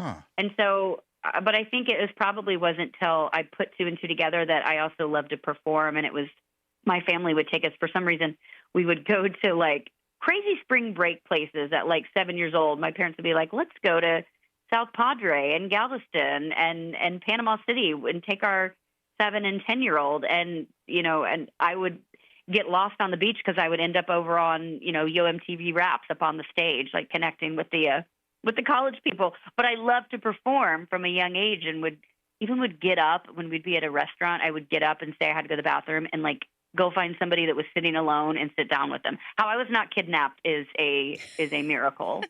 But yeah, it was something, I guess I didn't really know what to do with it, but I knew that I love to project, I love to connect, and I love to like feel something, even if I didn't understand what it was, if that makes any sense. Yeah. No, I think it makes perfect sense. Yeah. And it seems like something you knew when you were younger, but you knew it, but you didn't know it, kind of things, and then when you discovered music, I assume that was like, this is an outlet for me and all these emotions and feelings I'm having. Yeah, for sure. Yeah. Thank God for it to this day. I'm this always day. Yeah. curious. I mean, you have a beautiful voice. When I grew up, I think I wanted to be a singer too. And if you heard me sing, you'd realize why I'm not. No comment. When was it that you realized, or someone told you, like, hey, like you got it, like you can do this? I heard my mom say recently. I don't remember hearing at the time, but I guess my parents recognized it and talked about it. I mean, I heard my mom say pretty recently, just like a year ago or so, that they understood it. And so with again, they weren't in entertainment. So all they knew is I come from from Texas, a very like practical and conservative family. And so all they knew was to like put me in dance, get me on a stage or whatever. And I would sing in church, and I did that typical Texas balance thing, if it's even a thing, where I would sing at a country bar on Saturday night and in church on Sunday morning, and it was like just put her in places. But it wasn't until really I went off on my own in college in Oklahoma, and I quickly became the song chair, the song leader in my sorority. I can't even believe I was in a sorority because it feels like a whole different human. But the song leader in my sorority, and then I was walking to class one day. And I think when I really realized that I sort of didn't fit the mold of, I don't know, I wasn't going to go the normal route in life, whatever you want to call that, was I was walking in class one day and I saw a Post-it note on a tree, and so professional, and it just said "band looking for singer." That's how you get kidnapped. You talk about not being kidnapped, Lindsay. That's how you get kidnapped, by following Post-its on trees. Guys, you're right. Yeah, you're right. see? I showed up at a garage. Yeah, exactly. Somebody's house, in a garage with a bunch of dudes. Smoking in a garage, playing music, and I was like, "This just makes sense." Yeah. And you survived. And I sang a Led Zeppelin song, and they when I walked in, they did not like me because they were like, "Who are you? You can leave." And then I sang Led Zeppelin, and they're like, "Okay, this might work. You can stay." And that's for me when I took myself out of the conventional box and went unconventional. I was like, "Oh, this is cool. This is different. I want to be different. Let's go." Mm-hmm. How many albums have you released now? Because I know you had one that came out last year, right? Yeah, let's see. 1, 2. I've put out 4 or 5. Then with several different, singles and other things, other random projects throughout it, different EPs and such. Yeah, but 4 or 5 albums. And if we're throwing labels, I mean, it's country music. Is that how you would define it? It's tough. The one I put out last year, I called it sort of Texas country, and because it's the record I put out last year is definitely country, sort of an old school playing, kind of Western swing vibe. But then the one I put out before that, I'm a really big fan of Rihanna, and so I called it Countryana. Thank you very much. I see what you did there. Yeah. Nice. Thank you. It's essentially it was fun, sort of more dance kind of music, or bops, as I'll call it, bop your head along. But then we threw a lot of banjo and steel and fiddle on it. My steel player was Hank Williams Jr., steel player forever. He's been with Jamie Johnson for a long time. So he adds that. I say that not as to name drop, but it's the gritty thing that he does that brings this grit is the best word I can use, is kind of this grit to the music. Yeah. And I just am really honored to work with some of the coolest musicians, the most talented people. So it's bringing those different elements, and then I think it becomes sort of a genre-less thing where it's let's just get some cool people in the room and throw everything on the wall and see what we come up with. So, yeah, I mean, I'm also working on this country kind of rap collaboration right now with a straight-up rapper from Columbus, and I'm doing a kind of a Patsy Cline vocal thing. So I'm sort of obsessed with creating something new all the time. Not even trying to create something new, but being let's not call it something, and then it'll be called something. Stretching your legs a little bit, your creative legs, I guess, so to speak. Yeah. Peaches Holyoke, am I pronouncing that right? Is the name of your You last are. album? What is that? Okay, I was going to say, I have it right here on the paper. What's with the name? What is the name? Well, you're the first person, one of the first people who's been able to pronounce it, so kudos to you. All right. What do I win? You win absolutely nothing. An explanation about the name. Of an entertainer. All right, I'll take that too. You win a chance to keep listening. There you go. I'll send you the record. All right, yeah, that sounds good. I'll take it. It goes back to the record I put out before, actually. So the record before it was called 2 Peaches, 6 Cookies, And both of the names came to me like in a blink. That one was because, so I graduated college early, by the way, and my parents were so proud. And then I was like, oh, but I graduated college early, and now I'm just going to stay in Oklahoma and be in a band and live with my grandparents and work at a paper, like literally like The Office. I worked at a place like that, like Dunder Mifflin.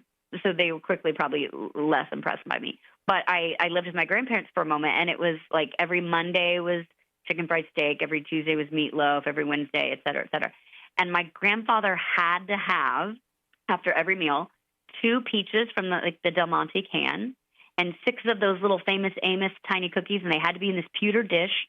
And like if there were 5 cookies or 7 cookies, he'd be like, Alice, it's 2 peaches and 6 cookies. And it's so random and specific, but that was the name of that album. And so then we had another Peaches tie-in, and Peaches Holyoke sort of became my alter ego on the next record. Peaches was also coincidentally the name of my first dog, and Holyoke was the street I grew up on. Some may say it's also my stripper name, but you be the judge. I'm not a stripper. Nobody wants to see that. Nobody wants to see that. So yeah, it's my alter ego. We'll call it that. I love it. I'm curious, how does trucking fit into all this? You're obviously involved with it now, but when did that start? Do you have like family that were in trucking? How did that all come about? So my father is an attorney. Boo. He Wow. says, don't tell people that. Don't tell. Hey, we like some attorneys. Yeah. Yeah. They're not bad. They're not all bad. He's a good one. He is one of the good Not all guys. bad. He is. He Yes. is one of the good guys. And he actually works for the insurance and a lot of the transportation side. So yes, we did know growing up a lot of people, mainly like in insurance, and so I knew of that side of transportation kind of things. And so when I first moved to Nashville, about a year after living in Nashville, a family friend had booked me to come sing at their booth at the Great American Truck Show in Dallas. GATS, R.I.P. Rest in peace to that truck show. And we were literally like singing, back by the bathrooms and like in a booth. It was so unglamorous, singing Itsy Bitsy Spider to truck drivers' kids, but also very sweet. And I heard about the Highway Angel program while I was there. And I went to the president at the time and said, let me try to write you a song. And he said, that's either going to be horribly depressing or horribly cheesy. And I said, perhaps, but let us try. And we did. And we wrote Highway Angel, myself and one of my co-writers, Chris Roberts. And it sort of became an anthem for truck drivers and for TCA, for that program. And I started playing a lot at truck stops, and we developed the Highway Angel Truck Stop Tour. And it was that moment when drivers started at these shows would start coming to me with their stories and what they've seen on the road and like their struggles of being on the road. And I realized how similar it was to being a touring artist. We go through, listen, I'm not behind the big wheel of a cab and no one would want me to be, but the same struggles of, keeping up with your health and being away from your family, or anybody really who has to be gone to do their job. And it became a real connection, and trucking sort of became, dare I say, a record label that I didn't have to recoup on. Like, it gave me a platform. The truck stops, the TA Petro locations, they were our venue. We did free concerts for truck drivers. They carry my albums in the stores. And it became a synergy, and I fell in love with the people of trucking and what we, how we connect and the similarities and also the differences out on the road. And they love to share their stories if you ask. So Be careful if you don't have time. Yeah. When you say it that way, it harkens back to what you said earlier about the being labeled a connector, because you felt a connection to what those truck drivers at GATS, were going through at the time. Many of the same things that they're going through now, obviously, for obvious reasons. But do you feel like that connection has become even clearer over the years as you've, gotten more involved and gotten more knowledge about the industry? Yeah, for sure. Because I also, I really sort of took pride in the fact too that whether I'm going to a convention, having dinner with a CEO of a trucking company or talking to that driver at the truck stop, either one, I prided myself on being present for whichever conversation that was, even if I wasn't doing it consciously at the time. And so, I think I'm always wildly aware. It's actually helped me as a radio host and an interviewer get over any sort of fear of, like, if I'm interviewing a quote unquote big name, I can strip away anything they've done in the moment and remember we're both human no matter what you do. You drive a truck, you're a CEO, you're a superstar, you're a whatever it may be. There is something there, and I always just kind of try to look for what do we have in common, because there's always something that you have in common with everybody, even if it's just we're both sitting here, you know. And so I think that's a good reminder to everybody to help through any sort of insecurities. It's helped me with mine, just to be like, it's so basic. We're both human.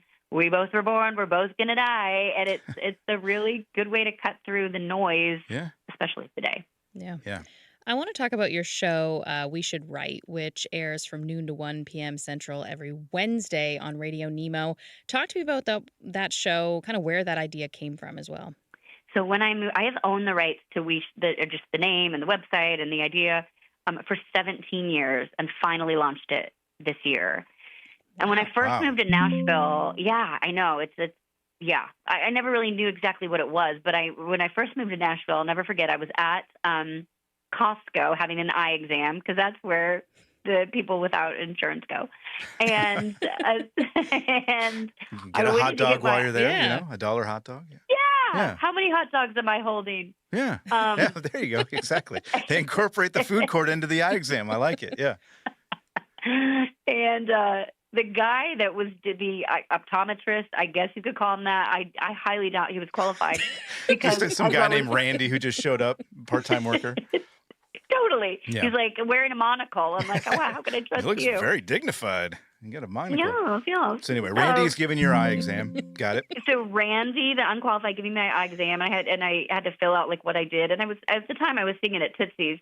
That was my job, Tootsie's downtown on Broadway, and so I just put singer. And he was like, "Oh, you're a singer." He's like, "I'm a songwriter. I just got a publishing deal." And I was just like, "Well, of course the optometrist at Costco has a songwriting publishing deal. Like, this couldn't be more cliche." And so I went and started realizing people would meet each other and be like, "Oh, you're a writer? We should write." Right? And it was kind of like here, it's like being like, "Oh, what's the weather like? Have you seen any good movies?" Like, "Oh, we should write." Small talk. But nobody really meant it always, or like you would say it to almost get out of a conversation or in if you actually did. So I was like, we should write, right?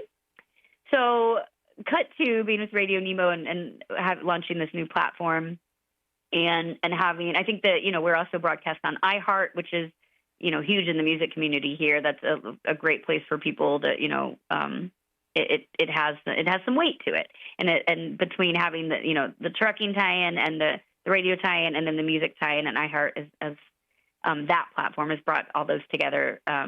We're on all platforms, but that one specifically is, and so it became a place where I'm like, why am I trying to overthink what this was? For a long time, I'm like, maybe it's an app, maybe it's and I was like, what I do is talk to people, and I have this network of super interesting people. Like, it's a show about the healing power of writing, where we talk to songwriters, authors, and creatives of all kinds about how it's helped them. And now the show is not, I'm not trying to encourage people, tell you how to become a songwriter professionally or an author professionally. If that happens, cool.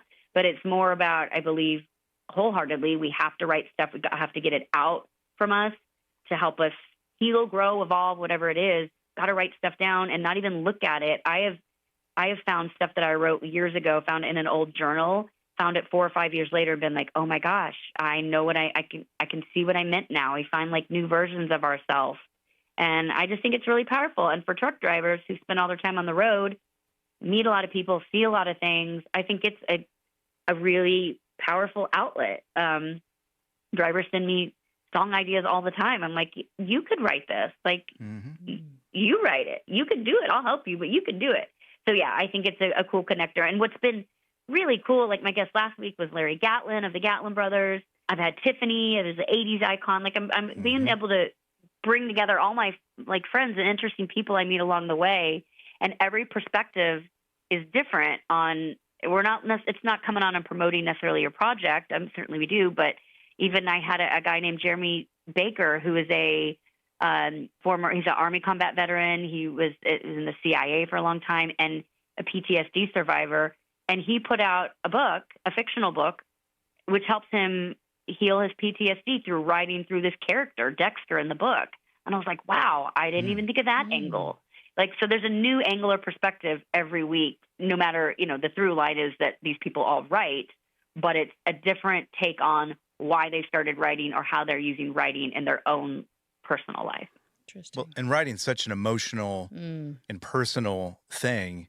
And again, not to keep bringing it back to this, but again, it just speaks to your, what's the word I'm looking for, yearning or your desire to connect with people. That is like a primo spot to do that with these folks who have poured their heart out in different ways through their writing, right? Yeah, totally. It probably, if we want to lay back down on the couch, stems. Oh, you got up? from You were not- supposed to stay there, actually, Lindsay. But okay. I got up. I get All right. nervous. I have nervous energy. We get it. Yeah. It probably stems from like not feeling seen as a child. This is not a cry for help. I have lovely, wonderful parents, but I was a lot, still am, and sometimes felt like I needed to calm that. Same with high school. Same with relationships. It's like, don't be too much. Don't take up too much space. Sure. And now I don't care. I'm just taking up space, guys. I don't care. And it's healing for me. We should write. Doing this show is helping me feel seen. And I mean, at risk of sounding super cheesy, I think, or like I'm, here for self-help. I think it is. I think we all just want to be seen and heard in the world, but we can't see and hear others unless we see and hear ourselves, guys. I'm just saying. Love it. Good advice for sure. Lindsay, you're a connector. You're also apparently the queso queen. Is that right? Do explain. I love a good queso. I'm the queso queen. Man, I love queso. So I'm from Texas. Tex-Mex is my jam. I've always made queso. People come over for my queso. People get mad if they come over and it's not. Like, I think people just think queso is sitting out all the time on my table. That would be kind of gross. But actually what I realized today when talking to somebody, a guest on my show on Road Gang Radio today, she has this. Did you guys know that people will go, there's a thing called gravestone recipes where people will embed the recipe they were known for when they die. They will engrave it into their tombstone. Did you know this? Is that what you're going to do with your queso? I am. Okay. Well, no, I've never heard of made that, but okay. I'd never heard of it, but it made me start thinking about, okay, if I passed away tomorrow, I know people would say, what food was she known for? Everyone would say queso. And then I had to think about, like, why is that a good thing as opposed to, like, well, she sounds really unhealthy. So what is the positive thing about it? And it's because I love people gather around my crock pot and like my queso brings people together. Plus, it's just really good, and I think that's why I love it. So I will share the recipe, but more importantly, if you come watch football at my house, there will be a fire going, there will be football on, and there will be queso. You put the recipe on your tombstone. You encourage people to come make their queso at your gravesite, and the people gather around and they connect and they talk about. I'd rather have her alive and sharing the recipe. You're right. That's probably I better. appreciate that. That's probably better. I appreciate that. Well, some people have their plots already out and they're not there. True. So That we is could true. go ahead and just meet there, I guess. You could It's just a little weird, but pop out from behind a tree when people start gathering there and scare them. Yeah, I like it. It's not weird at all. No, not weird at all. Of course not. Lindsay Lawler, musician, writer, radio host, connector, queso connoisseur, queen. queso queen. Yes, connoisseur. Queso There queen. you go. I love that. I like it. Lindsay, I like it. you've been great. We appreciate it. We appreciate you and your show, and enjoyed the conversation. Yeah, it's been fun. You guys are so fun. I love Trucking with Oida, the greatest produced show in the on the trucking planet. So thank you guys for sharing all your knowledge and your connections on our platform and vice versa. So it's really a pleasure, guys. Y'all are awesome. Love it. Thanks, Lindsay. Thank you. In a video game, if you get enough experience, you level up. And when you level up, you gain more skill. And with enough skill, you beat the boss and win the game. Sounds a lot like trucking, doesn't it? Except in trucking, you don't beat the boss, you become the boss. And if you want to be the boss, you gotta meet the boss. And that boss? Carrier's Edge boss, Jane Jezraoui. Want your drivers to level up? Carrier's Edge has the training, comprehensive safety, compliance, and best practices on one website. It's a simple subscription with no contract and no commitment. Learn more. Try it out. Level up. CarriersEdge.com. Hey, come on! We're starting the game! All right, I'm coming. Wait for me. CarriersEdge.com. Grills, chills, spills. The ongoing hilarity highway of mac and cheese. Two jokester adventurers looking for fun on the open highways of America. Hey, Mac. What's the good word, Cheese? Why did the ghost go to the liquor store? I have no idea. Why did the ghost go to the liquor store? For the booze. Eat, drink, and be scary. Don't be a rube of the road. Tune in next time for the adventures of Mac and Cheese. From the wee small hours of the morning to the crack of dawn, Radio Nemo has been there with you. Whether you've got the overnight or you're the first wheels on the road, Radio Nemo's been where you need us to be. Providing the laughs, giving the facts, playing the tunes, and keeping it rolling. We've been your light in the darkness, your first cup of coffee, and a voice of sanity. Semi-sanity, actually. We're all a little crazy here. Crazy for the men and women who keep this country going and moving and doing. Crazy for trucking, crazy for truckers of all shapes and sizes. Is that a fat joke? Not if we can help it. Because it isn't just about the rules and regs, it isn't just about the day-to-day, it's about your health, your homes, and your hearts. So we wanted to say thank you. Thank you. Thank you. Thank you from everyone at Radio Nemo for sticking with us, standing by us, and keeping the traditions rolling into the future.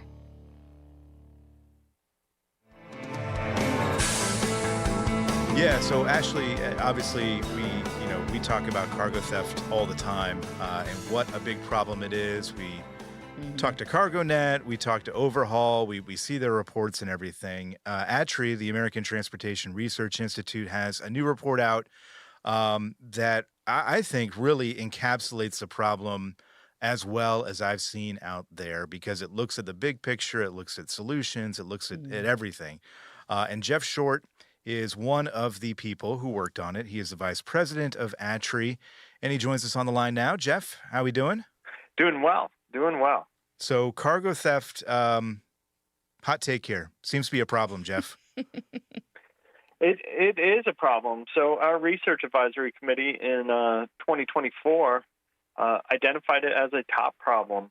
Lots of carriers were starting to lose freight to thieves, and they were starting to lose freight in different ways. It wasn't just pilferage or straight theft of a truck. It was being done through the supply chain, using fake email addresses and redirecting freight, essentially. And then, poof, a lot of it was disappearing. Yeah. Again, as we said earlier, we get these reports pretty regularly from again, places like Overhaul, CargoNet, and they do a really good job of showing us the rise in cargo theft, and they kind of give us tidbits about the hot spots and these things. It's very clear from looking at those reports that they're, again, I was half joking there, but this is obviously a serious problem. Your report does differ a little bit, I think, in that it does take this big picture view. And you mentioned this was one of the priorities that ATRI had, going into the year here. But what was the goal of this report? Was it to just get a better sense of the scope of the problem? What was the idea?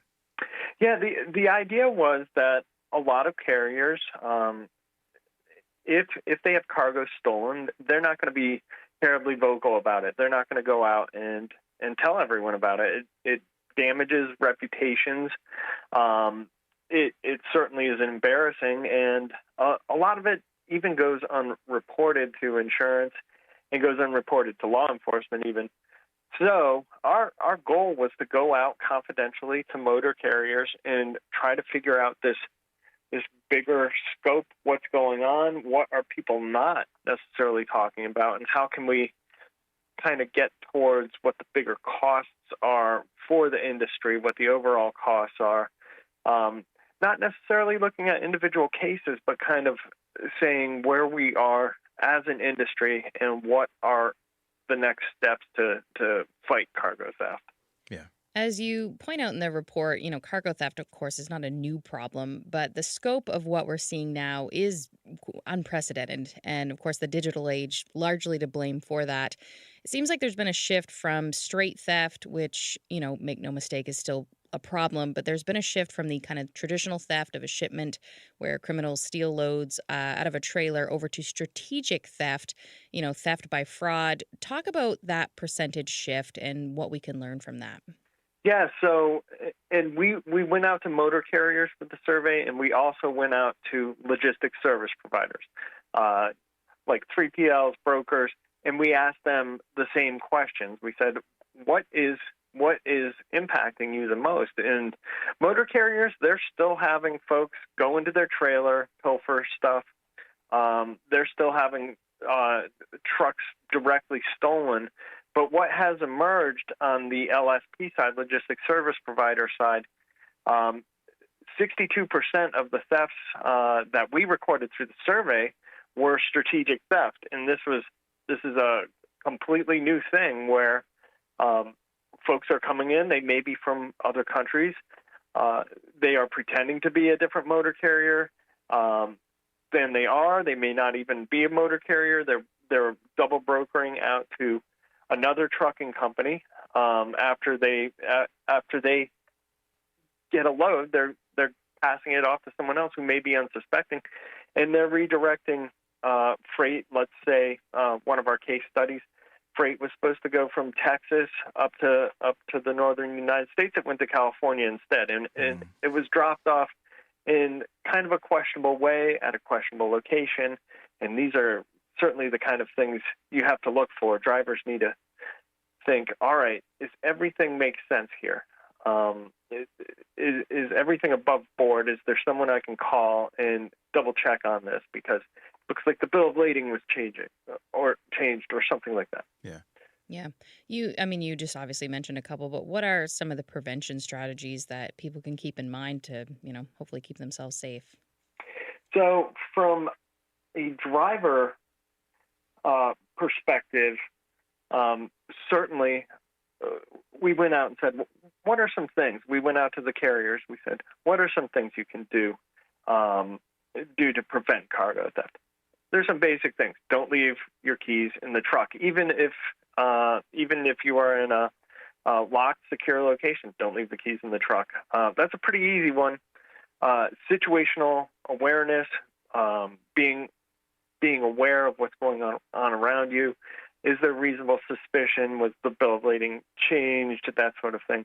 Some carriers mentioned to drive a certain distance before stopping. So generally that came out to about 200 miles, especially if you've got something that's very valuable on board. If you drive a couple hundred miles, if someone was looking at your trailer and that load, they are probably not going to follow you for that long, waiting for you to park so they can go into the trailer, that sort of thing. Certainly companies and drivers can follow parking trailer drop guidelines, park in well-lit designated parking zones. I know it's a big ask in an age where there is very limited parking. It's tough to find these well-lit designated parking zones in some cases, but that would be the ideal if you're trying to avoid cargo theft, is a good official truck parking spot with that is secure. Only drop trailers in a secure fenced yard. If you're going to drop your trailer and it looks like a bad place, it looks like it could be a place that's vulnerable, if there's any other way to do it, certainly do it. Another thing that a lot of respondents said was back trailers against walls, back trailers against other trailers, in order to limit door access and limit access to those trailers. Yeah. These are the things, and again, the things you're mentioning there are good tips for kind of pushing back against the traditional cargo theft. But, as we pointed out, a lot of this is fraud and yes. paperwork getting messed with, and loads getting transferred to a different location. Can you, before we get into that a little bit, can you just run us through the numbers real quick? Because, again, looking through the report, the percentage jump or the percentage change from, traditional cargo theft where a load's getting stolen out of a trailer to, again, this fraud aspect of this whole thing, that's really what's, and correct me if I'm wrong here, but that's really what's driving this increase, as far as I can tell, Is that right? And can you kind of walk us through the numbers there? Because the shift really is substantial. Yeah, and the shift has moved over. Certainly, the same level of impact on motor carriers is going on with stolen trucks, stolen trailers, pilfered goods. But there is a shift, and that's a very expensive shift. So you have the majority of LSPs, logistics service providers, again, experiencing these kinds of losses, and they tend to be much bigger targeted losses. For a motor carrier survey respondent, the annual loss that we saw was about $500,000. For LSPs, it's closing into $2 million, and that's because of the strategic theft. Per incident, motor carrier incidents that don't involve strategic theft tend to be much lower. Overall, for motor carriers, we saw about $29,000 per theft incident. That was the value of the cargo, because a lot of times folks don't know what's in the trailer; they're just stealing what's in there.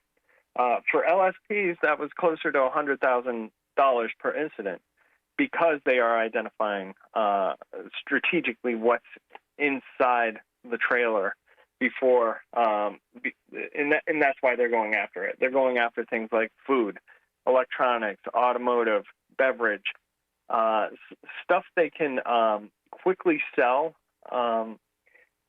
sometimes for a high price, sometimes not for a high price. But in the case of food, beverages, those sort of things, we're told, are not easy to trace.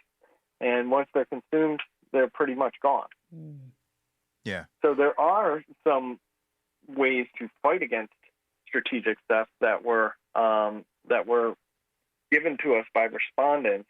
From the logistics service provider perspective, those strategies included vetting motor carriers. Is this a real motor carrier? Who's gonna be picking up this freight and moving it? Continuously monitoring vetted carriers, seeing if any of them are victims of fraud. Those are certainly red flags. It's unfortunate for folks who have been victims of fraud, and it's really not their fault. But these are some of the strategies LSPs are using. As far as communications, this is a big one for folks working inside a brokerage. For instance, scrutinize email addresses and domains. You may have a domain, let's say trucking.org. Someone could spoof that to be to change the I to a 1. And if you look at that quickly, that might still look like a legitimate trucking.org, right? So those are the kind of things to be very much on the lookout. Communication is key, and this goes for drivers as well. If you see something that is a little off on the paperwork, this is where the fraud is happening in the paperwork, changes of where something will be dropped off, that sort of thing. Get in touch with as many folks as you can, carriers, shippers, receivers, whoever you have access to make sure that you're not driving a truck hundreds or thousands of miles to the wrong place and unknowingly being part of moving freight for a strategic theft. At Truck Stop, we built a better load board for carriers like you. Sign up today and access over 600,000 loads on the most trusted online load board. Learn why the best in the business rely on Truck Stop to make more money and start driving your profit today. Penske is the trusted source for quality used trucks. Whether you search our website, call our sales staff, or bid at our online auction, you are sure to find the right used truck for your business. Visit PenskeUsedTrucks.com to view our inventory and learn more. House Products provides your diesel with total performance and protection. Use Diesel Defender for a full system cleaning. Start treatment early with Diesel Treat to prevent gelling all season. And protect yourself from winter emergencies with Diesel Lifeline. Stay moving with House. Attention all truckers, Dean Michael, the tax doctor here. I want to talk to you about those dreaded tax problems. I know you want to keep on trucking and not even think about them, but let's face it, they're not going away all on their own. You need professional help. I've been helping truckers put their tax problems in the rearview mirror for years. I can help you too. Call me now for a free consultation at 888-557-4020 or go to mytaxhelpmd.com. It's like I always say, keep your eyes on the road, I'll keep mine on the IRS. 888-557-4020. Truckers, your engine works as hard as you do. Don't let torsional vibrations sideline your rig. Vibrotech TVD viscous dampers protect your crankshaft, cut downtime, and keep you earning mile after mile. Over 75 years of trusted protection made in the USA. Find a dealer at vibrotechtvd.com. Since you started, what you've loved about trucking is the freedom. Heading out on your favorite route, a good driving song, and thinking about truck insurance. Well, maybe not that last one. That's why we're here. At OOIDA, we have a full range of truck insurance products, expert advice, and great customer service, helping you get the right coverage for your operation. Go to OOIDA.com, because your job is to drive. Our job is to help with everything else. We're speaking with Jeff Short of Attree about their report on cargo theft here. Jeff, we've been talking about prevention strategies. That, to me, when I see these reports and when I hear stories out there, to me, that seems like the most frustrating part of this is that a carrier could be doing everything the right way, could be taking all those prevention measures into account. But it seems like the criminals are always, and this has been true throughout human history, but always seem to be a step ahead in one way or another. The people that you talked to for this report, I can imagine they expressed their frustration to you as well about this, because I imagine to them it feels like one of these runaway problems that they just can't get in front of. What were those conversations like that you had with folks out there? So a lot of folks were saying within the supply chain in general, and remember, folks are dealing with their partners in the supply chain too. It's not just something a single driver out there who is an owner-operator has to deal with. It goes. Yeah. That driver is dealing with all sorts of other folks, and he or she is just part of it, and he or she has no influence over how seriously the other folks in the supply chain take security. So one thing I heard a lot was complacency, because let's face it, most carriers are not experiencing a cargo theft every single day. Drivers can get very complacent. There are a lot of drivers out there who have never had any experience with this whatsoever, but once it happens, it's a really, really big hit, and it hurts. So you need to stay vigilant. Carriers who really take security seriously may have no idea how many close calls they've had, and there's no way to measure it, to measure how well you're doing, other than, all right, we haven't had anything stolen yet. So complacency is definitely enemy number one as far as having stuff stolen from you. You always need to be on the lookout for stuff that looks weird. Yeah. You also in the report talk about the insurance angle to this problem. Of course, insurance costs are up across the board, which sometimes nudges victims of cargo theft to not report an incident. This is correct. So for folks who have cargo insurance, we ask them, all right, how often are you reporting? And we found that, especially among LSPs, well, first, let me go back to actually how much cargo is recovered, because I think that's kind of important to this discussion. So for motor carriers, 73% of the cargo stolen of incidents was not recovered. Only 2% was recovered in whole. Wow. For LSPs, 21% was recovered in whole. So just those very outcomes impact how likely you are going to be to report it to law enforcement. But the reporting rate to law enforcement was much higher than reporting to insurance. So for motor carriers, only 56% of carriers report everything that's stolen to their insurance company. 31% of the carriers we talked to said they report nothing to their insurance company. Wow. And that's substantial. They may have insurance. They are just not they're just not utilizing it, and that's because it's below their deductible. It's a low value thing that's stolen. So what ultimately that means is there's less known about the theft that's going on. But they are really afraid of insurance premium consequences. Are you going to get flagged? Is your insurance in the future going to cost more, or do we just eat this loss without letting the insurance company know? And sometimes it can be an administrative hassle for motor carriers, and they eat the loss and move on. That's a third option they gave us. For LSPs, it was kind of a mixed bag. Only 36% reported everything to insurance, 27% reported nothing to insurance, and then the rest were kind of in a middle ground, reporting some things but not everything. Mm-hmm. Depends on how large it was.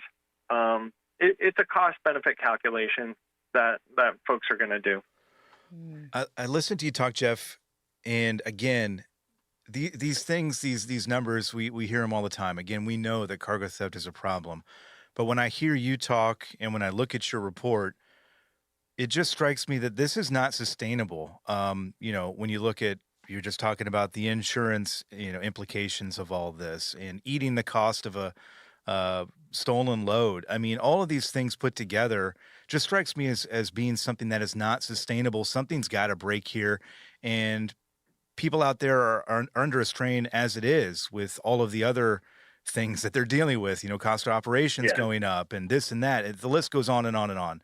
And we're familiar with that list. But what kind of stands out to you after putting this whole thing together about the problem out there and whether we're anywhere close to finding a resolution to all this? Well, what stands out to me is there are things that carriers can do, and there are also things at the state and federal level that need a change. Let's face it. I'm based in Atlanta, Georgia. I'm in Atlanta, Georgia right now. If cargo is stolen from me in Atlanta, Georgia, the Atlanta Police Department has a lot to worry about that goes well beyond cargo theft, especially if the carrier isn't from Georgia, especially if they know the freight is now out of state. Let's say they know that. This becomes a very difficult crime for a local police department to solve and to stay on top of. And the coordination of all that information becomes very difficult. So from the federal level, and we can work down, just data collection, management, and analysis from a centralized reporting agency would be a phenomenal solution. And then putting that information, that intelligence back out to supply chain stakeholders to let folks start to have some level of deterrence for this crime. The more freight thefts, cargo thefts that are stopped, the more deterrence. And certainly, if the freight is recovered, that's a big deterrent. The criminal thinks, "Why did I go through all of this just to not be able to steal it?" At the state level, there are a lot of states that don't actually have designations for cargo theft as a distinct crime. It just falls under regular theft crimes. So we put in this report some states that have gone and designated cargo theft as a distinct crime with graduated sentencing for cargo theft based on the value of what's stolen. And also we showed some model legislation for advisory boards, task forces that can be put together to bring this issue up to the forefront, because ultimately, if something's stolen in your jurisdiction, it may not directly impact the citizens of that jurisdiction, but at the end of the day, it does increase the cost of goods, it increases the cost of transporting goods, so it doesn't help anyone. It actually hurts just about everyone in the country who buys goods. Yeah. At the carrier level, we heard a lot about fostering a security culture across the supply chain and within a company. So what does that mean?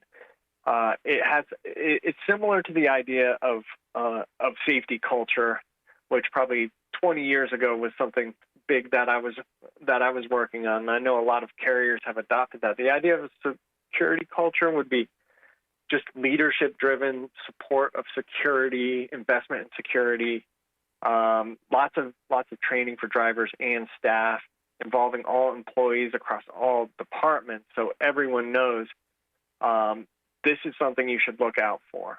And a lot of companies are doing that already. Yeah. And then finally, just providing support for drivers, employee vigilance. Does a driver feel comfortable to say, all right, I'm going to report this because this is suspicious? Right. It may not be an issue, but I want to know that I've got someone on the other end I can check the veracity of information with. Yeah. Yeah, this is certainly one of these issues that it's going to take a village. I'm not sure we're anywhere close where we need to be. In fact, I'm pretty sure we are not. But thanks to people like you and ATRI putting these reports out, I think it raises awareness, which is ultimately a good thing. Jeff, thank you so much for your time. We appreciate it, and we'll talk to you again when the next report comes out. All right, great. Thank you very much. I appreciate it. And again, that was Jeff Short of ATRI. We thank him for his time. Yes. Cargo theft, clearly a big problem. To Jeff's point, though, problem. Yeah. the point here, I think, is that we are communicating and everybody's working together. Yeah. You got to take those small steps to hopefully work keep toward yourself safe. common goal here. We we all want the same thing. Yeah, so for sure. Good to have that information out there. Yep, appreciate his time. Be sure to check Trucking with OOIDA out wherever you get your podcasts. We're also, of course, on all social media platforms. Thank you so much for listening to Trucking with OOIDA. Drive safe, and we'll see you later. Today's episode of Trucking with OOIDA was brought to you by a dedicated team of people that includes Jim Fetzer, Tennille Flick, and Kim Boren. You got thoughts? We'd love to hear them. You can call us at 1-800-324-6856 and leave us a message, or send us an email at podcast@ooida.com, and we might just include it on the show.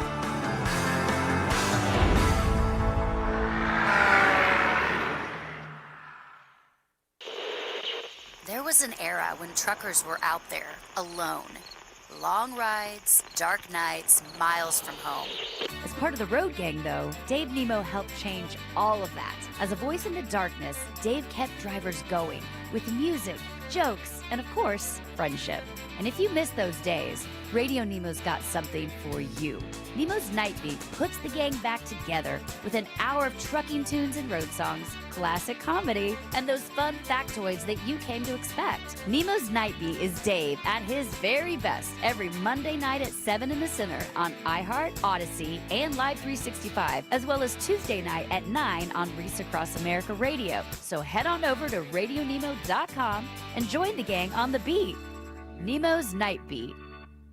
There are precious few nonprofits in the trucking industry, and even fewer that make a tangible difference in the lives of professional drivers. So thank goodness for the St. Christopher Fund. Since 2008, over 4,000 over-the-road semi-truck drivers have turned to the St. Christopher Truckers Fund when a medical issue took them out of work. The SCF steps in and pays necessary household expenses such as mortgage, rent, utilities, insurance, and vehicle payments. The SCF also provides free health and wellness programs for drivers. So find out how the SCF can help you, or help the SCF yourself. They'll turn your dollars and cents into that tangible difference for the professional drivers who need it most. Support our highway heroes with a donation at truckersfund.org. 17 Sapp Brothers Travel Centers are known for great food, hospitality, and mom-approved showers and restrooms. But don't forget the service centers. Sapp Brothers ASE certified technicians can repair nearly any issue in shop or roadside, including axle repair. Dig into your free steak dinner with your oil change. That's a Sapp Brothers tradition to thank you for your business. Tires? Sapp Brothers will beat any competitor's advertised price on tires. And download the Sapp Brothers app for exclusive promotions in the shop, restaurant, and store. Your spot under the coffee pot is waiting for you at Sapp Brothers. Hey drivers, are you hauling for a carrier that wants to help Reese Across America keep moving forward but just doesn't know how? Well, you've come to the right place. RadioNemo has pushed in our chips all the way with our friends at Reese Across America, and your carrier should too. So tell your company to answer the Reese Challenge and join us to reach 50 states and 5,000 locations. Join the ride, join the mission, and help Reese Across America keep moving forward. Answer the Reese Challenge at readsacrossamerica.org/RadioNemo. That's readsacrossamerica.org/RadioNemo.